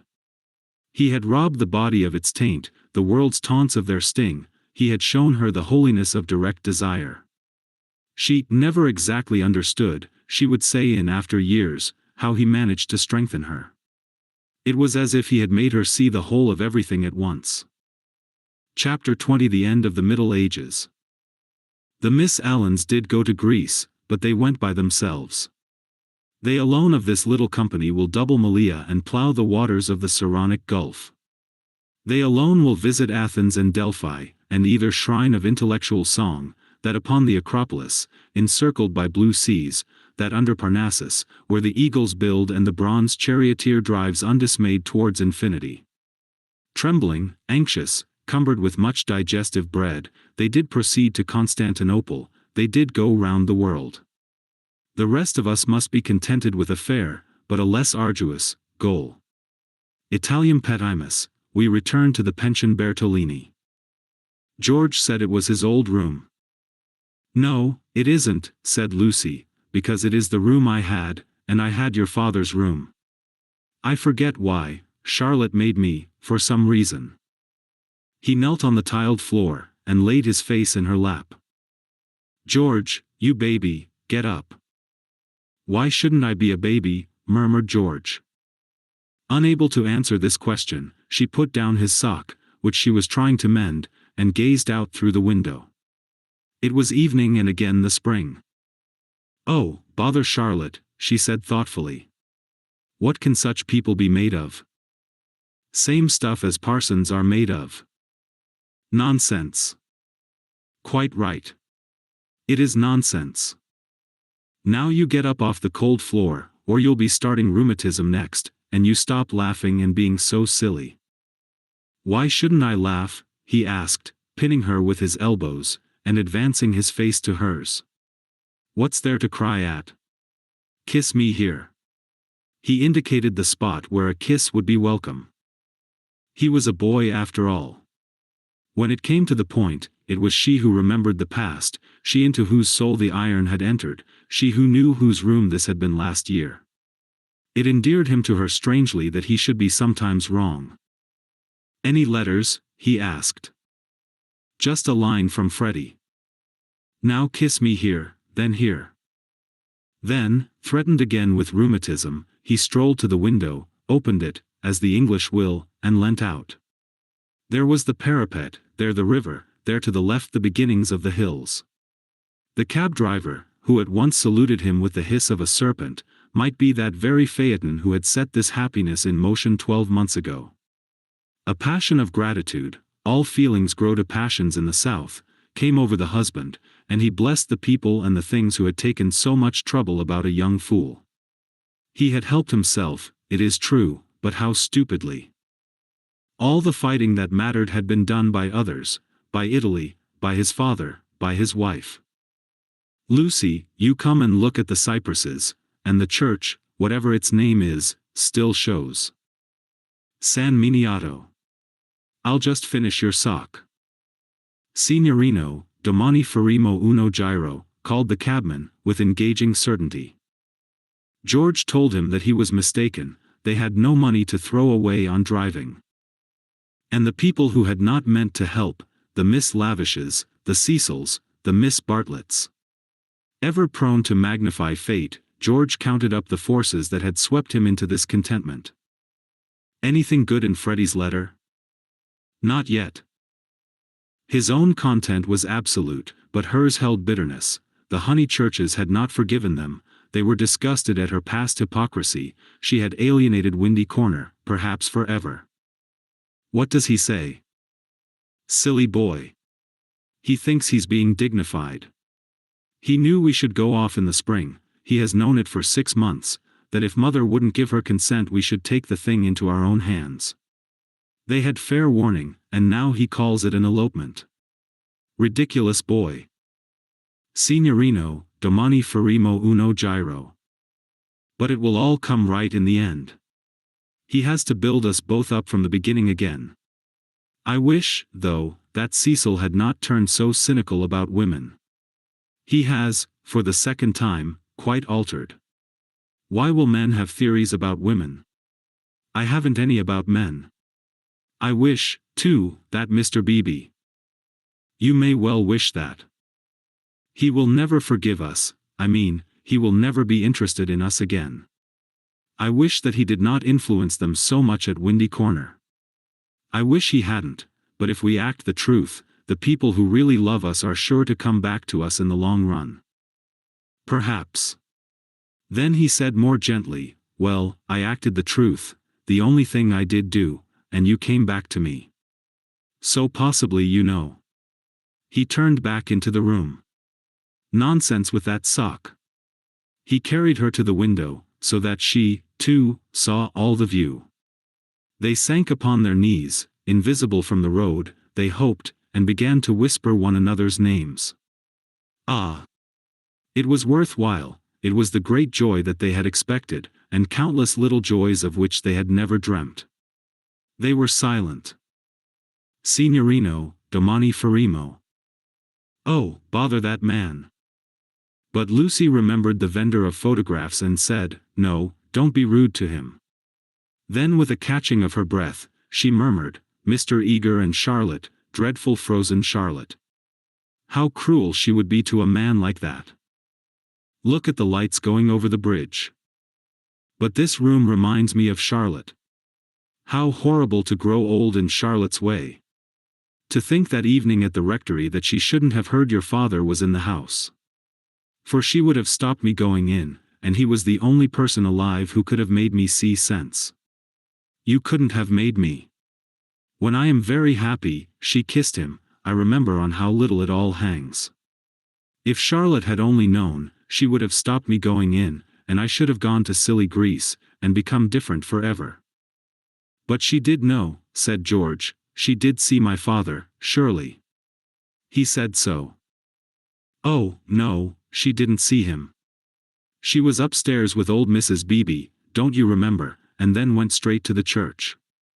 She said so. George was obstinate again. My father, said he, saw her, and I prefer his word. He was dozing by the study fire, and he opened his eyes, and there was Miss Bartlett. A few minutes before you came in. She was turning to go as he woke up. He didn't speak to her. Then they spoke of other things, the desultory talk of those who have been fighting to reach one another, and whose reward is to rest quietly in each other's arms. It was long ere they returned to Miss Bartlett, but when they did her behavior seemed more interesting. George, who disliked any darkness, said, it's clear that she knew. Then, why did she risk the meeting? She knew he was there, and yet she went to church. They tried to piece the thing together. As they talked, an incredible solution came into Lucy's mind. She rejected it, and said, how like Charlotte to undo her work by a feeble muddle at the last moment. But something in the dying evening, in the roar of the river, in their very embrace warned them that her words fell short of life, and George whispered, or did she mean it? Mean what? Signorino, domani faremo uno giro. Lucy bent forward and said with gentleness, lascia, prego, lascia. Siamo sposati. Scusi tanto, signora, he replied in tones as gentle and whipped up his horse. Buona sera, e grazie. Niente. The cabman drove away singing. Mean what, George? He whispered, is it this? Is this possible? I'll put a marvel to you. That your cousin has always hoped. That from the very first moment we met, she hoped, far down in her mind, that we should be like this, of course, very far down. That she fought us on the surface, and yet she hoped. I can't explain her any other way. Can you? Look how she kept me alive in you all the summer, how she gave you no peace, how month after month she became more eccentric and unreliable. The sight of us haunted her, or she couldn't have described us as she did to her friend. There are details, it burnt. I read the book afterwards. She is not frozen, Lucy, she is not withered up all through. She tore us apart twice, but in the rectory that evening she was given one more chance to make us happy. We can never make friends with her or thank her. But I do believe that, far down in her heart, far below all speech and behavior, she is glad. It is impossible, murmured Lucy, and then, remembering the experiences of her own heart, she said, no, it is just possible. Youth enwrapped them, the song of Phaeton announced passion requited, love attained. But they were conscious of a love more mysterious than this. The song died away, they heard the river, bearing down the snows of winter into the Mediterranean.